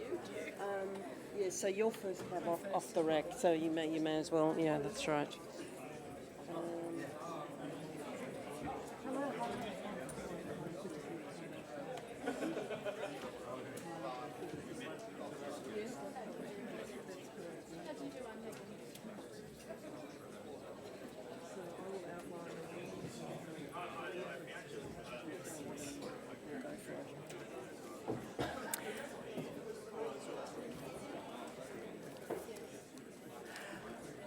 Okay, ladies and gentlemen, can I draw you to order for some attention for our next distinguished speakers. This particular session will return to the order of play this morning. That is, we will have 3 speakers who will each speak for about, well, in fact, for almost precisely, I would say, 10 minutes each. And that will be followed by as many questions as we can fit in from the floor after each speaker has spoken. So this particular session takes I suppose, a special look at the media. Megan Brownlow is an entertainment and media industry specialist at PricewaterhouseCoopers. There she's involved in strategy, due diligence, forecasting and marketing analysis for clients. She's produced television and radio programs, and she's designed cross-media strategies involving both content and advertising. Today, she is taking on the subject of whether the media playing field is indeed level. Please join me in welcoming Megan Brownlow. Thanks very much. I should probably explain why I've been asked to talk today, because I'm not a lawyer and I'm not an academic and I'm not a government employee and I'm not government funded and I'm not funded by a specific sector, and I'm not even an accountant, even though I work at PwC. So what's left? I'm a former journalist, actually, from radio and television, and even spent a short time ghostwriting a newspaper column. And then I moved into management, into an internet investment company, and now I'm in an industry advisory and research role at PwC. And Jana outlined some of the work that we do now. So I've been asked to answer really this question, whether the media is a level playing field, and the answer, of course, is no, because as soon as you add regulation, you change the market structure and the players aren't operating by the same rules. So the answer is quite clearly no. But should it be? Well, actually, should it be regulated? Yes. So the media holds a very distinct place, a unique place in the hearts and minds of Australians. It's very powerful, mass media particularly, even though it's less mass than it used to be, very influential. Some of you may remember that Paul Keating famously said, if you speak to John Laws, you speak to Middle Australia. The media can change elections, it does, and that's why journalists are still courted by politicians, because of the influence that the media holds, and that is the reason for it being regulated. So is the current suite of regulations correct? Well, that would be a resounding no from everybody, even the regulators. However, when we look at the long list of complaints by the media about the nature of their regulation, they're generally much more exercised about regulation that constrains their ability to commercialise rather than free speech. That is in there, but it's down the bottom of the list. It's really the issues that they are most voluble about. Well, let's look at them. So if you're subscription TV, you feel life is unfair, the anti-siphoning list restricts access to sport exclusively to you. If you're free-to-air television, they have it's very heavily regulated. They feel that they're restricted geographically because of the 75% reach rule. They have content obligations, particularly obligations regarding content that's hard to monetise. So kids' content is a bit of a thorn in their side. And of course, there are limits on the amounts of advertising that they can serve. Radio, they've got rules around local news and current affairs. They've got rules around how they handle complaints. Newspapers, they can't own a radio station and a television network in the same market. So everyone has some problem. What about the internet? They're quite quiet on the complaints front. Smart, really. They're staying mum because they're just quietly counting their cash. I think why media regulation is such a big issue now is because of this. So I just want to share with you some of the revenue numbers that we're forecasting for the media. So first up, let's look at the advertising pie altogether, what it is now and what we expect it to be in 5 years' time. And the thing that's most specific to notice in this is the sluggish growth rate. So we're expecting only a 3.1% compound annual growth rate. So on average, revenue in the whole media, in the whole advertising market, only growing by 3.1% on average each year to 2018. You'll see too, with that big red section at the bottom, the growth that is in internet. The proportion of the paid media market, paid through advertising, that is going to the internet will grow to be 40% of the market by 2018. So that's the first issue. Now, if we drill down and have a look at some of the specific sectors and how we're expecting them to grow, you can see things are a little bit flat, if not negative. So for newspapers there, which we expect to continue to go backwards in revenue, that's a combination of their digital revenues and their traditional print revenues. So if you expect that minus 3.2% seems a little bit kind of us, it's also their growth areas being included there. And these numbers are not adjusted for inflation. So if you think about inflation, add to that some of these sectors, including the very powerful free-to-air media sector, going backwards over the next 5 years in terms of money. So you can start to see why there's such sensitivity around media regulation. And then, of course, the orange strip at the bottom is internet advertising. And yes, Australian businesses are in this market too. In fact, the newspaper publishers particularly developed a very strong early footprint in internet and now have enormous online audiences, which of course are not monetised. So what we have here is a sector that is taking all of the advertising dollars and growing at nearly double-digit rates over the next 5 years. And because of the active Australian involvement in internet, that seems like a good thing. But if we actually drill down into that internet advertising picture, it's not divided very equally. That big line at the top, that's search. And you know what that is, really. Search is Google. And in fact, in Australia, we are the most Google-dominated search market in the world. About 95% of dollars going to search advertising go to Google.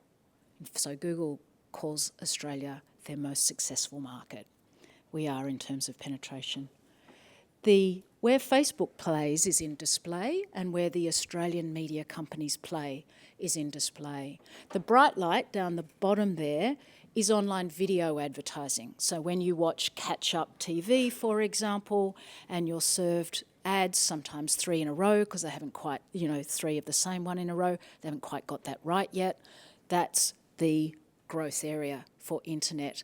But currently, of course, you're competing against amateur content on YouTube, and about 55% of the online video advertising market is also Google's.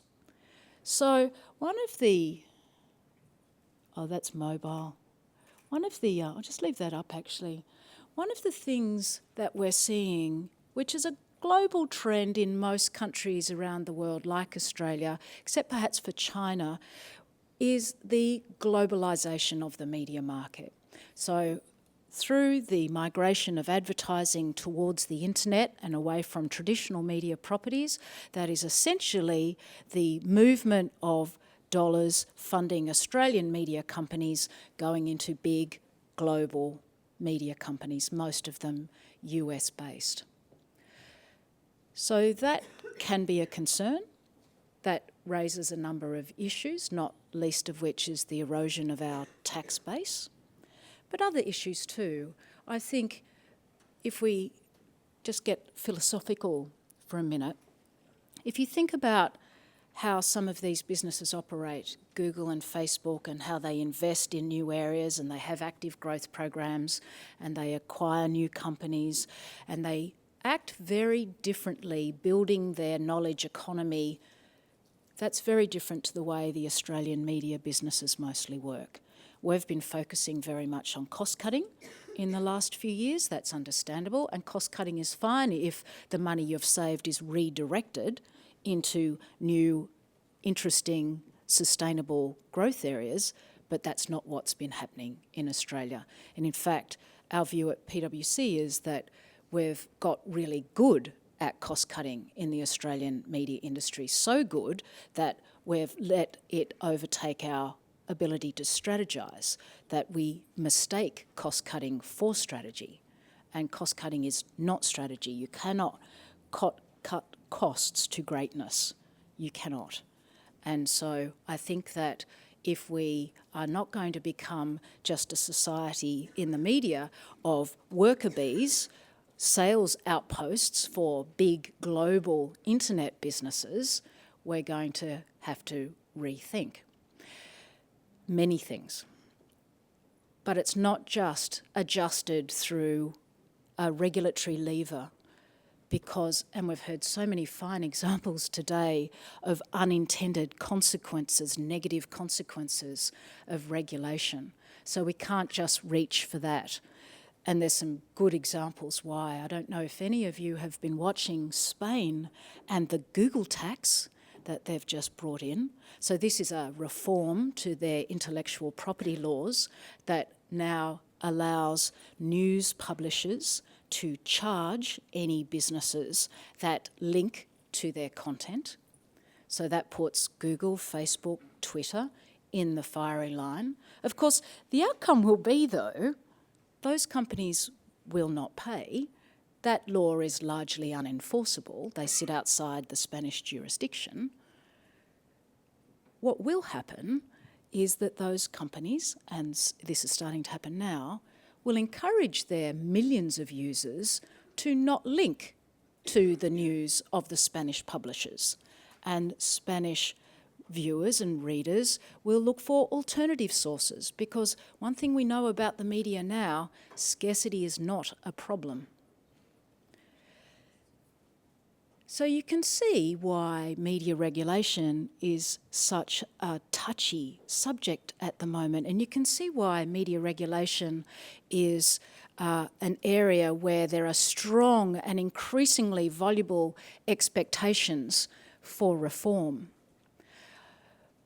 And it's just it's that old saying I was reminded when I was thinking about this, that when things are good, business does business, and when things are bad, business does government.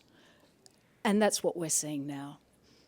Did I make it to my 10 minutes? Good. Okay.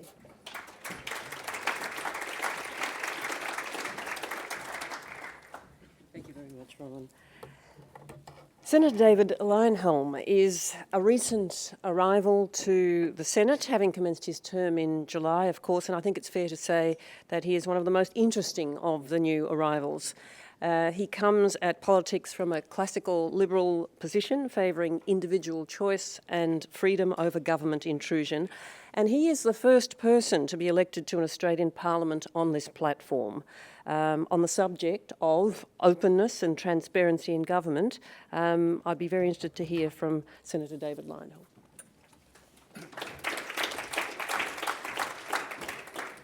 Thank you.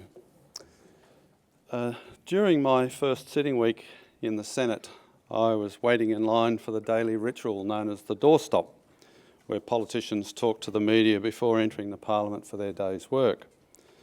The government senator before me kindly mentioned to the journalists how much he had enjoyed my first speech the previous day. One journalist took it upon herself to ask him, "Do you ever wish that you were able to say whatever you want, just like Senator Leyonhjelm does?" The senator replied that in some ways he did, but that there were advantages to belonging to a major party that made up for it. I don't believe anything makes up for the inability to speak freely. Senator Jackie Lambie has experienced the kind of fuss that can arise in the media after saying something a bit naughty. When she told a radio breakfast show that she was looking for a partner with certain endowments, it made the front page of metropolitan newspapers, and she eventually felt compelled to apologise. We could argue about whether or not Senator Lambie should have apologised, but I would be more inclined to argue whether this should have been news at all. The implication seems to be that senators should operate to a higher standard, yet we can bet that the same journalists who suggest that Jackie's comments caused offence will complain that the language of politicians is dominated by bland responses generated by spin doctors. One of the many perks of being a senator is the range of free character assessments I receive. These come in the form of phone calls, emails, letters, both signed and anonymous, and on tweets and blog comments shared with thousands of people. I choose not to be offended by these. I also choose not to identify as a victim. I understand that the same rights that make it possible for people to speak freely about me and my policies are the same rights I use to speak about them and their policies. It is in the area of interpretation where it gets all messy. In the Australian vernacular, being called a bastard can be intended as a serious insult, a minor criticism, or a term of endearment. Yet someone may find the term offensive, irrespective of the intent. People can choose how they respond, and some might choose to be offended in order to use their offence against an ideological foe, or to receive go-away money. Limits on free speech are not really about the speech at all. They are an attempt to prevent people thinking racist or other unpopular thoughts, But to believe our thoughts can be regulated by restricting our speech is delusional. No law will stop people from thinking things we disagree with, and banning their expression will only deny civilised public debate and encourage them to resort to non-traditional media. This week has been bad for freedom of speech. Under the guise of national unity, the government dropped its plan to repeal or amend 18C. Under the guise of national security, it announced plans to force ISPs to store our emails, web browsing, tweets and other stuff for 2 years so ASIO and other agencies can trawl through them. And there is a bill already introduced into the Parliament that will restrict our right to talk about ASIO's activities. That bill, the National Security Legislation Amendment Bill, creates an offence of disclosing information relating to a special intelligence operation. There is no public interest restriction on the offence, and it is not limited to disclosures about identities and current operations. In fact, there's little preventing the bulk of ASIO's operations being classed as special intelligence operations. That means the provision could restrict a broad range of speech, including all information about ASIO. If it is the role of ASIO to serve the public, not the role of the public to serve ASIO, this strikes me as profoundly wrong. The penalty is up to 10 years in jail, and there is no provision to distinguish between disclosures having adverse consequences for the Australian public rather than the Australian government. And adverse consequences could range from military and economic consequences to the diplomatic or merely embarrassing. The legislation does not provide any exemptions, meaning it could apply to anyone, including journalists, bloggers, lawyers, and other members of the public. In effect, it gives ASIO immunity to be incompetent. The intention of this bill is to prevent whistleblowers undermining national security, as Edward Snowden and WikiLeaks are claimed to have done. But the government has failed to outline adverse consequences from these disclosures, aside from embarrassment. No comfort is provided by the Public Interest Disclosure Act, which was supposed to create space for whistleblowers, but omits disclosures about intelligence agencies or politicians, requires public servants to make their disclosures to other bureaucrats, and whose vague protections have the effect of discouraging whistleblowing. Of course, there would be less need for whistleblowers if the operations of governments were more plainly visible to their owners, the taxpayers. If the government routinely puts its activities in the public domain, there are no revelations to be made. There is very little the government does across the entire public service that should be shielded from public scrutiny. Taxpayers have every right to know how the $350 billion they are contributing to the government is being spent, including the processes, down to the last dollar if necessary. But, given the size and reach of government, transparency involves more than just flooding taxpayers with detail. Governments also have an obligation to make clear the big picture of their interventions. Simple websites outlining where your tax dollars go should be commonplace, and the burden of regulation should be added up and presented simply. Above all, governments need to do less so that voters can understand and make informed decisions about what governments are doing on their behalf. But instead of the public seeing reforms to increase the transparency of government, there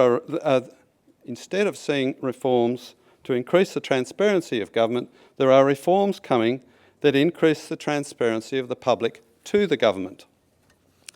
The proposal to introduce data retention will restrict free speech. Once it's known that our emails, VoIP calls and other communications on the internet are subject to interception, we will not speak freely. The bigger issue, though, is one of legitimacy. Why should our security agencies be given the power to treat us all as potential criminals? If they can't catch criminals, terrorists, with their existing powers, and they have not made that case, does that signify they are incompetent?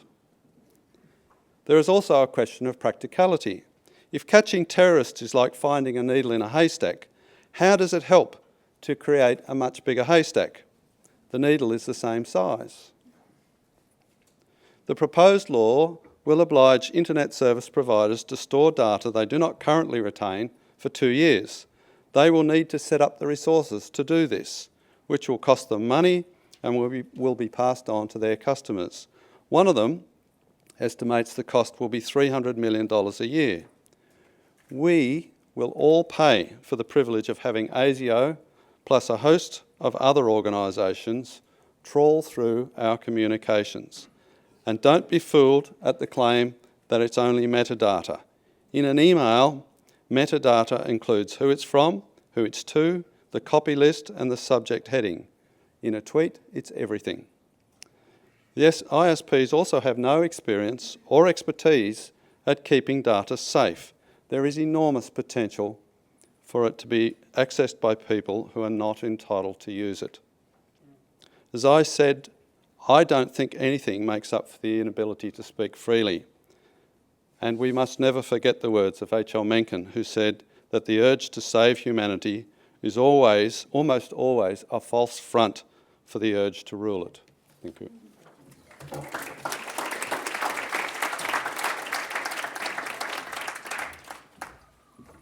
Thank you very much, Senator. Let me move on to our next speaker. Michael Sexton is the Solicitor General for New South Wales. He's the co-author of the Australian text on defamation law and the author of several books on Australian politics and history. His subject, can we trust government to regulate the Fourth Estate when the Fourth Estate is responsible for holding the government to account? Let's hear him tackle that issue. Welcome, Michael Sexton.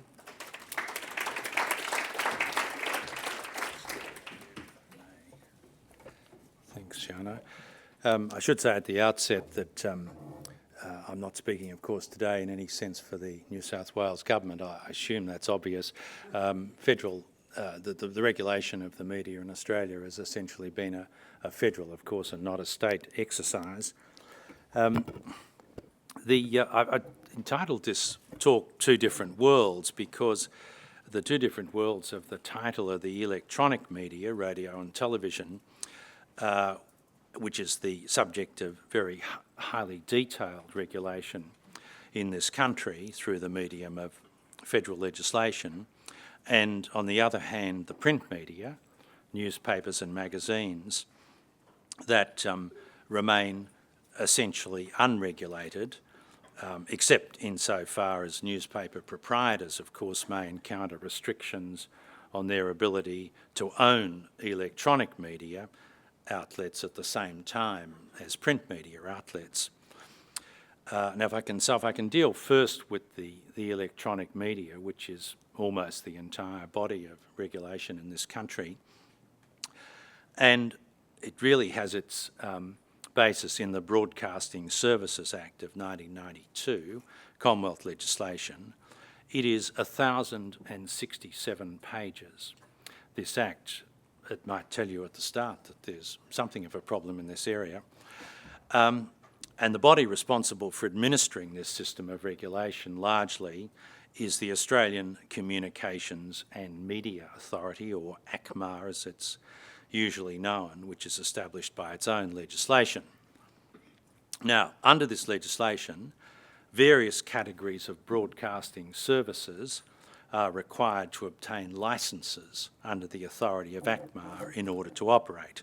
So commercial television, commercial radio, subscription broadcasting services, subscription narrowcasting services, open narrowcasting services, international broadcasting services, community broadcasting services and datacasting services. I'll be dealing mainly with commercial radio and television, obviously, today. The ABC and SBS have their own legislation and generally are not governed by the Broadcasting Services Act. Now, each commercial television and radio licence is subject to a set of conditions set out in the legislation and to any other conditions that might be imposed by ACMA. And it might be noted that a breach of any of the conditions under this legislation is made a criminal offence and may also attract a civil penalty, and licences may be suspended or cancelled for a breach of a condition. One of the conditions applicable to commercial television and radio licences is a requirement that the licensee comply with program standards developed under the legislation. The commercial television and radio industries have formulated their own codes of practice that include program standards. In theory, that's a voluntary exercise, although the legislation provides that if you don't have a code of practice, then ACMA will determine one for you. But amongst the matters that are covered by codes of practice are preventing the broadcast of programs that, in accordance with community standards, are not suitable to be broadcast. It's obviously a rather open-ended criterion.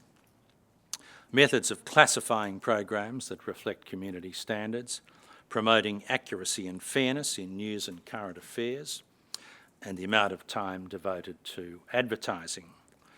Now, in relation to the first two of those matters, community attitudes to a number of matters are to be taken into account, and they include the portrayal of physical and psychological violence, the portrayal of sexual conduct and nudity, the use of offensive language, the use of drugs, including alcohol and tobacco, and, in some sort of reminiscence of Section 18C, matters that are likely to incite or perpetuate hatred against or vilifies any person or group on the basis of ethnicity, nationality, race, gender, sexual orientation, age, religion, or physical or mental disability.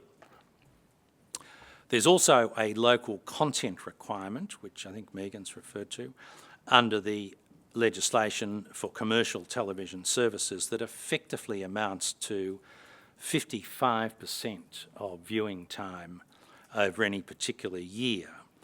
And yet another area of regulation that I won't be able to deal with in detail is, but Megan's also referred to, is the cooperative scheme between the federal, state and territorial governments for the classification of publications, that is restricted classification, under 16, over 16, etc., particularly for films and computer games, by way of two federal bodies, the Classification Board and the Classification Review Board.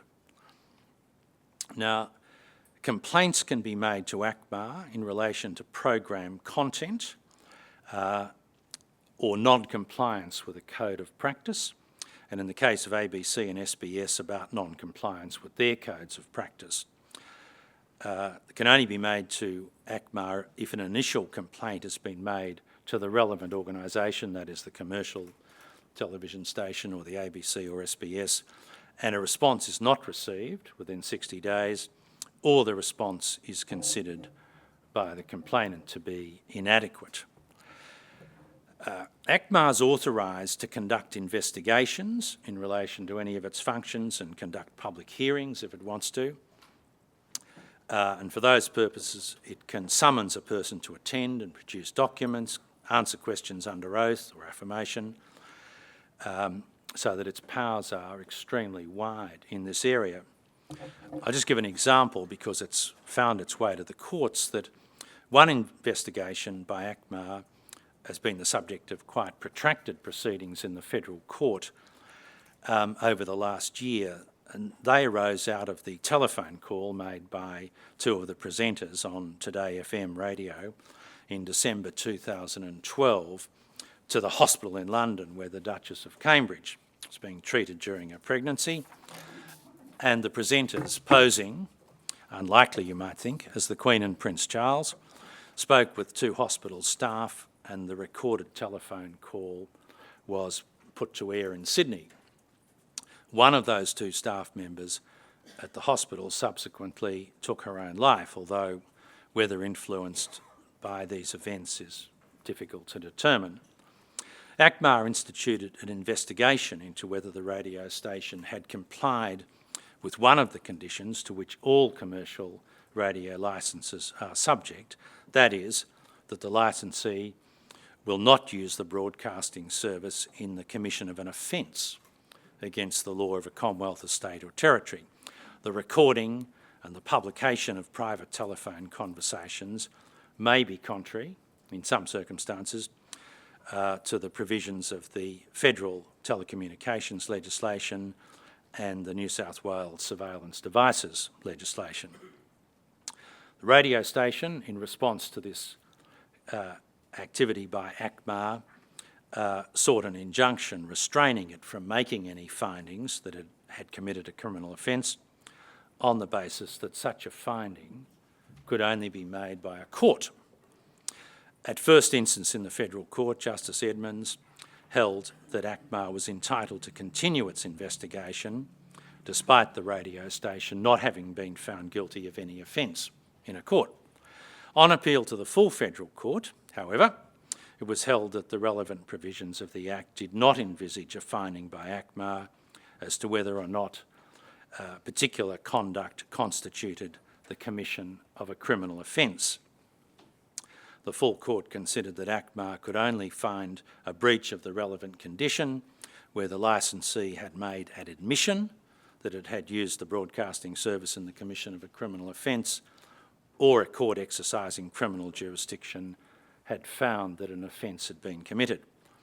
ACMA has filed an application for special leave to appeal to the High Court, and the application will be heard on 15 August. Now, the cost of these proceedings has already been enormous, and it's not finished yet, and you might wonder whether the expenditure of a lot of public money on this kind of exercise is a useful exercise or not. I won't go into in any detail, because I couldn't in this time, the extraordinarily complex provisions under the Broadcasting Services Act designed to prevent significant concentration of media ownership in particular markets in Australia. A single media company is, for example, precluded from controlling a commercial television licence, a commercial radio licence and a newspaper in the one region. One problem with this concept is that the Broadcasting Services Act, like all earlier legislation in Australia in this area, has largely accepted an existing historical situation of substantial concentration of media ownership. It may be that there's a degree of inevitability about this kind of ownership structure in Australia. Combination of a relatively small population in urban clusters and a large landmass might suggest that oligopoly is a likely result. And these provisions of the Act, like the provisions of the Competition and Consumer Act, have their genesis in the United States antitrust legislation of the 1890s. And there must be some doubt as to whether this kind of legislation has ever been effective in the United States itself, let alone in what's a much smaller and inherently less competitive market in Australia. But we still have this legislation of this kind. Now, if I can just turn quickly to the print media. Am I looking at the chairman? Yes. In contrast to this elaborate system of regulation, the world of newspapers and magazines, together with their online extensions, is largely unregulated. There was a proposal to change the situation in 2012 in the form of the Finkelstein report into the media and media regulation. It recommended a news media council that would have set journalistic standards for both the electronic and print media and handled complaints made by the public when those standards were breached. The report was heavily criticised, not least for its apparent assumption that most members of the community were incapable of assessing material in the media without some form of external guidance. It was said in the report, for example, that in modern society there is a limited capacity of people to learn all that they must to fully participate in the democratic process. In any event, the report, which was made then to the relevant Commonwealth Minister, was never implemented.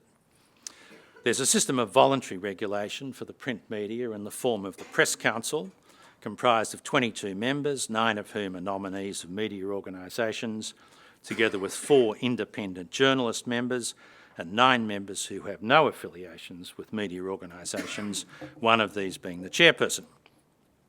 The core funding is provided by the major media organisations that form its membership. Complaints can be made by members of the public to the Council and are considered against standards that have been developed by the Council. Its adjudications are published in the newspaper, its online extension about which the complaint was made.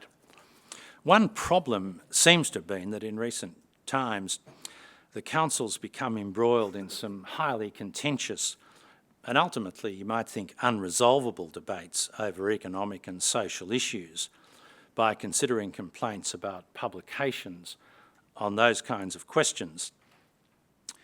It might be thought that complaints as to factual inaccuracy would be better confined to those by an individual as to what has been published about him or her in a relevant article, rather than these general debates into which the Council seems to have entered.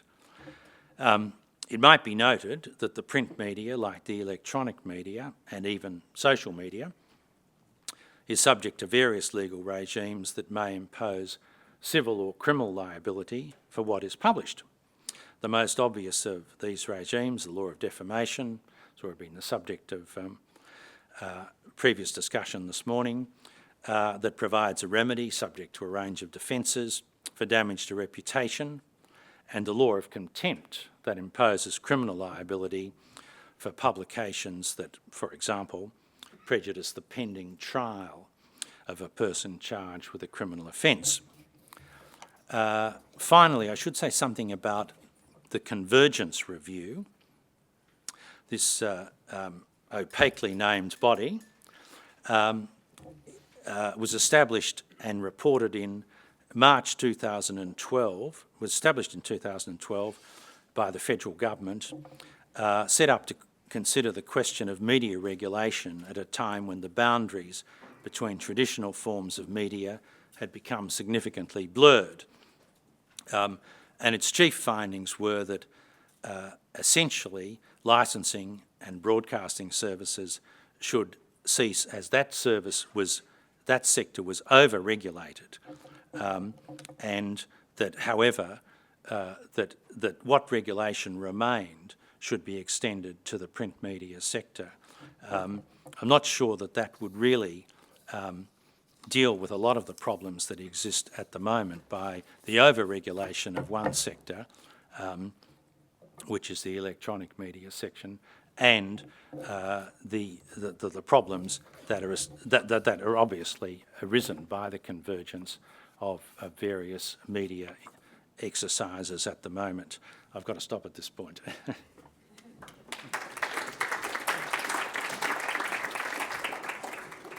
Thank you very much for that. Okay, let's open up to the floor for questions. Any questions? Any questions at all? Yeah. Thank you. I've spent many years in community radio and dealt with a lot of complaints. And to use a phrase that I heard earlier, offence seems to be more often taken than given. And I wonder what you make of the recent trend towards people arguing that they have a right not to be offended by what they watch and listen to. Question 2, anyone in particular? Sure. Who would like to have it? Senator, would you like to have a go at that? Or? It's one of my favourite subjects. We're responsible for our own feelings. I've written about this. Nobody makes us fall in love. Nobody makes us hate. Nobody makes us take offence. If we own our own bodies, own our own minds, own our own feelings, we are responsible for when we feel offence. It is a choice we make, and we have the choice. We have the option of making another choice if we feel offended. I am utterly convinced of that. Further questions? So. A question to Senator Leonel.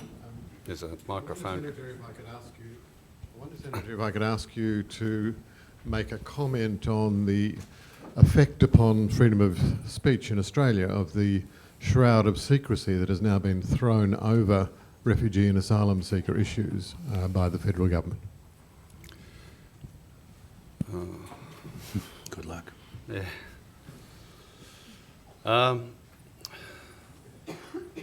To the extent that we're spending Australian taxpayers' money on these operations, it's consistent with my argument that taxpayers have a right to know what's happening and how that money is being spent.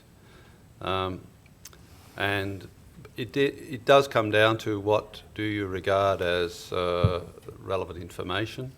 The government argues operational stuff is not relevant. Others disagree. That's a complex argument, and to be quite frank, I don't want to go there today. But I mean,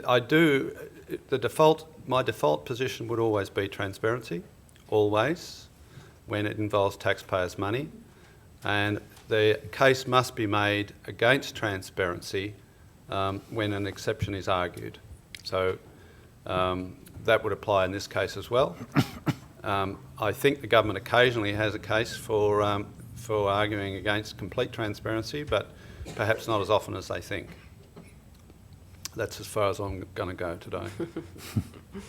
End of that discussion. Any further questions? Yes, back there. Senator, I read a version of your talk on the Australian last night. I'm sorry, I can't write 2 original speeches in one day. But there was one part that was in the blog that you didn't speak about, which was your recommendation about how to deal with racial vilification. And you recommended that we should adopt the chopper-read approach. I'm wondering, and to harden up. And I'm wondering if you could expand a little bit on what the chopper-read approach, the approach of a psychopathic murderer involves here. Yeah. Yes. Chopper's famous for lots of things, including killing people. If somebody tweeted that we shouldn't take any advice on Chopper Read, I was just wondering if he recommended you ate your greens, so that means you shouldn't take his advice. Bizarre reasoning. But what he said was, leaving out a little bit of it, harden up. And that's consistent with my argument that offence is taken. If you are prone to making the choice, I am offended, and you are quick to make that choice, then consistent with what Chopper Read says, my suggestion would be harden up. Don't take offence so quickly. Yes, over here. Hello? Yeah. Okay. I just wanted to know about the way things are going in regards to regulation of user-generated content. So, for example, sexting is a big thing at the moment, and the Victorian government is considering law reform of the child abuse material legislation. Just wanted to know if New South Wales was thinking about going, following the same path. I'm sorry, I missed the subject was? Sexting. So the user-generated content where young people are taking, provocative images of themselves and then getting caught up under the child abuse material legislation. I just haven't looked at the legislation, so I don't know what's happening about that in New South Wales. You say something's happening in Victoria. Well, yes, they're considering law reform so that underage minors who take photos of themselves are not caught up under the legislation. Yeah. I mean, some of this material may be, or some of these kinds of activities may well be a criminal offence under existing legislation, and some may not. I think in this world of social media, criminal law and the general civil law is still struggling to catch up, really. But there may be something happening in New South Wales, but all I can say is that I haven't seen it, that's all. Okay. Does anyone else have anything on that? I haven't heard anything like that here. Thank you. Yeah, I've heard a little bit about it, but I'm not sure what the latest is. But what your question highlights one of the downsides of legislation, which is unintended consequences. When the legislature says pictures of underage, nude pictures of underage people shouldn't be transmitted because that's child pornography, what do you then do when you go, oops, I forgot about them doing it to each other? Unintended consequences are very common with legislation, and that's why you should never rush to legislation. When you hear the media and politicians saying emergency, panic, do something, something must be done, your alarm bells should go off very quickly and say, hang on a minute, I bet you there are unintended consequences. There always are. This is just another example. Yes, sir, back there. Hi, I work here at UTS. Just want to ask you a question. With the proposed changes to the RDA that I've now stopped, today we've spoken a lot about how freedom of speech is designed to stop big organisations or the government from stopping people speaking out against them. But the RDA was more designed to protect minority groups. Or how do you see minority groups or smaller groups being able to maintain their freedom of speech against the press or things like that if freedom of speech goes through or were to change? It's a question to... the Senator. Any or all? Who's a taker? I think it was aimed at I'm me. not sure what Sounds that... Is the question what? How did minority... No, how do small groups who don't have a voice within the community or don't have a loud voice versus someone that features a newspaper or something who has a loud voice that people can listen to? How do we ensure that the smaller voice gets their right to freedom of speech?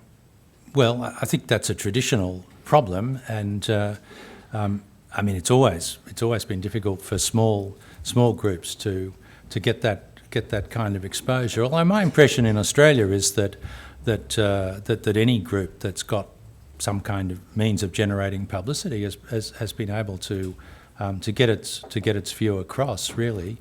And of course, you talk about newspapers having a loud voice, and that's of course true. Although I'm not sure how effective that is in a lot of areas. I've always had the view that despite all their fulminating, that I doubt that newspapers, or certainly not the electronic media, but even newspapers, I doubt that they turn a vote in elections myself. But that's just a problem about small groups, I think. But I think in Australia that generally a lot of those groups have been able to get exposure. That would be my impression over recent years, because there's so much space now in terms of the media. I'm putting social media to one side, but even in terms of the print and electronic media, most of them are desperate to fill content, as far as I can see.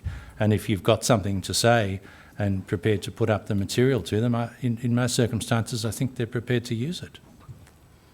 Can I just add there?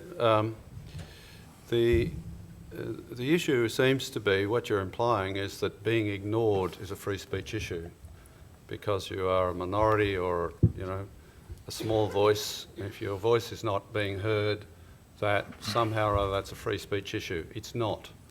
Free speech is about having your speech restricted by the government primarily. And in fact, it's minority groups typically have their speech restricted less than larger groups. But irrespective, the restrictions tend to apply to everybody. In the days when the media were very narrow and there were very few options, you might be able to say, well, if I can't get in the newspaper, I can't get anywhere. So you might argue that was somehow restrictive, but that doesn't apply anymore. And the fact that you're ignored is not a free speech issue, and that's not what we're talking about, I don't think. Okay. Any more? Or are we done? We are done. One more. Oh, okay. Who hasn't had a go? Maybe two more, but I think you both had a go. Okay, how about the lady there in green? Yeah. Thank you. I just wanted to ask a question of the panel. There's been a lot of talk of this right not to be offended, but I am yet to actually find someone that's arguing for this right. So I wanted to ask the panel, who do they think is arguing for the right not to be offended? Because I wanted to point out that international human rights law doesn't provide for a right not to be offended. It provides for free speech to be curtailed in limited circumstances where there's harm caused to other people. So I'm just a bit curious about this question. I don't think there's any... I don't understand the notion of a right not to be offended. As I understand it, it's a right to offend is what in many ways we're talking... Well, you say that, but the point about... One of the aspects of free speech, it seemed to me, is that it's a right to offend people. And that's... now, I don't know how that fits into various sort of statutes and codifications, but that seems to me to be an aspect of free speech. But as for the right not to be offended, it's something that seems to me to be... I don't have any understanding of it.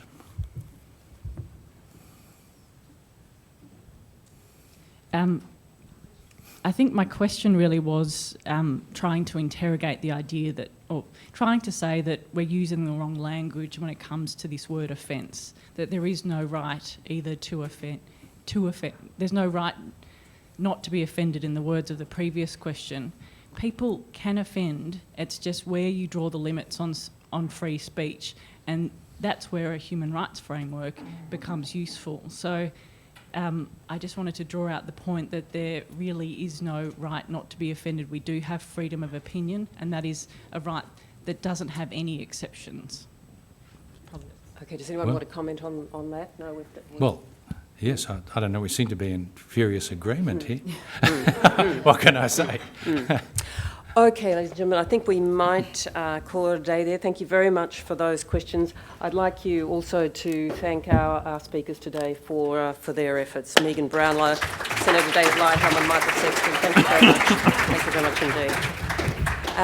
I would like to now call to the stage Karen Stocks, who is the Managing Director of Twitter Australia, and she'll be representing the AMIA Digital Policy Group and introducing our next guest.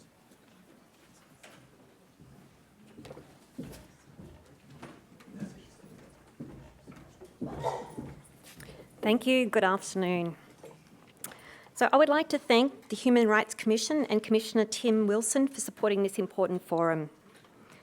As a platform that encourages freedom of expression, Twitter Australia is pleased to be taking part in this important dialogue and are sponsoring this important event in conjunction with our sister companies as part of the AMIA Digital Group, which includes our colleagues at Celts, Freelancer, Google, Microsoft, Yahoo 7, eBay and Facebook. Our industry is proud to provide significant social, cultural and economic benefit here in Australia. More importantly, given the context of today's symposium, our industry is proud to provide platforms for individuals around the world to be able to express themselves freely. Freedom of expression is obviously very topical at the moment, and we believe that open discourse is critical to both promoting transparency and preserving these freedoms. It is now my privilege to introduce the Honourable Mark Dreyfus QC MP, who has served in the House of Representatives as the member of ISAC since November 2007. In his first term, Mark chaired the House of Representatives Standing Committee on Legal and Constitutional Affairs, as well as the Parliamentary Joint Commission on Intelligence and Security. In 2010, Mark was appointed as Cabinet Secretary and Parliamentary Secretary for Climate Change and Energy Efficiency. In February 2013, Mark was appointed as Attorney General and Minister for Emergency Management. Under his leadership, Australia enacted significant privacy reforms. With the change in government in 2013, Mark was appointed to the position of Shadow Attorney-General and Shadow Minister for the Arts. Prior to entering government service, Mark had a distinguished legal career as a Melbourne barrister and was recognised as an expert in both commercial and defamation law. Please join me in welcoming Shadow Attorney-General Mark Dreyfus.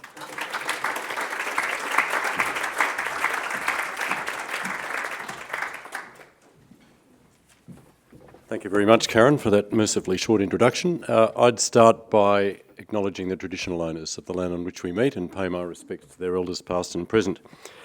And thank the Australian Human Rights Commission and in particular Human Rights Commissioner Tim Wilson for inviting me to speak at this event. It's an all-embracing topic, potentially, reflections on free speech, but I'm going to try and restrict myself a little. Free speech is a fundamental human right, and I am very pleased to have the opportunity to make a few reflections this afternoon under the auspices of a Human Rights Commission symposium. Our country has a very long tradition of engagement with the principles of human rights developed by the international community in the aftermath of the Second World War. Doc Evatt, the great Australian jurist and stalwart of the Labor Party, presided over the adoption by the UN General Assembly of the the Universal Declaration of Human Rights in 1948. The preamble to the Universal Declaration expressed the General Assembly's recognition of the inherent dignity and of the equal and inalienable rights of all members of the human family. And in the intervening years, the international community has settled a range of human rights treaties which give binding force to this basic principle and to the rights enumerated in the Declaration. Australia's generally played a constructive role in this work, but not always. Unlike many comparable jurisdictions, Australia lacks a full Charter of Rights. We have, however, implemented a number of our treaty commitments in legislation such as the set of legislation administered by this Commission: the Racial Discrimination Act, the Sex Discrimination Act, the Age Discrimination Act and the Disability Discrimination Act. The Human Rights Commission has a special responsibility as our national human rights institution for the promotion and protection of human rights in this country. It's empowered to administer those human rights statutes that Australia has implemented. Independent of government, it works to make sure that Australia honours the human rights commitments we've made as a nation. The Commission does immensely valuable work, and I'm very happy to speak here today about an important human rights issue. I start by giving this some context because we must be very clear what we mean when we talk of the human right to free speech. I can say that freedom of speech has been an issue that I've dealt with not just in my public life as a parliamentarian, but also in my practice as a lawyer before entering politics. In my practice at the bar, I specialised in, among other areas, the law of defamation. And in that area of the law, which I assure you is far more restrictive of speech than anything in a human rights statute such as the Racial Discrimination Act, the courts have squarely grappled with the boundaries of lawful speech. And as is the case with so many areas of the law that require the balancing of competing societal interests, the law of defamation continues to change. And I'm happy to say that when it comes to human rights, our laws are generally changing for the better. From my perspective, that means that our laws are becoming better at protecting human rights, including the right to free speech. And a good example of this is the establishment by the High Court of Australia's limited freedom of political communication, the implied constitutional freedom of political communication that the court described in Theophanous and the Herald and Weekly Times, in Longy in the ABC, and in Levy in the state of Victoria. And I mention those three cases because I had the privilege of appearing as junior counsel in each of them in 1994 and 1997. They caused me to think much more deeply about something I'd thought about pretty much all my adult life, about free speech issues, in particular about the US First Amendment jurisprudence, which is a huge body of law. I digress to say how I'd agreed totally with George Williams' observation to this conference earlier this afternoon about the state of Australians' knowledge of their rights and the way in which much of that knowledge is derived from watching too much American police shows on TV. I can confirm from something I read in the media recently about the knowledge of the idea that one can in Australia take the fifth. I saw that Mr. Baden Clay, who's now serving a very, very lengthy and deserved term of imprisonment, apparently, according to the police who led this evidence at the trial, Googled, "How do I take the fifth?" Soon after murdering his wife. But it is unfortunately something of a problem in Australia that many Australians do think that Australians have the same constitutional rights that Americans enjoy, and perhaps even have a Bill of Rights, which Americans have enjoyed now for more than 200 years. Since leaving the bar and entering Parliament, I have maintained my long-standing commitment to improved legal protection of human rights in this country, and that certainly includes the protection of free speech.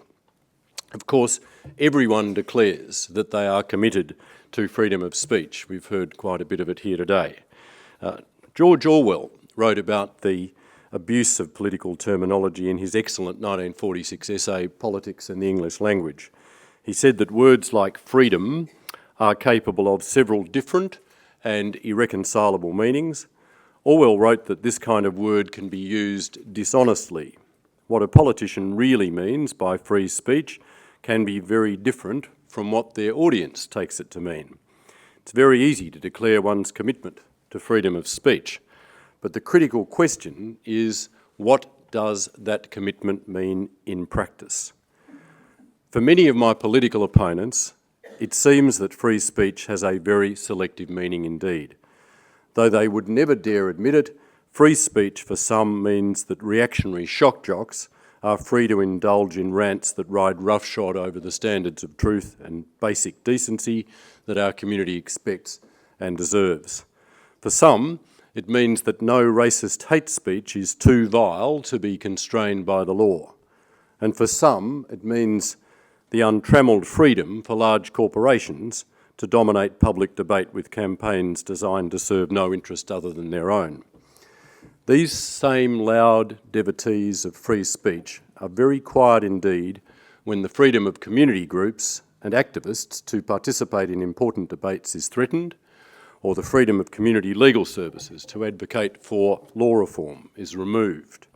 They are nowhere to be found when overzealous or clumsy lawmaking threatens the ability of real journalists to do their vital work. They have a very narrow understanding of what free speech means. By contrast, I will be very clear about what I mean when I talk about free speech. The freedom of speech I seek to advance is a much more important value than that advanced by the Abbott government. It is rooted in the principles of human rights properly understood, the principles that this Commission works to advance in our society.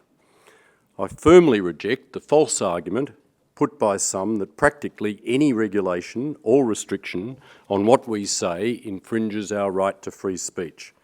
I reject the simplistic notion that our only legitimate recourse against harmful or hateful speech is to be found in an imagined marketplace of ideas. This reductionist understanding of what free speech entails is mistaken on several counts. First, what I'd call the absolutist position on free speech ignores the fact that government restraint is not the only threat to freedom of speech. As the Race Discrimination Commissioner noted in his excellent Alice Tay lecture in Human Rights and Law at the ANU in March this year, freedom is not merely the absence of external restraint.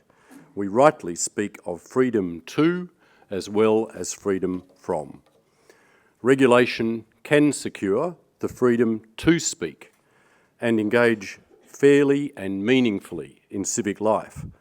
Our most important and long-standing democratic institutions reflect this insight. They always have. Courts, for example, lay down strict rules and procedures about how parties are to argue their case to ensure that proceedings are fair. The free press, which fills a critical role in our democracy, has to be careful in its reporting or risk breaching our defamation laws, or as Michael Sexton's just explained to us, risk damaging a whole other set of laws that are applied to the electronic media. Even more importantly, the journalists who work in our media are bound by a rigorous set of professional ethics, though the extent to which they adhere to those ethics and what can be done if they do not are complex issues worthy of a speech in themselves. Parliaments, ostensibly the ultimate forum for free political debate in our society, impose very prescriptive standing orders. While the laws of privilege free me from the constraints of defamation law inside the Parliament, I am constrained in other ways on what I can say. For example, even here, outside the Parliament, I am forbidden as a parliamentarian by the standing orders which bind me from reflecting on the Speaker of the House of Representatives. The standing orders try to ensure that parliamentary debate is conducted in an orderly, dignified and appropriate manner, although watching Question Time you might have your own view as to how successful the framework is. In almost any forum where our society debates important issues, we impose rules governing speech. My second criticism of the absolutist position on free speech is that it ignores the relationship between free speech and other human rights. Very few human rights, other than the right to be free of criminal abuses such as torture and slavery, are unqualified. Implementing an authentic human rights agenda requires careful balancing of competing rights against one another. The human rights system, both domestically and internationally, is intended to clearly direct our attention to this important and delicate task. The statute establishing the Human Rights Commission expressly says that it is the duty of the Commission to perform its work with regard to the indivisibility of the whole body of human rights. That free speech is limited by reference to other human rights is apparent on the face of the international agreements we have agreed to. Article 19 of the International Covenant on Civil and Political Rights states that everyone shall have the right to freedom of expression. That article goes on to stipulate, however, that the exercise of this right carries with it special duties and responsibilities. The right to freedom of expression may be curtailed in order to protect the rights of others. It was the mistaken belief that an absolute freedom of speech trumps other important rights, which I would suggest drove the Abbott government's misguided attempt to repeal Section 18C of the Racial Discrimination Act. It's happily the case that this divisive attack on our protections against hate speech has been dropped on Tuesday by the Prime Minister, who termed it an unnecessary, his word, complication for the government. The Prime Minister seems to have developed a newfound talent for understatement. I understand that the Prime Minister was perhaps trying to ease the embarrassment to Senator Brandis, who has so clearly lost the confidence of his Cabinet colleagues, not to say the Liberal backbench and a very large part of the Australian community. But the government's attack on Section 18C was much more than a complication. That the Prime Minister described his abandonment of Senator Brandis's signature policy in terms of a simple political calculation tells you a lot about this government's continued commitment to a distorted view of what freedom of speech means. Most notably, what Mr Abbott failed to do this week was to admit to the Australian people that he and his Attorney-General had got it wrong on Section 18C. And so the victory that we had this week on the government's backdown was marred by the knowledge that the eloquent arguments expressed in thousands of submissions opposing the gutting of our race hate protections did not convince the government to abandon its reckless course. What convinced the government to back down was that the political costs of continuing on its hugely unpopular and ideologically blinkered course were simply too great. So while we've had a victory, and I would again congratulate all those who fought the government on this issue, the truth is that the government's ideological blinkers are still firmly in place. They still don't get it. They still have an undergraduate understanding of political philosophy and of human rights. The Abbott government still doesn't understand, as any human rights lawyer could explain, that the human right to free speech has always been subject to the human right to be free from racial discrimination. Senator Brandis's defining policy priority as Attorney-General has failed because he did not care to understand the breadth and nuance required of an authentic human rights agenda. Senator Brandis, a sworn devotee of the marketplace of ideas his government appears determined to shut down, should recognise when he's lost an argument. His colleagues certainly have. I won't say anything more about the Racial Discrimination Act now. My topic today is free speech, but I would say that the particular focus on Section 18C by Senator Brandis and the spirited defence that this attack engendered has distracted from a number of other threats posed to free speech in our society. And I've been pleased to hear through the sessions I've attended here today that many people, at least here today, are aware of some of these threats. I'm sad to say that many of these threats emanate from the current government, a government whose heated rhetoric on free speech is belied by its own actions. I'll return for a moment to Orwell's reflection on language and politics. When Abbott government ministers talk about free speech, they aren't just ignorant, they are disingenuous. I don't for a second believe that those who trumpet their commitment to unfettered free speech in the debate surrounding the Racial Discrimination Act in actuality support an absolute approach to freedom of speech. If they hewed closely to their professed principles, the libertarians among the Abbott government would be demanding a radical revision or even abolition of defamation law and the abolition of offensive language offences. They would defend the fundamental right to make misleading statements in trade and commerce. No, though the Liberal government and its supporters talk in sweeping terms about free speech, they have in mind a much more selective application of that right. The Attorney-General likes to invoke Voltaire's perhaps apocryphal declaration that he would defend to the death the right to say things with which he completely disagrees. It's heady stuff in the Australian political arena, which is more usually given to pragmatism than philosophy. I'm sad to say that I can see no evidence of the sort of political bravery that would have impressed the great French thinker. Au contraire, Voltaire's principle is honoured only in the breach. Senator Brandis and his colleagues are more than happy to attack free speech, and when they do, it is invariably the type of speech and the type of speaker with whom they disagree, and I'll give you a couple of examples.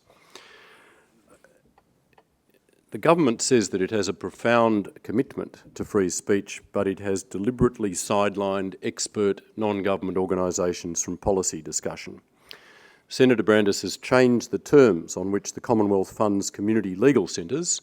There are 138 community legal centres funded by the Commonwealth right around the country to prevent them from speaking out on ways in which the law might usefully be reformed, or even from responding to government inquiries and consultations. He's amended the sector's funding agreements to exclude Commonwealth funding for, quote, law reform and advocacy, unquote. Chillingly, the government's also removed Clause 5 of the agreements inserted by the last Labor government. That clause affirmed the commitment of our government that conditions attached to Commonwealth funding to community legal centres would not stifle, this is the way it read, quote, would not stifle legitimate debate or prevent organisations engaging in advocacy activities. The government's also cancelled all Commonwealth funding for Environment Defenders Officers, EDOs. EDOs are small, highly dedicated organisations which work to protect the environment through the law. EDOs assist the community at a grassroots level through legal advice and representation in public interest environmental matters. They work towards the improvement of our environmental laws and regulations. We know from documents released under the Freedom of Information Act that Senator Brandis's decision to completely defund the EDOs came just weeks after the New South Wales Minerals Council wrote to him to complain about EDO advocacy. In Senate estimates, Senator Brandis admitted that there'd been no analysis of EDO funding arrangements done at all before the government terminated all funding. And indeed, Senator Brandis's decision flies in the face of the advice being provided to his government, if he would care to listen, The Productivity Commission is presently undertaking a review, which I asked to be commissioned by the Assistant Treasurer before we left government. It's a review on access to justice arrangements, and in its draft report, the Productivity Commission has strongly endorsed the value to the Australian community of the community legal centres engaging in advocacy work. And we might conclude that the government has cut funding to these community organisations simply because they don't like what these organisations sometimes say and what they sometimes advocate for, regardless of the benefits they consistently provide to our community and to our environment. That's not the only front in which this government is fighting those who wish to participate in public debate. The Federal Council of the Liberal Party recently unanimously supported a motion by Federal MP Andrew Nikolic calling for environmental groups to be stripped of their tax-deductible status. And even more chillingly, members of the Abbott government have now indicated that they plan to use the competition law to silence environmental activists. The Parliamentary Secretary for Agriculture, Richard Colbeck, has told the press that there is an appetite within the government, that's a chilling word, an appetite within the government to remove the current exemption to the prohibition on secondary boycotts provided for environmental activism. This government, which holds itself out as a champion of free markets and free speech, wants to prohibit Australian citizens from speaking out in the marketplace in defence of environmental causes which they disapprove of. And I wanted to finish by drawing attention to something which my parliamentary colleague Senator Leonholm has already mentioned, and that's attacks on the media. There's two. The Senator's mentioned the one that's to be found in the National Security Legislation Amendment that's now before the Senate, but I'd first mention journalist shield laws. The government seems to have a blind spot on free speech that it doesn't approve of, and it's not limited to the non-government organisation sector or to environmental activism. It does extend to the media. The government's fond of part of the media, it would seem. It seems to be fond of reactionary opinion columnists, but it doesn't seem to have much interest in defending real independent journalism. In opposition, Senator Brandis said that he would be a champion of the free press. In May 2013, from opposition, he said on the ABC's Late Line, "There's no greater friend of journalist shield laws than me." In government, Labor began working with the State and Territory Attorneys General to create a uniform national system of journalist shield laws. We were serious about making sure that journalists were able to do their vital work and uphold their ethics without risking contempt charges or even jail time. Senator Brandis, that stalwart of freedom, has abandoned this work. The Attorney-General, who claims to be a committed classic Liberal, has taken shield laws off the agenda at the Council of Australian Governments. Instead, he's working with his colleagues in Liberal state governments towards the implementation of yet more Campbell-Newman-style repressive law and order policies nationwide. And I come to Section 35P of this National Security Legislation Amendment Bill. It's not just a failure by Senator Brandis to protect the free press, that we see now some active attacks on it. The national security legislation that Senator Brandis introduced in the Senate in the last sitting week recently, it contains a new provision, Section 35P, which makes it an offence punishable by up to 10 years imprisonment for anyone to disclose information about certain undercover operations declared by ASIO to be special intelligence operations. As has been pointed out, this could apply to journalists even when they did not know that the information that they had published or were intending to publish related to such an operation. There are no exemptions. I have no desire to politicise national security issues. I've said publicly numerous times and privately to the government that I will always work constructively to help the government on any legislation necessary to keep our nation safe. Senator Brandis's national security legislation has been referred to the bipartisan Parliamentary Joint Committee on Intelligence and Security for just this purpose. It's clear to me, however, that the proposed 35P, as currently drafted, is not necessary. It is an unprecedented overreach of government power which poses a real threat to the freedom of the press. Senator Brandis has spent more than 2 years now fulminating over a civil prohibition on race hatred, but now his own legislation would criminalise an activity of journalists. The government must amend this legislation to remove this threat to freedom of speech and freedom of the press. Labor will oppose it in its current form. We will not tolerate legislation which exposes journalists to criminal sanction for doing their important work that is vital to upholding the public's right to know. I suggest to you that these attacks on free speech show what a facade the current government's professed commitment to free speech is. The protection of human rights should not be a matter of partisan contest. Despite what Senator Brandis sometimes suggests, human rights are not and can never be the province of any one party. Governments of both political complexions have made meaningful contributions to human rights protection in this country. The Abbott government, however, has taken us backwards. Hopefully, this government will have learned a serious lesson from its failure this week in relation to Section 18C, and if this government has any integrity about its stated principles, it will cease its attacks on free speech in this country. In particular, the Abbott government must renounce its hostility to environmental groups and wider civil society and reinstate government support for the involvement of community legal centres in advocacy and law reform processes. Senator Brandis must get to work on the journalist shield laws that he promised and encourage his cabinet colleagues perhaps to cease their attacks on the independence and capacity of the ABC to report what's happening in our nation. And the government must also abandon regressive changes and repressive changes to our competition law that would shut down the public's right to protest through organised actions against corporations. Freedom of speech must not be reduced to a simplistic slogan employed as a war cry in the pursuit of base political objectives.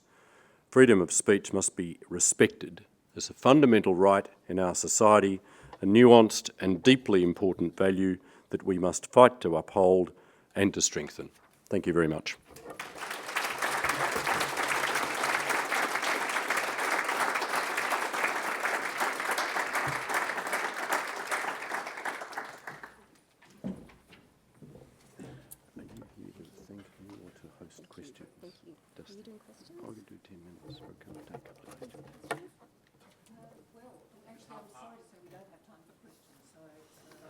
I'm sure someone can call you out the front. So I'll do it that thing. Great, thank you. Sure.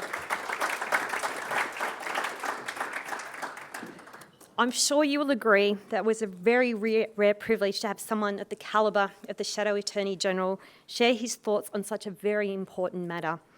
Will you please join me in thanking Shadow Attorney General Mark Dreyfus for his time today? Thank you.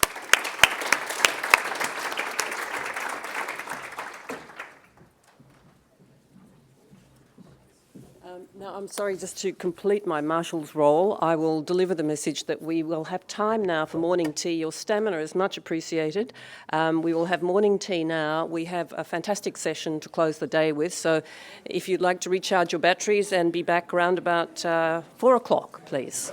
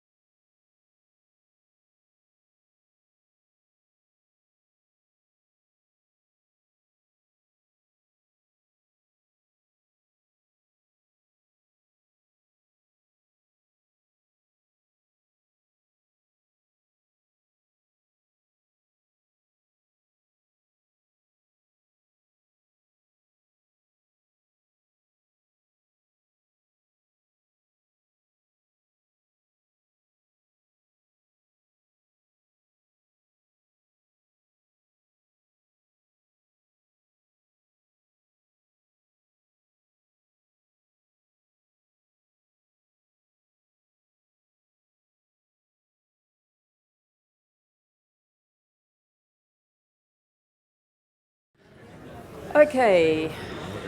Yes, one and all, ladies, gentlemen, let us get into this final session of the day, and let's move along so that we do have time to hear our speakers properly, and then also have a run of questions afterwards. So let me begin by introducing Professor Anne Toomey. She is Professor of Constitutional Law at the University of Sydney. She's previously worked for the High Court of Australia, and in 2008 she wrote a report for the New South Wales government on the constitutional issues concerning the reform of political donation, expenditure and funding. The question, are political donations a form of speech? Let's find out. Please welcome Professor Toomey.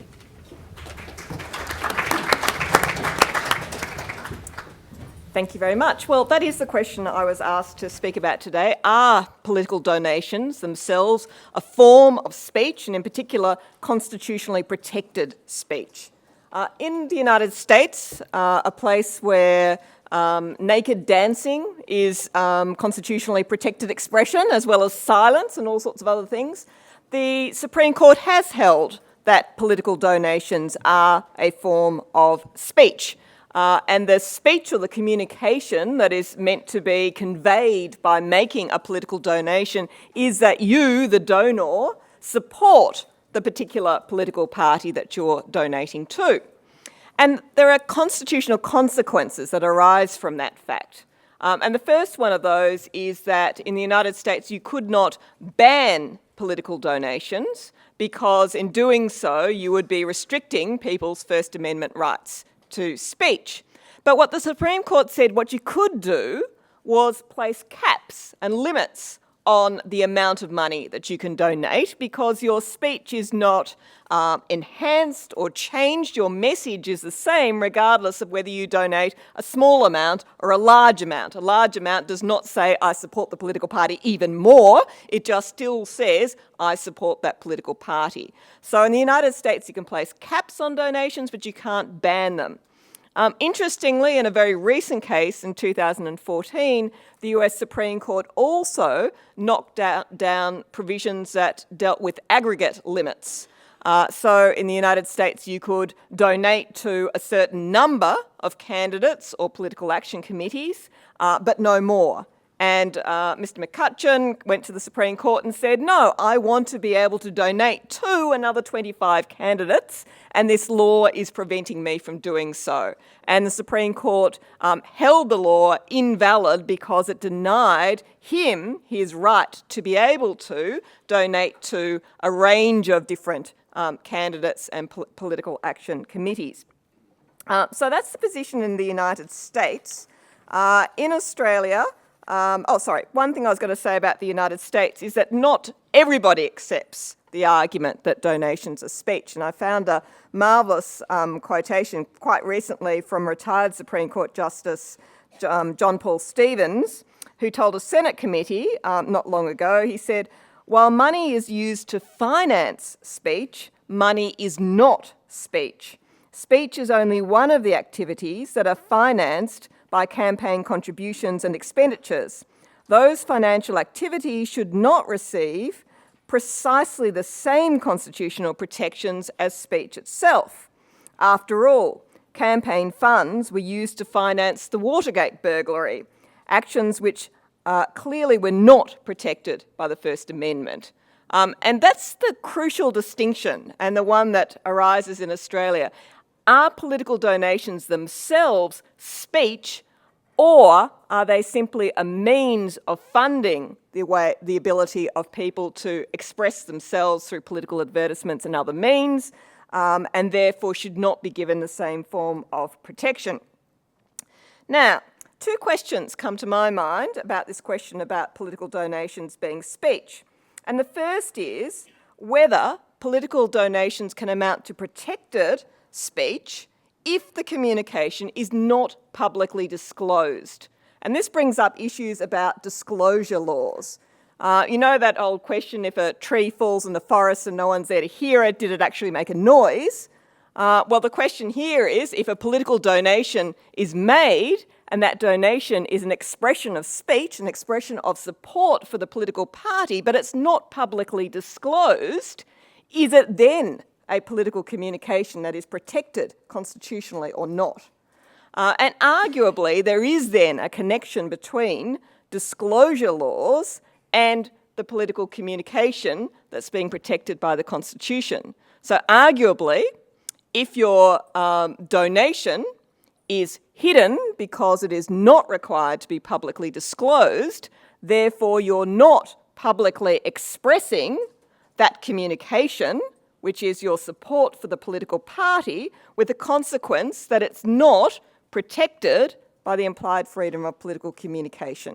Now it's an argument. It's not one that's been held by anyone yet, but I think it's an interesting argument. And if you look particularly at the national level, you've got very high disclosure provisions. You have to donate more than $12,800 before you're required to disclose those donations.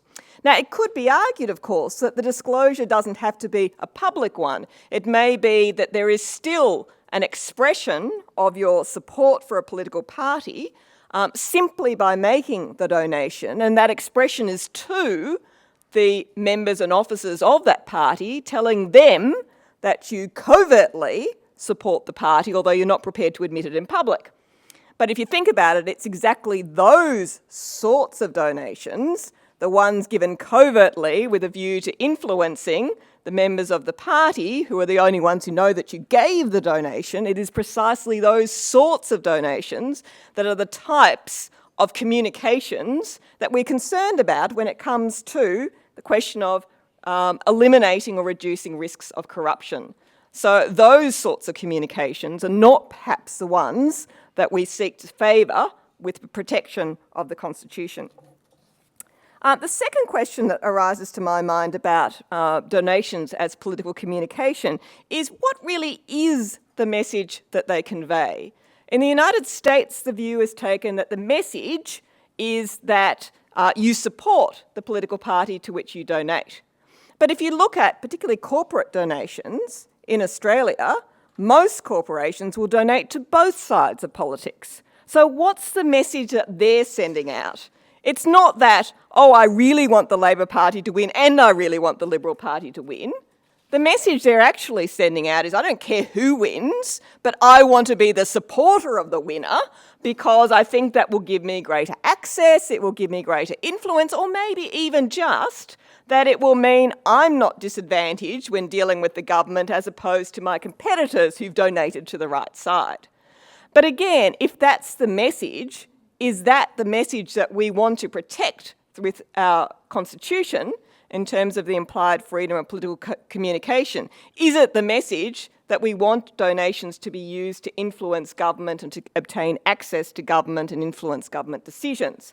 It's again those sorts of messages which give rise to the risks of corruption that the implied freedom, that justify limits upon the implied freedom of political communication. Now, as I said, the United States has held that donations are speech. In Australia, we don't have a decision on it yet. It was argued in the Union's New South Wales case, and the High Court just simply ducked the decision.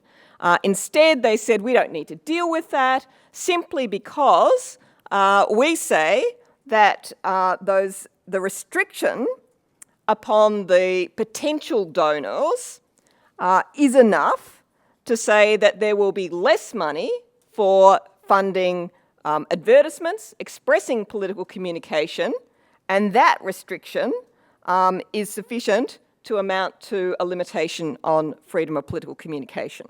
Now, frankly, I just don't think the argument washes terribly well at all, particularly in the current circumstances where political parties have a cap on donations, so there's only a certain amount that they can spend. Public funding provides 75% of that limit. They only have to fund 25%. They've got 4 years in which to raise that amount of money, and if you calculate it by reference to maximum $5,000 donations, they only have to raise 460 of those in 4 years, which does not seem to be an excessive demand upon political parties to raise money. Now, in the case of Unions New South Wales, what happened was that donations had been prohibited from corporations and unions and other entities that weren't individuals on the electoral roll. So sure, it reduced the potential pool of donors, but you still had 15 million voters that you could tap, and you only needed to get 460 of those. Okay, so it may well have been, and it was probably most likely to be the case, that political parties could have raised the amount of money that they needed to fill that 25% to allow them to spend the entirety of their cap without any reduction at all in political communication. And it's something that the High Court just didn't address. So not terribly convinced by the High Court's reasoning in that regard. High Court did say a few other interesting things, however. One was that political communication that's protected by the Constitution involves communication between all interested persons, not just voters. So that includes people who are not citizens, it includes corporations, it includes unions, it includes anyone who lives or operates in Australia and is affected by government. Other things that they said that were quite interesting included the fact that they left open the possibility that specific classes of donors may justifiably be banned from voting if they have interests of a kind that requires them to be the subject of an express prohibition. So that left open the interesting question now about bans on property developers, tobacco, liquor and gambling industry entities. As we know, very recently, the Mayor of Newcastle has just initiated a challenge to the ban on property developers. So that will lead to a very interesting case about whether there is sufficient justification for banning certain sectors of society in making donations, as opposed to a general ban on corporations and the like, which the High Court said was not acceptable. Okay, so last point here is that the High Court also left open the question as to whether you could ban political donations completely and replace that with public funding. Again, they said that if challenged, it would be necessary for a defendant to defend the prohibition of all donations as a proportionate response to the fact that there have been some instances of corruption, regardless of source.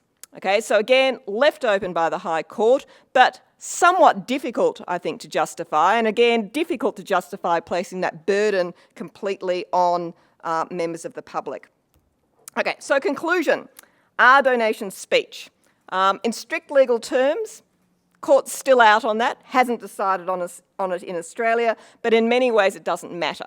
And it doesn't matter because the High Court has said so far that reducing the potential for speech by reducing the potential donors is enough to amount to an impact on political communication that will lead to laws being struck down as potentially invalid. So now we need to see how far the High Court will go in that regard. Will it extend to preventing bans completely on political donations, and how will it affect the existing bans that we have in relation to property developers? Thank you.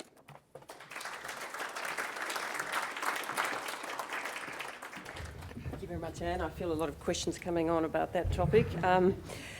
Now, our next speaker, Brett Walker SC, is a past president of the New South Wales Bar Association and of the Law Council of Australia. But of particular interest to us today in this context is the position he held from 2011 till just April this year, and that is the post of the federal government's independent national security legislation monitor. Brett Walker will speak on the subject of security, sedition and seeking asylum. Please welcome him.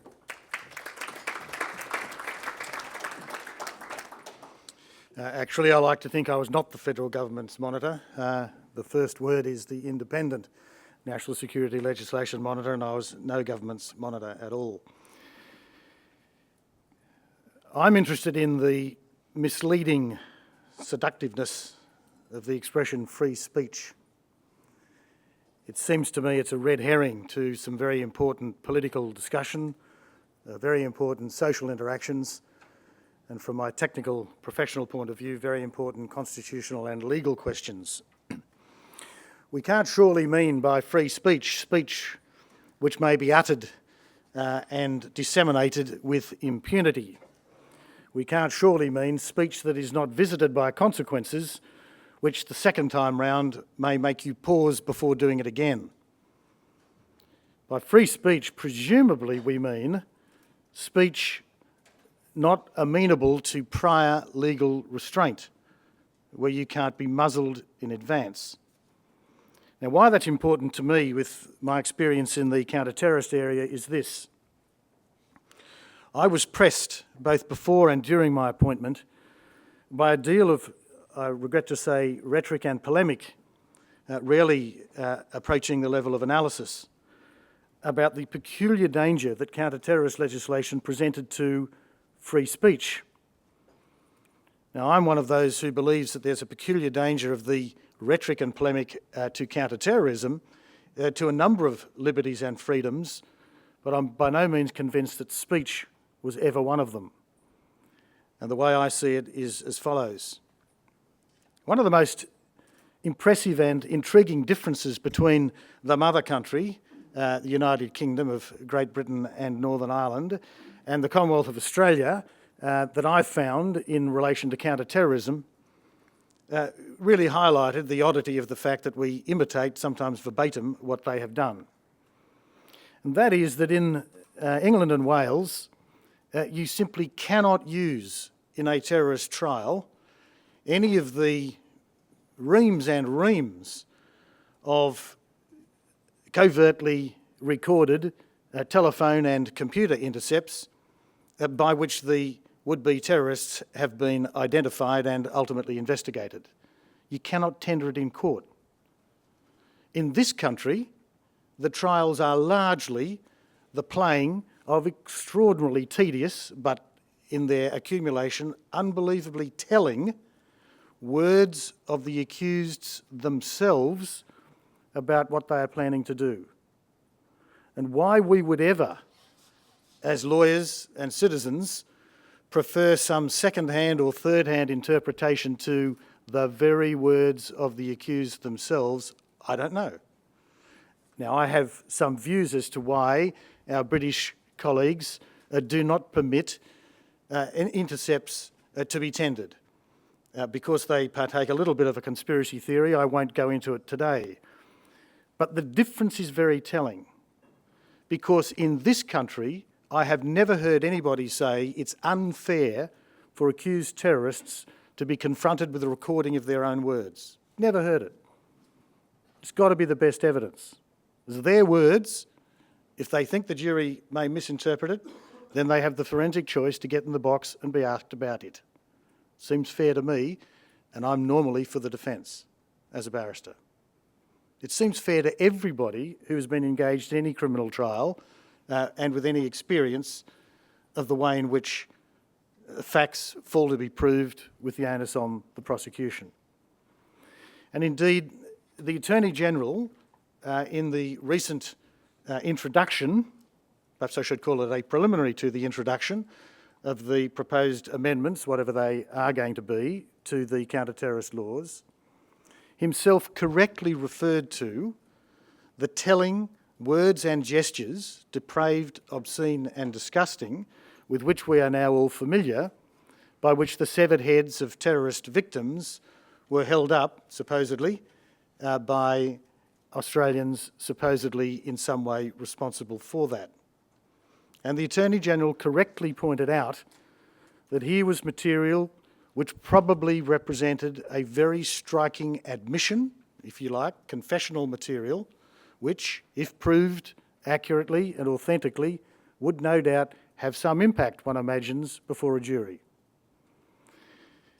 The speech on those disgusting videos was obviously not free, in the sense that the consequence of it being tendered against the speakers is manifest and one hopes condign in the punishment that it ought to attract. So we don't mean that any free speech has been attacked by the repetition, perhaps in a court of law, of those revolting recordings. Neither surely do we think that free speech is attacked when somebody thinking they are speaking in private are in fact being recorded pursuant to a duly authorised and warranted intercept conducted by the authorities in order to find out before the explosion whether people are setting a bomb.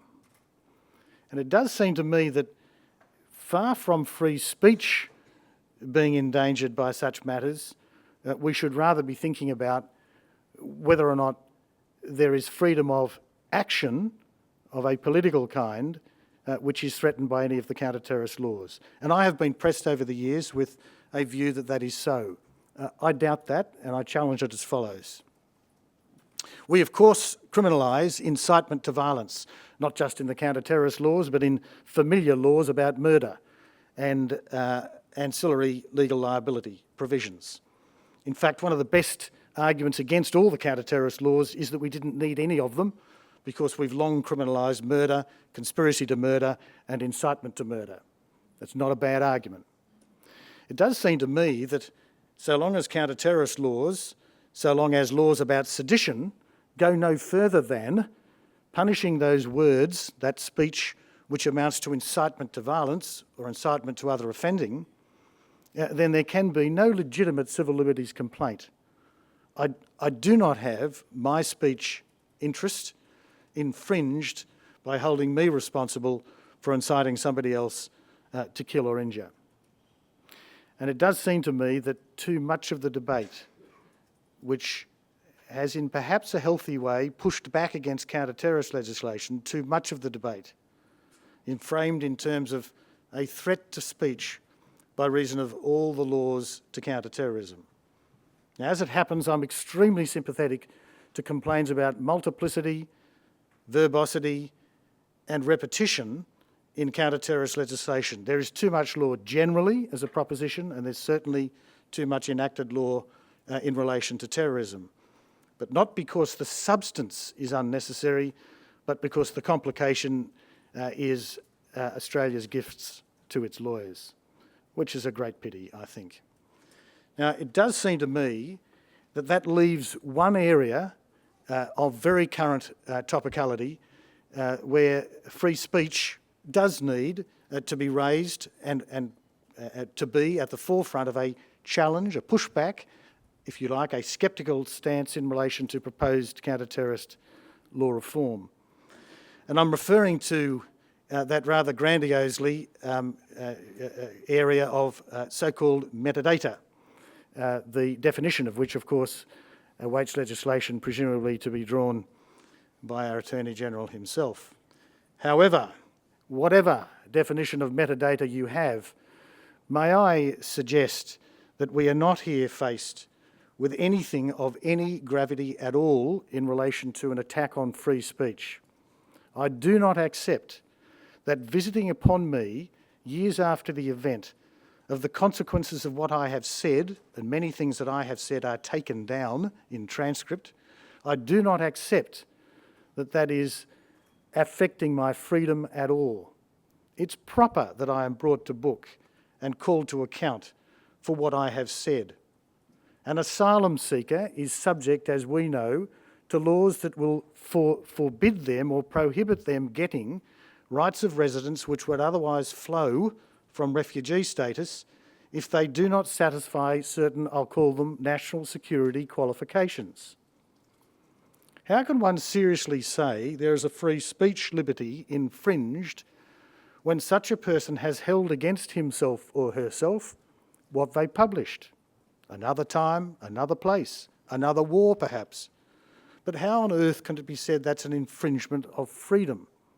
Rather, it seems to me, it's an imposition of proper, personal, individual responsibility consistent with the dignity of everybody as a matter of human rights to stand and answer for the implications of what one said, for example, about a civil war in which you were a participant.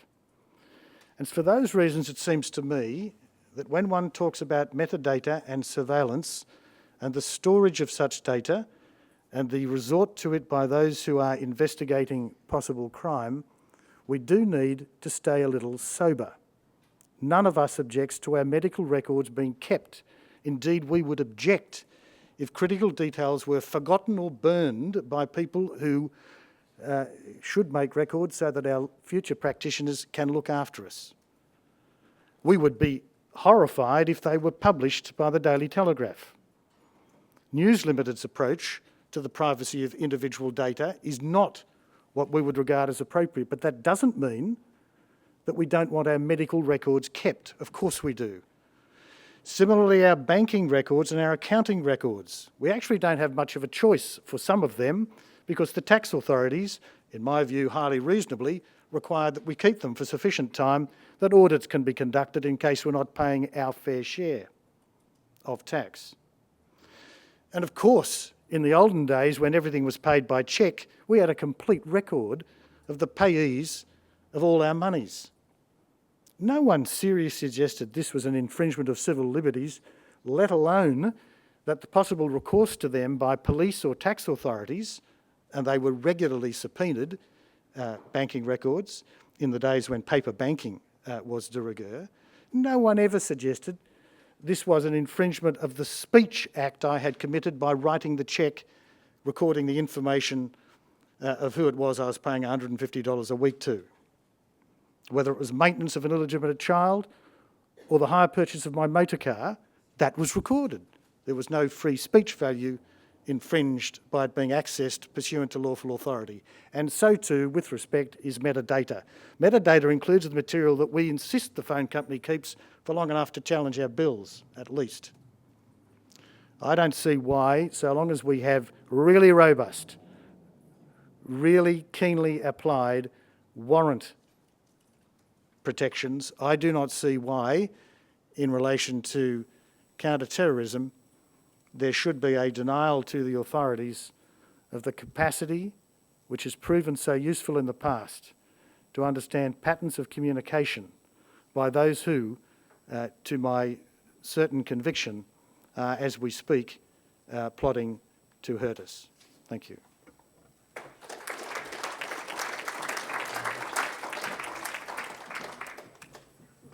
Thank you very much, Brett Walker. Now let me move to our last speaker for the day. Dr. Roger Clark specialises in strategic and policy aspects of e-business, information infrastructure and data surveillance and privacy. He interprets technology so as to make its relevance, opportunities and impacts accessible to executives and managers. Dr. Clark is also a long-standing public interest advocate, particularly in relation to information privacy, and his subject is privacy and free speech this afternoon. Please welcome him. Thanks, Jana. I invited Jana to introduce me as an old, bald wasp, but she didn't exercise that freedom of speech. We need two things right now to start this out. The first thing we need is a 2-minute tutorial on privacy, and the second thing we need is something to wake you up. So we'll have a little thought experiment. Get a piece of paper out in front of yourself, think of the word privacy, and think of the first 3 things in the way of issues, concerns that you have about privacy. And then bring me those anonymous, of course, pieces of paper so that I can shuffle them and sort them. And my bet is that I'm going to get an enormous amount of diversity spread across the desk. Now, this could be a sign that privacy isn't a concept, that privacy is a construct at the very least, or maybe just a great hodgepodge. I'll argue, as I hope my slide is arguing, that there is actually a way of achieving integrity, achieving coherence in this notion privacy. None of us like to jump into learned articles and argue this one, but my primary concern over the last 40 years has been to argue for privacy against large numbers of government and private sector initiatives. So it's the policy interest that I'm concerned about rather than the theory. And this works, this idea, because firstly, it's an interest. Secondly, it's an interest that individuals have. Thirdly, it's in personal space, which is a concept we'll obviously have to unbundle. And then finally, it's about control over that personal space. Now, can I get the right button? I can.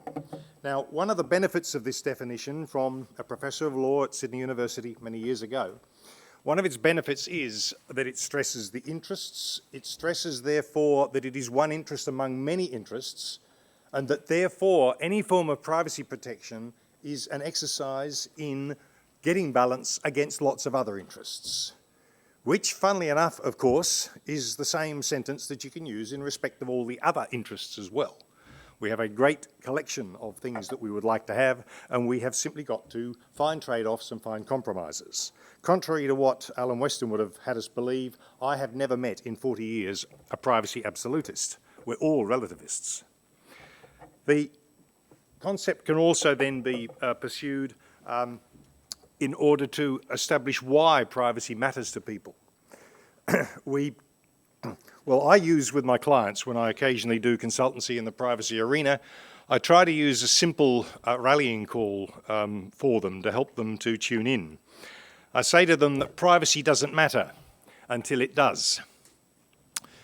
And what I mean by that, and the reason why it gets their attention, is that most of the time privacy is a sleeper. The vast majority of people don't worry about it the vast majority of the time until something happens that causes them to say the inevitable, "He's invaded my privacy." And then you ask them what they mean by that. And then you're in a very specific context, almost inevitably, something very, very specific. So why is it the case? Well, the reason is that we have needs at many different levels. The attentive delegate will have already noticed that essentially what I've got in that list is a Maslowian hierarchy of need, except that I've got it upside down.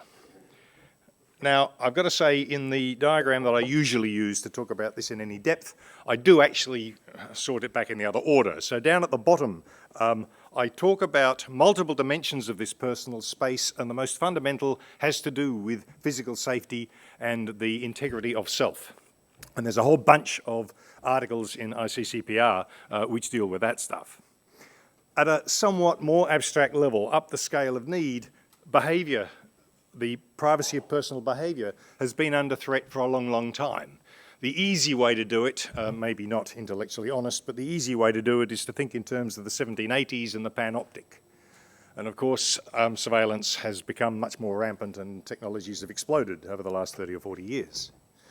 Off to the right-hand side, and a little more recently, the privacy of personal communications has been under threat since the 1840s because of the telegraph. Within a year or two of the telegraph being invented, wire interception had been invented as well. And that has, again, been rampant ever since. Personal data only really became an issue well and truly post-war, post-Second World War. Why?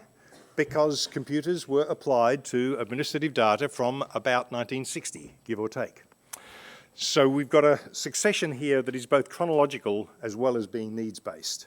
Most recently, I've had to add a fifth dimension. Sounds like the name of a song or a group. The fifth dimension that we've had to add has arisen only since about 2000, because what used to be ephemera have now become recorded.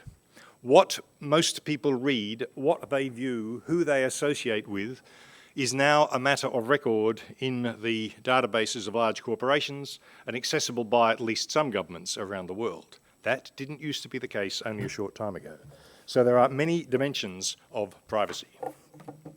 Now, in addition to privacy having foundations in ICCPR articles, so of course does free speech.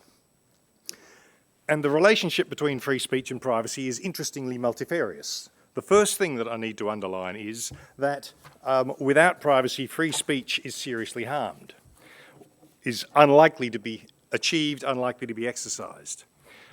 Examples abound. I don't want to spend time belabouring the obvious. The opposite is also one of those fundamental truths that we live with. Nobody who's ever been involved with the board of the Privacy Foundation, which I've been involved with since it was formed, so I've known them all, nobody has ever been anything other than a free speech supporter. When Australia's Right to Know initiative was launched by News Limited, we were in there at the barricades supporting them. It's most unusual for the Privacy Foundation to be in agreement with a Murdoch company. But we were, because it is so fundamental. They don't live one without the other. On the other hand, another aspect of the relationship is that free speech threatens privacy. There are some kinds of information whose leakage will result in threats to the safety of an individual. Again, examples abound. I just throw a couple up on the screen in order to avoid wasting too much time. There are many more mundane kinds of data that can be the subject of a free speech act, which can do harm of some kind, in most cases at a different level, not so fundamental, of the Maslowian hierarchy. Some of them can lead to awkward places, some of them can lead to threats to property and eventually to threats to individuals, such as people who win lotteries being pursued. It's a complex relationship between them, and privacy demands that there be some reasonable constraints on free speech in such circumstances. So, of course, because of that, privacy is also a threat to free speech. We just cannot avoid that. So what we have to do is to come up with ways that will work for us in achieving this balance point, in working out where the trade-offs lie. And we have to appreciate the complexities and the multiple factors that come into play in these circumstances. So even sensitive data may need to be disclosed to particular organisations in particular circumstances. We need to debate what those circumstances are. We need a framework, we need a body of principles whereby some rational decision-making can be taken by society and be taken by society in many, many different circumstances every day. What the Privacy Foundation has used for quite some time is a set of what we would regard as pretty fundamental democratic principles for balancing various kinds of interests. Justification has been flogged many times today. Proportionality has emerged on several occasions. Transparency has certainly reared its head a few times, but there's more to it than that. At the very foundations of it all, there must be the opportunity for a rational process to take place. Evaluation of a proposition must occur. So we need a framework like this, and it's a disappointment that we don't see this implemented at all well. The Privacy Foundation applies this sort of thing, this framework, when we look at CCTV proposals. We look at it when we hear about yet another counter-terrorism proposal. How about public transport anonymity? Anybody got an Opal card? Toll road anonymity. We also apply it in the case of privacy in the media, hence the use of in the public interest as a little memory jogger to everybody in the justification area. We proposed in 2009, long before the topic became, for a brief time, large in the media's and even in Parliament's mind, we put forward a series of operational definitions of what in the public interest means. We were arguing that privacy must, under some circumstances, constrain free speech by the media. But it's a circumscribed list. There's got to be clear justification for these circumstances in which we place the constraint, in which we say that privacy trumps the free speech activity, or free speech trumps privacy. We believe that there's a workable set there to discuss, and we've never been able to get the professional associations or the corporations in the media industry to seriously debate this. We need to have sets of democratic principles like this, and we need to apply them. To cover the possibility that there would still be some amendments on the table for discussion to the Racial Discrimination Act, I had to have a slide. And I had to test myself as to whether the line of argument that I was running made sense when I applied it to those amendments. And I make a couple of quick observations here. Down at the bottom of that set, in the middle, insult and offensiveness. Does privacy, particularly we're talking physical and behavioural privacy, does it depend on sanctions of an effective kind, legal sanctions we're talking here, against insult and offensiveness? And I lean back, as you always do, on anecdotes out of my own life. And as a late 1950s immigrant to Australia, I didn't need laws to protect me against what happened to me in the school grounds. there was mention of the word bastard earlier on and the many different senses that bastard has depending on the word in front of it. I can assure you that pommy bastard is never used in a positive way.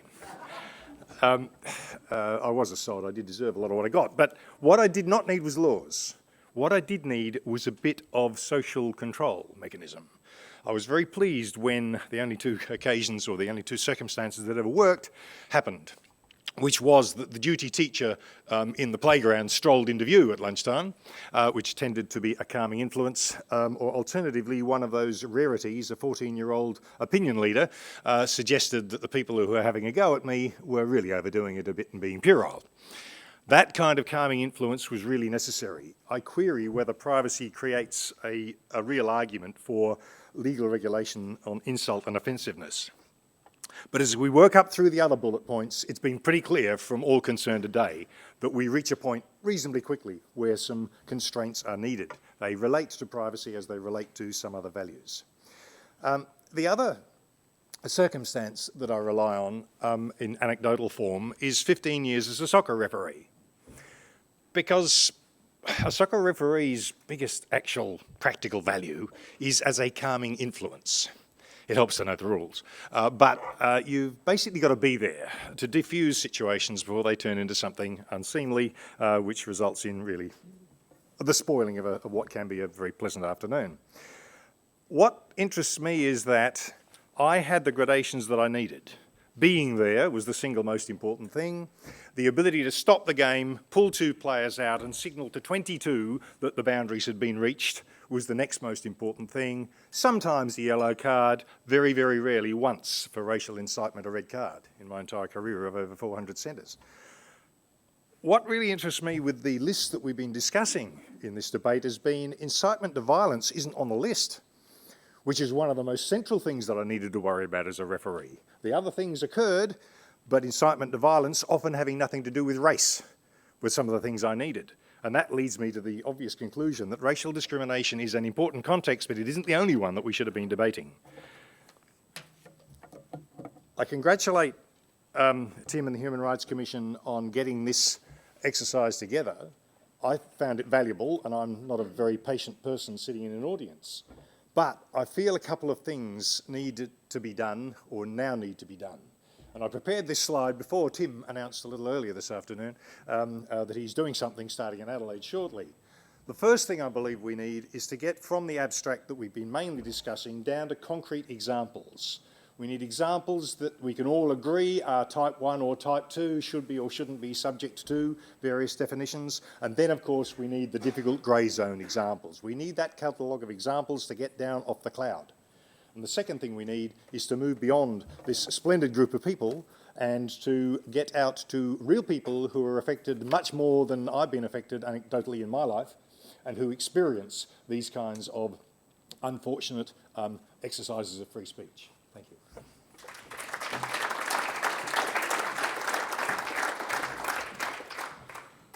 Well, for the last time today, I would like to encourage this splendid group of people to direct some questions to our guest today. So I wonder if surely there are some questions. Anyone? Anyone? Yes. Yes. Thank you. So I've got a question for Professor Toomey. In New South Wales, the political donation limit is $5,000 per donor. And there are no donations allowable from tobacco, gambling, alcohol companies, organisations. Established parties receive 75% of their funding from public sources. What that means is Liberal, Labor, National Party and the Greens are publicly funded. So I'm interested in your comments as to how does that help democracy and in particular free political speech, that competitor parties to those four face barriers in terms of raising funds and receive no public funding. And I note in that context that the donation laws in New South Wales that I'm referring to have led to political casualties in the Liberal Party, but the corruption laws, there's no evidence of corruption other than breaking the donation laws. The corruption has all been on the other side of politics and nobody's yet done other than leave politics over it. I don't see how political speech and political donation limits have contributed to free political speech. So I'm interested in your comments. Okay, number of things there.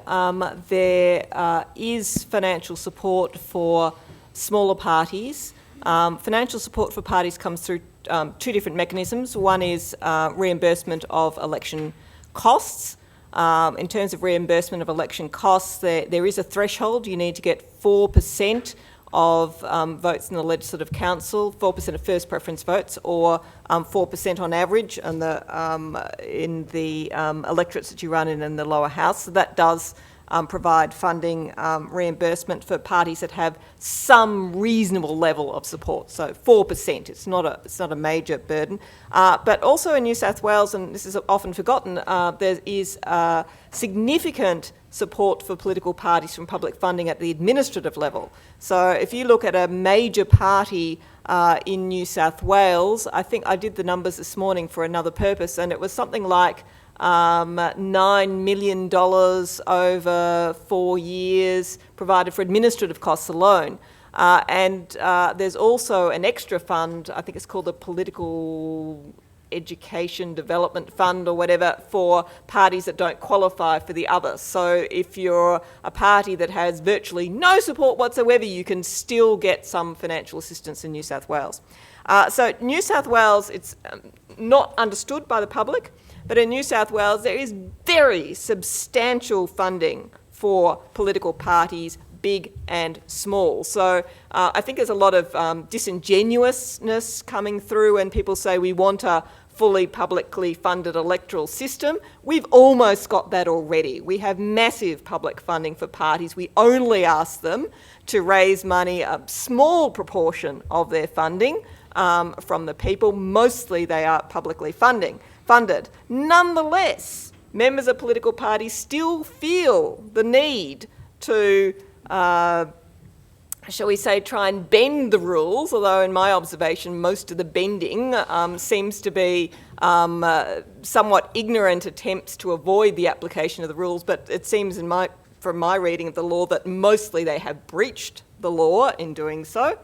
And I think that's pretty shocking. I mean, in the end, is it a justification to change the law that your members of parliament and their political supporters are not willing to comply with the law? I don't see that as a justification for giving money to political parties. So there's rant number one.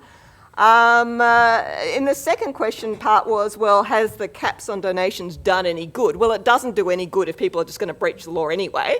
But assuming you have members of parliament and parties that are willing to comply with the law, which indeed they should, does it then limit the influence of certain bodies? And the answer is yes, it does. Because, the $5,000 of, rich person who wants to influence government is worth the same as the $5,000 as the person who runs the fish and chip shop and the $5,000 of the person down the street. You don't get any extra benefit for it. And that's precisely what the caps are there for, to stop anyone getting extra benefit for it, for $5,000 of one person being worth exactly the same as the $5,000 of anybody else.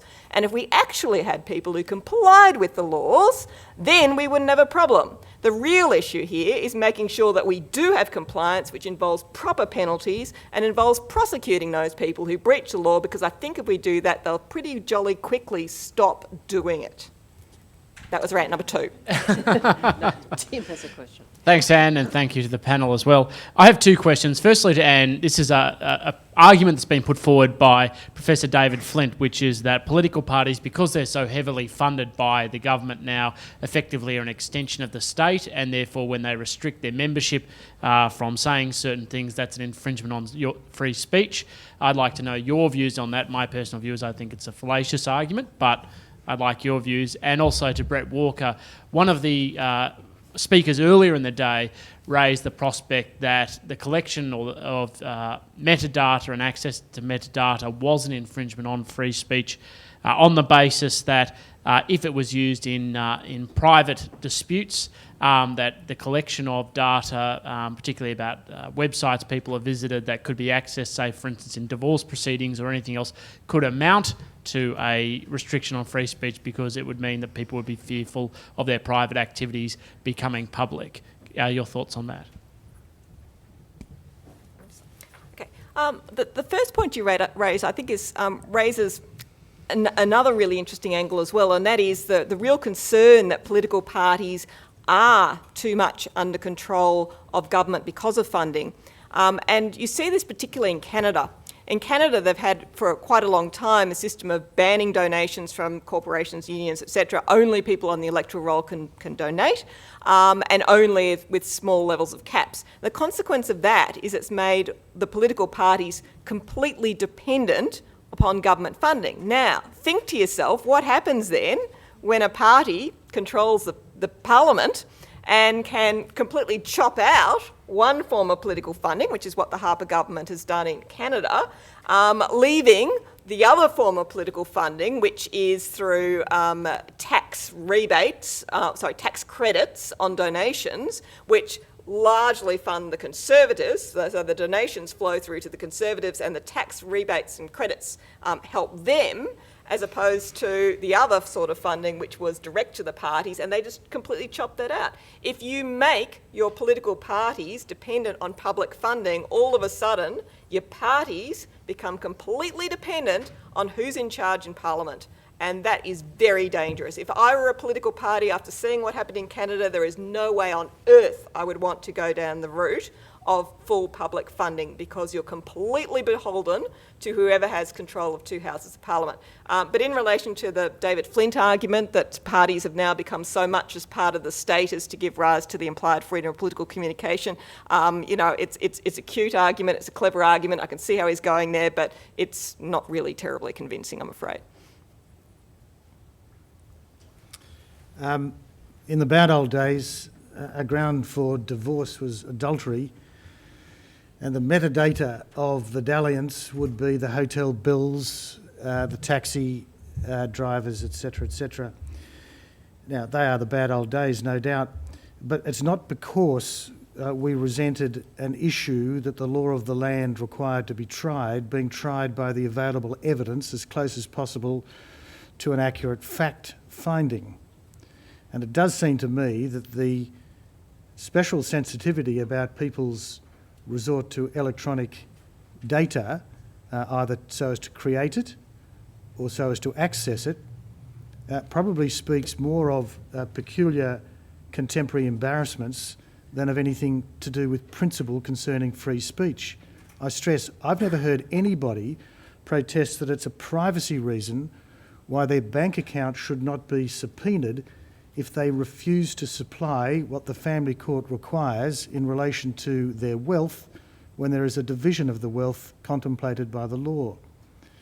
You may resent that the law exists, but no one can seriously say that that being the law, we should pretend that we're going to try and find the facts necessary to determine the issues by spurning the best and, in many cases, only evidence about it.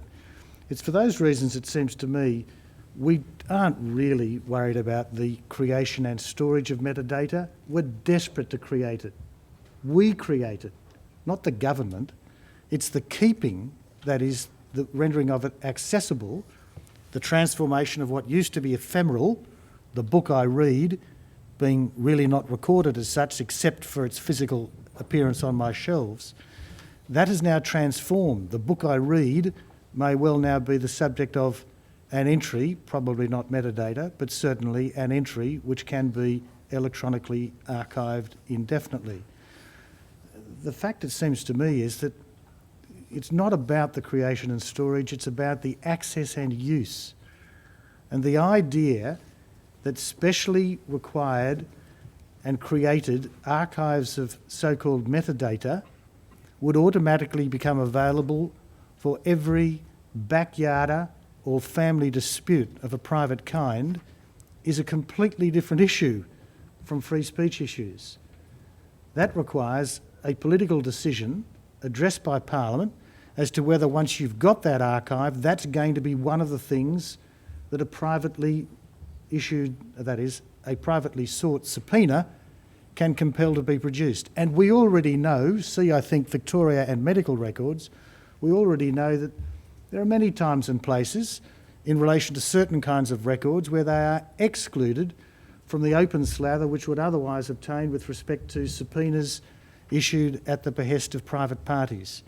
I'm interested in as full a record as possible being kept of means by which recent history shows that counter-terrorist plots have been detected and prevented and prosecuted successfully, culminating in very lengthy terms of imprisonment for people, I hope, will be subject eventually to control orders when they get out. So it does seem to me that we all need to get a grip here. We create the metadata. The government's not doing that.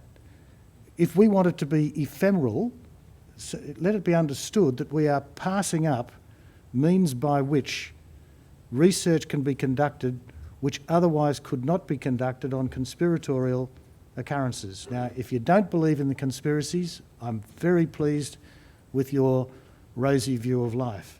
But they are a fact. They have been proved to the highest degree that we can sensibly expect things to be proved. I think to believe that it's not happening as we speak is extremely naive. Thank you. Roger, I think you want to respond, but Please. very quickly because we really do have to wrap up, I think. Yeah, if I can just clarify a couple of things. Firstly, metadata is a word and concept that is best avoided not only by the Prime Minister and the Attorney General, but by the rest of us as well. Secondly, I carefully avoided talking about data privacy because we all know so much about it. And yes, once data is collected in quantity, there can be data privacy issues, questions of use and disclosure. But the mere fact that it is known that data is being collected in order to create a bigger haystack, that mere knowledge is sufficient to create an impact on behavioural privacy. And that can lead to a chilling effect on behaviour, and that behaviour can include free speech. Now, I was criticising us staying too abstract. We need concrete examples, but we haven't got time for them, so I can't give you one. Okay. Thank you very much. Please let's thank our speakers again. Thank you. And let me call on Tim to make the closing remarks for the day.